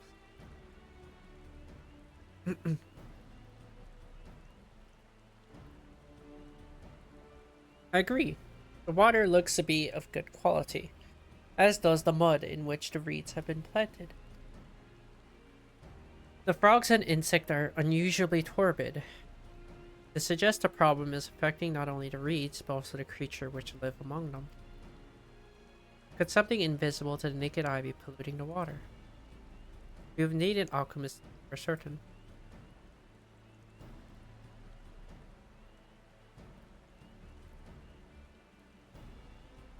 I don't have much to add about the fields, but something else occurs to me. When you were describing how the creatures seemed lifeless, I can't help but be reminded of all the listening villagers. They suffered a terrible tragedy, I know. There's another reason for their flagging spirits, I believe. Go on.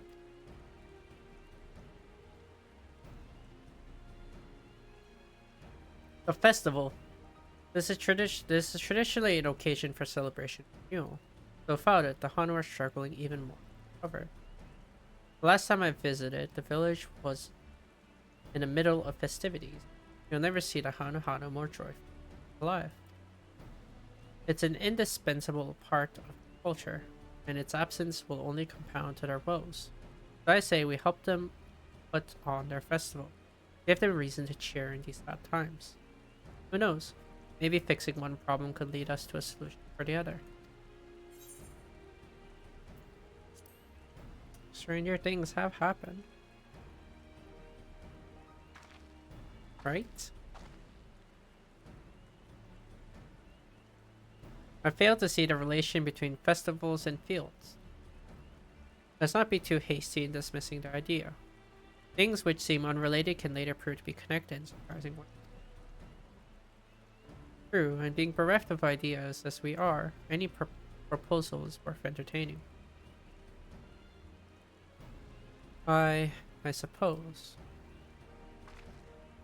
Besides, this is Woklamat's journey. It's only right that we follow her lead.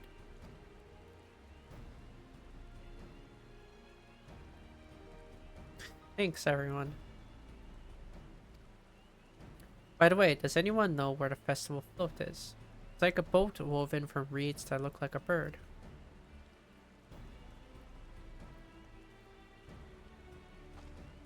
In that big building to the north. Let's go and see it.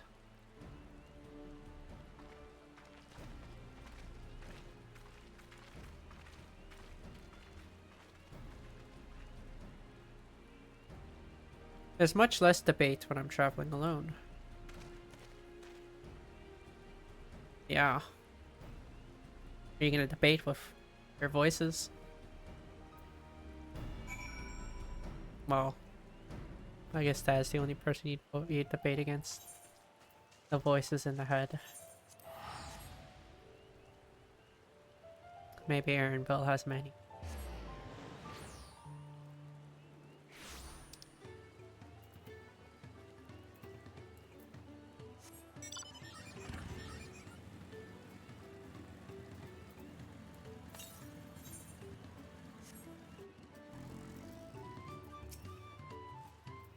Yes, this is the float I remember. Does it not appear somewhat damaged to you? Let's take a closer look. Inspect the festival float. You may move the camera as well as in and target on section to examine it in more detail. Oh, it's missing an eyeball. For one.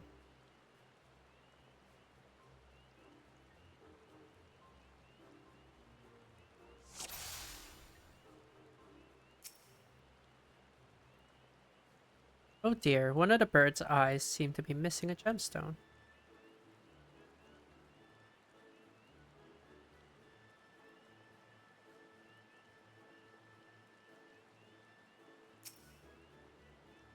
I didn't even notice. Oh, that's definitely broken. How will they lift this great big vessel without the carrying poles intact?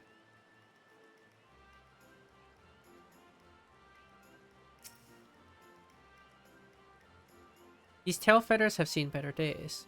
I swear the colors were a lot brighter the last time I saw them.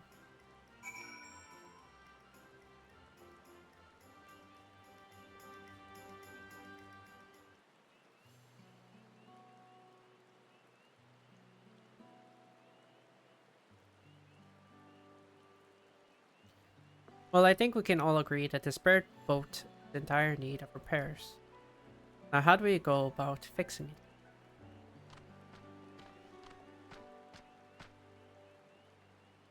What is going on here? We're admiring your festival float. It's a shame it is important. Due to the recent storm, I got. Yes, we had to leave it exposed while we ushered our people to safety. With a float in this condition, there can be no lifting of wings. No Ihihana. Ihihana. That's what the festival was called. I want to help you hold it. Have you not seen our village? Homes are ruined. We're struggling to make repairs and you want us to hold a festival. I know how it sounds. Giving into misery never improved anyone's situation. A celebration of life and growth may help you give you strength to work through tragedy.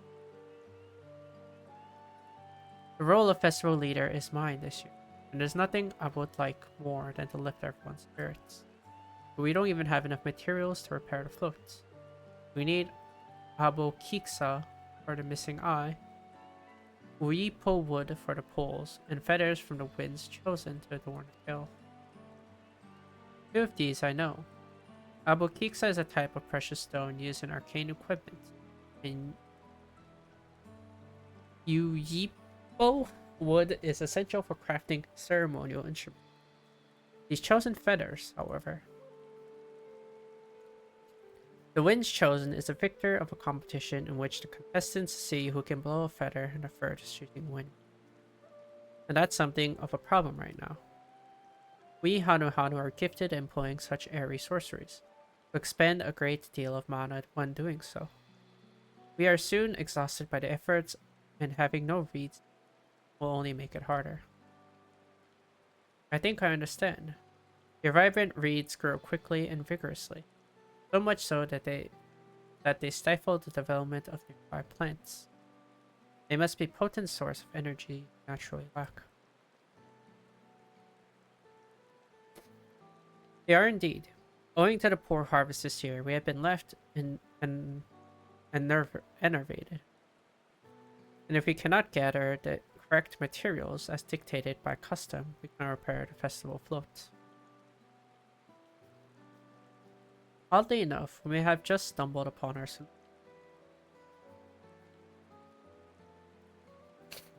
The winds chosen would by necessity have a natural gift for manipulating magical energies, which means any feather taken from the victor should be high in ethereal conductivity.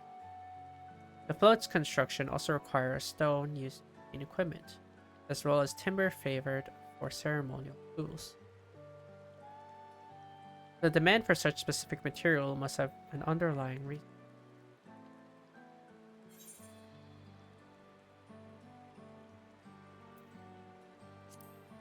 The float might also function into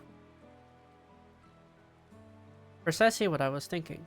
This boat of reeds is in fact an arcane focus of some kind. A focus for what?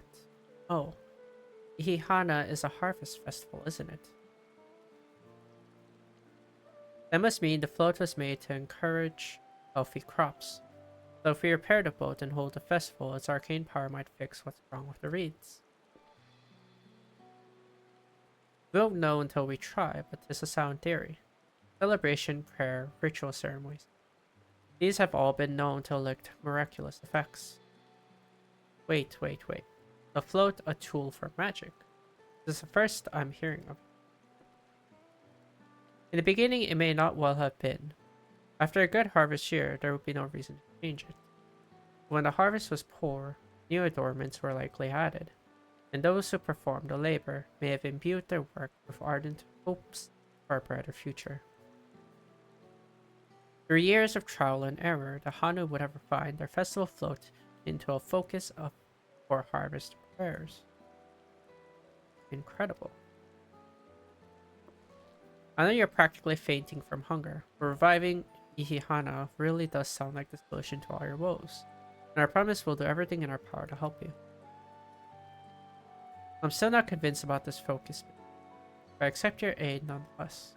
I will introduce you to the shipwright who's been maintaining the float these last few years. He's replaced both the eyes and the poles before, so he should know where and how to procure what we can. Then allow Alice and I acquire the feathers. We encourage the people of Okanu to gather and vie for the title of Twins Chosen by sharing with them our own reserves of mana. I'll go with you. I carry some alchemical brews that may afford the same effect.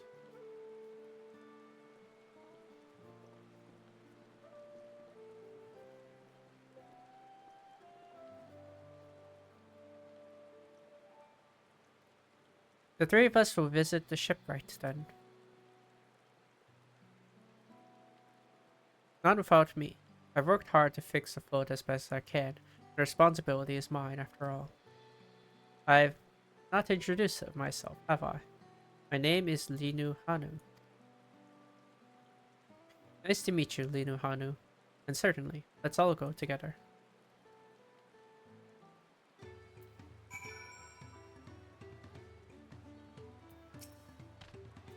To find myself working alongside the third promise herself is unexpected. We're making progress now. The solution to Okanu's woes is as good as found. Thanks to Woklamat, we found ourselves a promising way forward. Experience and knowledge are valuable assets, but there is something to be said for following one's instinct.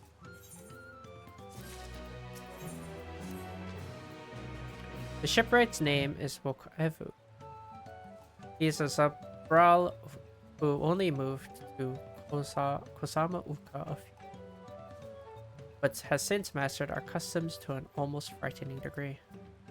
He's especially strict when it comes to manners, so make sure to offer him a proper Hana greeting. We wouldn't want to offend him right before asking a favor. A proper Hana greeting. Oh, that one. Don't worry, I remember how it goes. And we shouldn't have any problems. Let's head to Oakbeck Peak. the east of here. It's that place that I went to. Return.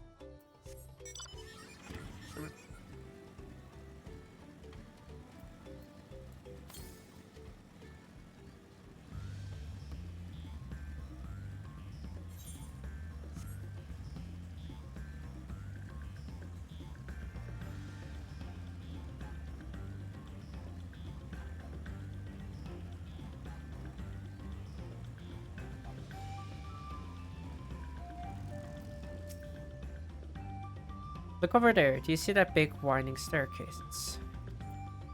No, that's where he is. Well, it seems they have a place here where visitors can stay. Looks cozy. This is Okbekpi, the village of all.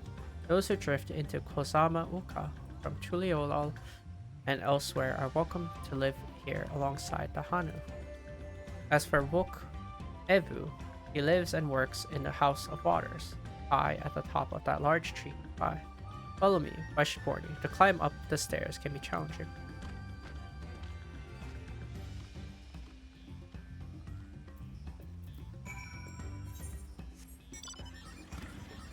Yeah, those stairs kind of went on forever. Stairs here.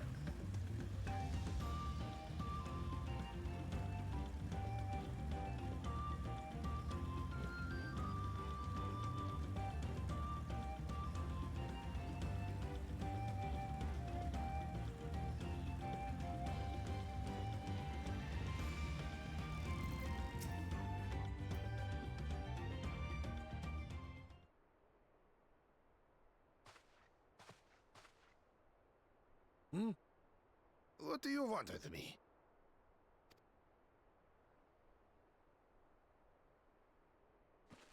Right. The greeting.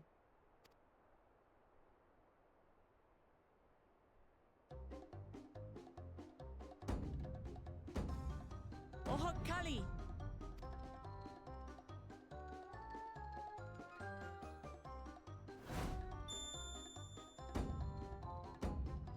Oh, Kali!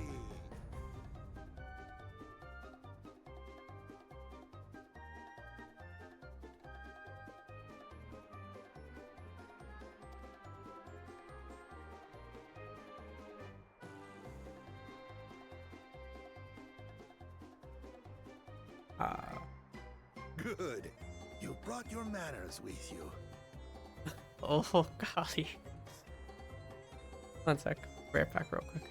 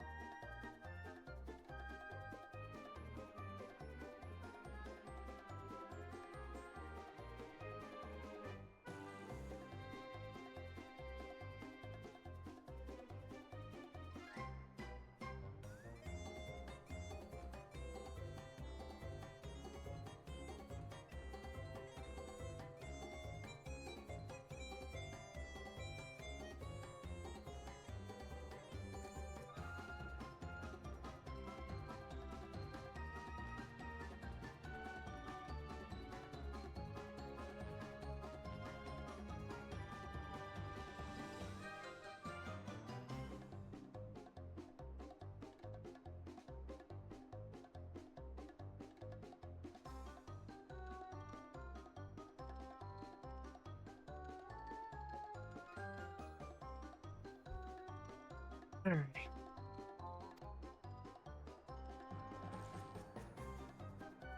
When in Ukanu, do as the Hanu do. For a country as diverse as ours, The preservation of harmony demands that we respect the cultures of all peoples who call it home. Well, that explains your familiarity with Hanu customs. And you speak truth, of course. To live together means to learn about each other. Ah, I appreciate an open mind. In fact, I get the sense we've met before.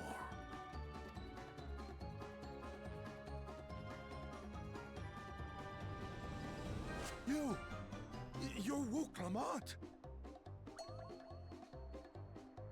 Oh, what an unexpected honor for old Wokevu. Here I am prattling on about manners, and I've gone and insulted the third promise herself. There is no excuse for this betrayal of etiquette. Please, take up your axe and claim my impudent head! I will not. Keep your head. I hate formalities anyway, so forget about it, alright? Alright then, consider it forgotten. How prompt.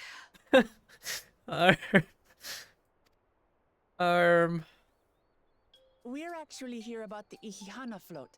It's in bad shape, and we need you to craft new carrying poles and a new eye. I'm told you work with Uyuipo wood and a certain kind of stone? Abokisha? Oh, very interesting a conversation between the two. Aye. Very eccentric.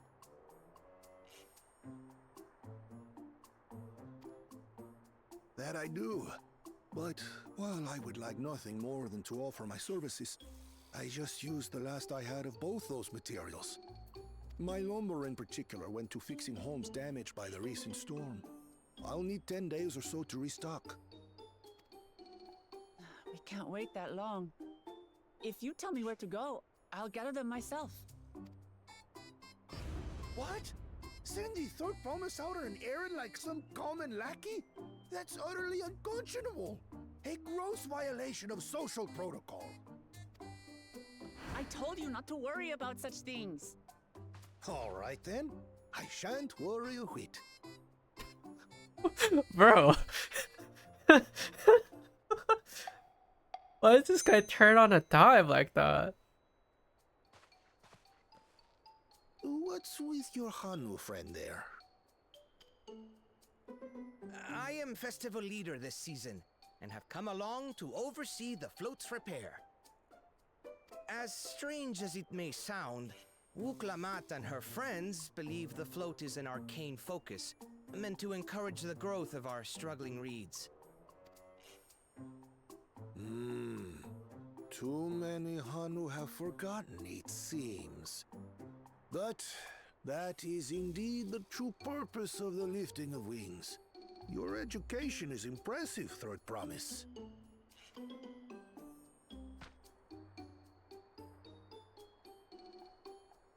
Well, maybe a little.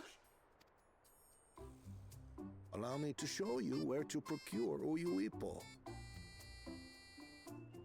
We can leave the Abokisha to your friends, I presume? Take yourself to Cave Kikitola or thereabouts, and you should find the stones you need.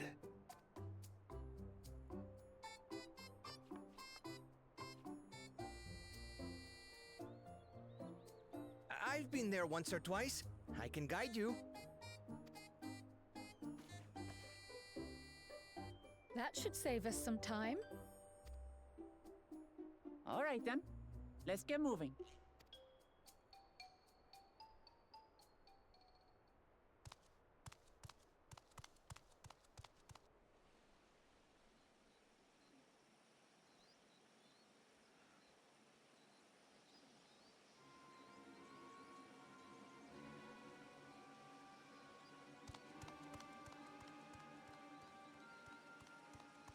Chosen one of your rivals is making progress.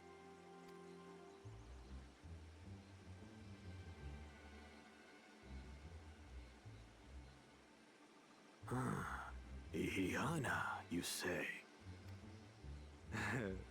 Should our first choice fail to deliver, it might be wise to let this play out.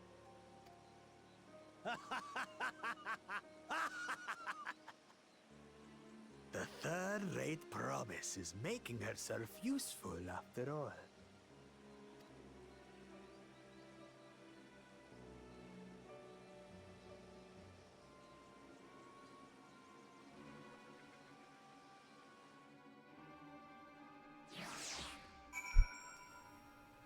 So where's that other one? Plus 4 contestants. Cave Kikitola is southwest of Okano. We can return to the village first, and head there on.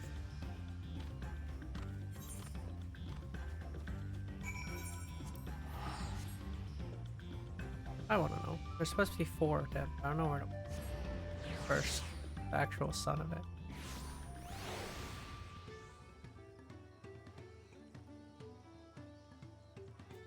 Don't know word.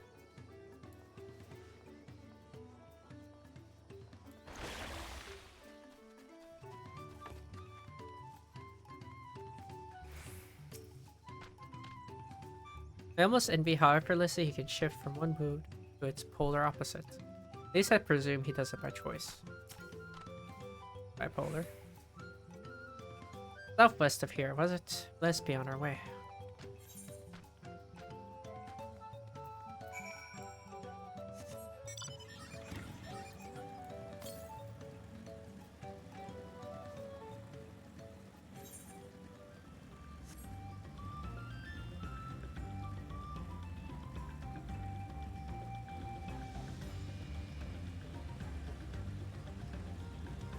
How they added like bolting mounts? Kind of.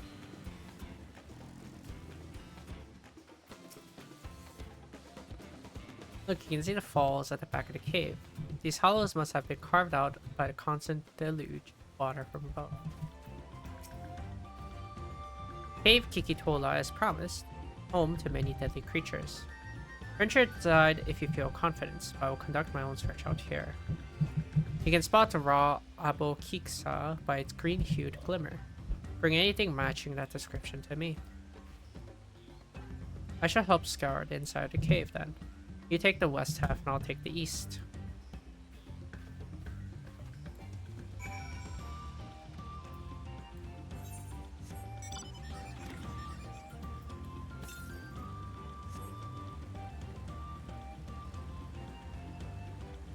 I'm gonna hunt for the Aether Current first.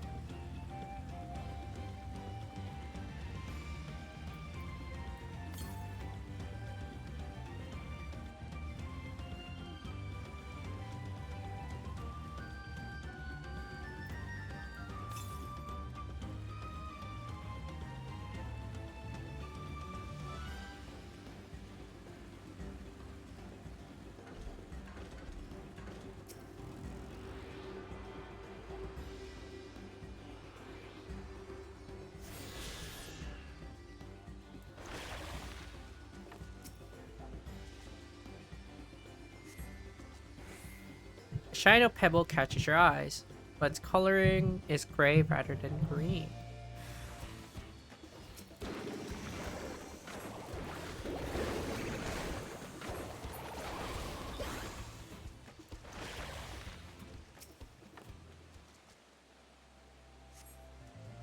You find a chunk of a stone glowing a distant shade of green.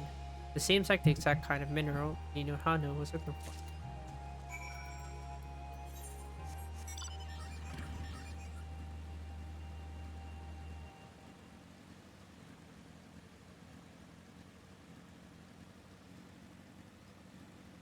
Hope you just need one.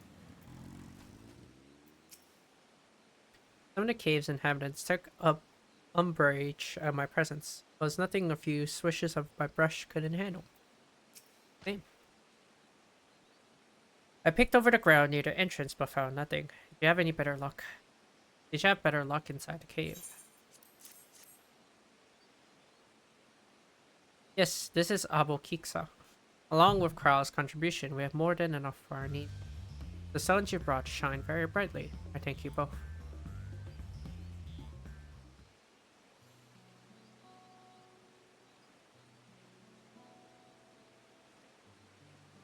You would have been happy to know we were putting things right. Truth be told, a good friend of mine was meant to be festival leader for Ihana. When the big storm hit, he did not survive. It fell to me to carry on in his stead.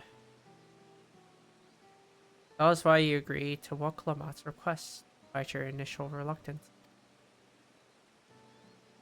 Yes, it hurt to hear, but she was right. Though I must mourn, I cannot let my grief consume me. Her words made me realize that the path to my recovery, our recovery, is already laid out before me. And I will walk it, for myself and for my friend.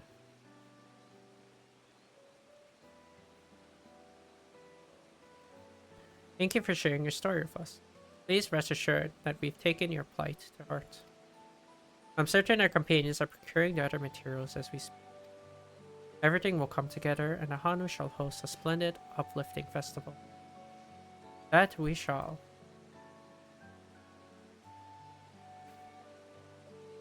With that, let's return and deliver the Abo Kiksa into Book Evu's waiting hands.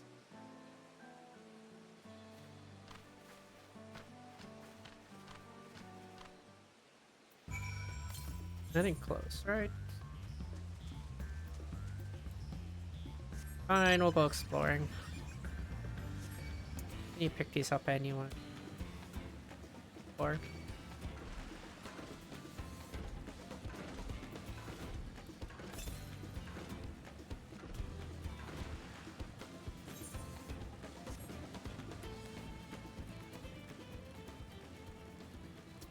hope it's not up that tower. Please tell me it's not actually up that tower. Okay.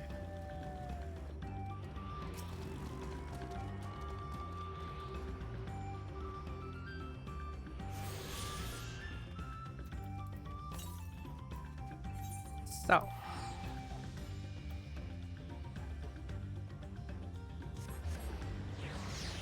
More Aetherites here.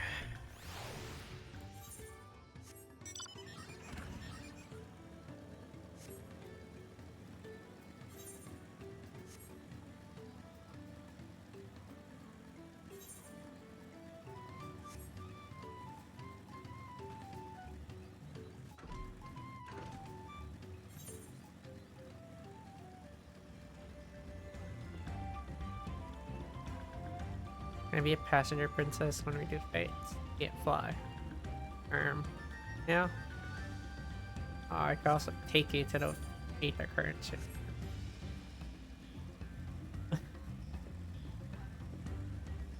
I could just take you there.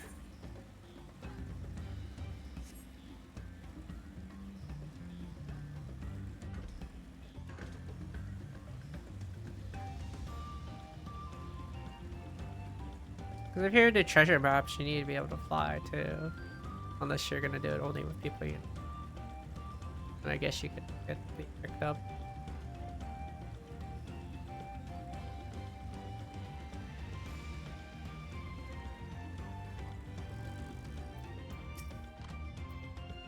Thanks to the third promise and her mighty swings, you collected some suitable logs of Uyipo,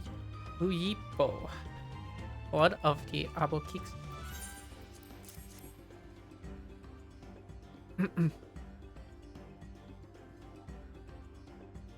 Yes, these are excellent samples. A goodly quantity, too. At this stage, you're likely surmise that the lifting of wings encourages the crops to grow. But not exactly how, eh? Well, you're in for a treat. If all goes to plan, the results should be spectacular. Now, to get to work crafting these pieces for floats. I could use an assistant versed in arcane arts to enhance the Uliopo's conductivity. And I'd be delighted to help. Everyone else should head back to Okanu. We'll join you at the float once the work here is complete. They're gonna get jumped. I have a bad feeling they're gonna get jumped. But anywho, I will probably have to stop here for now. Little perk.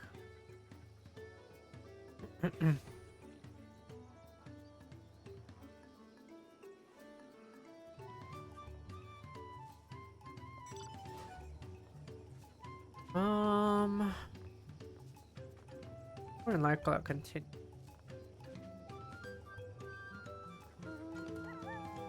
I think I did fascinate enough. MSQ. Yeah. I'm gonna take a little break. Like an hour. And I'll continue after. So thank y'all for watching. Thank y'all for stopping by. Have a good rest of your day or wherever you are. Take care. Bye bye.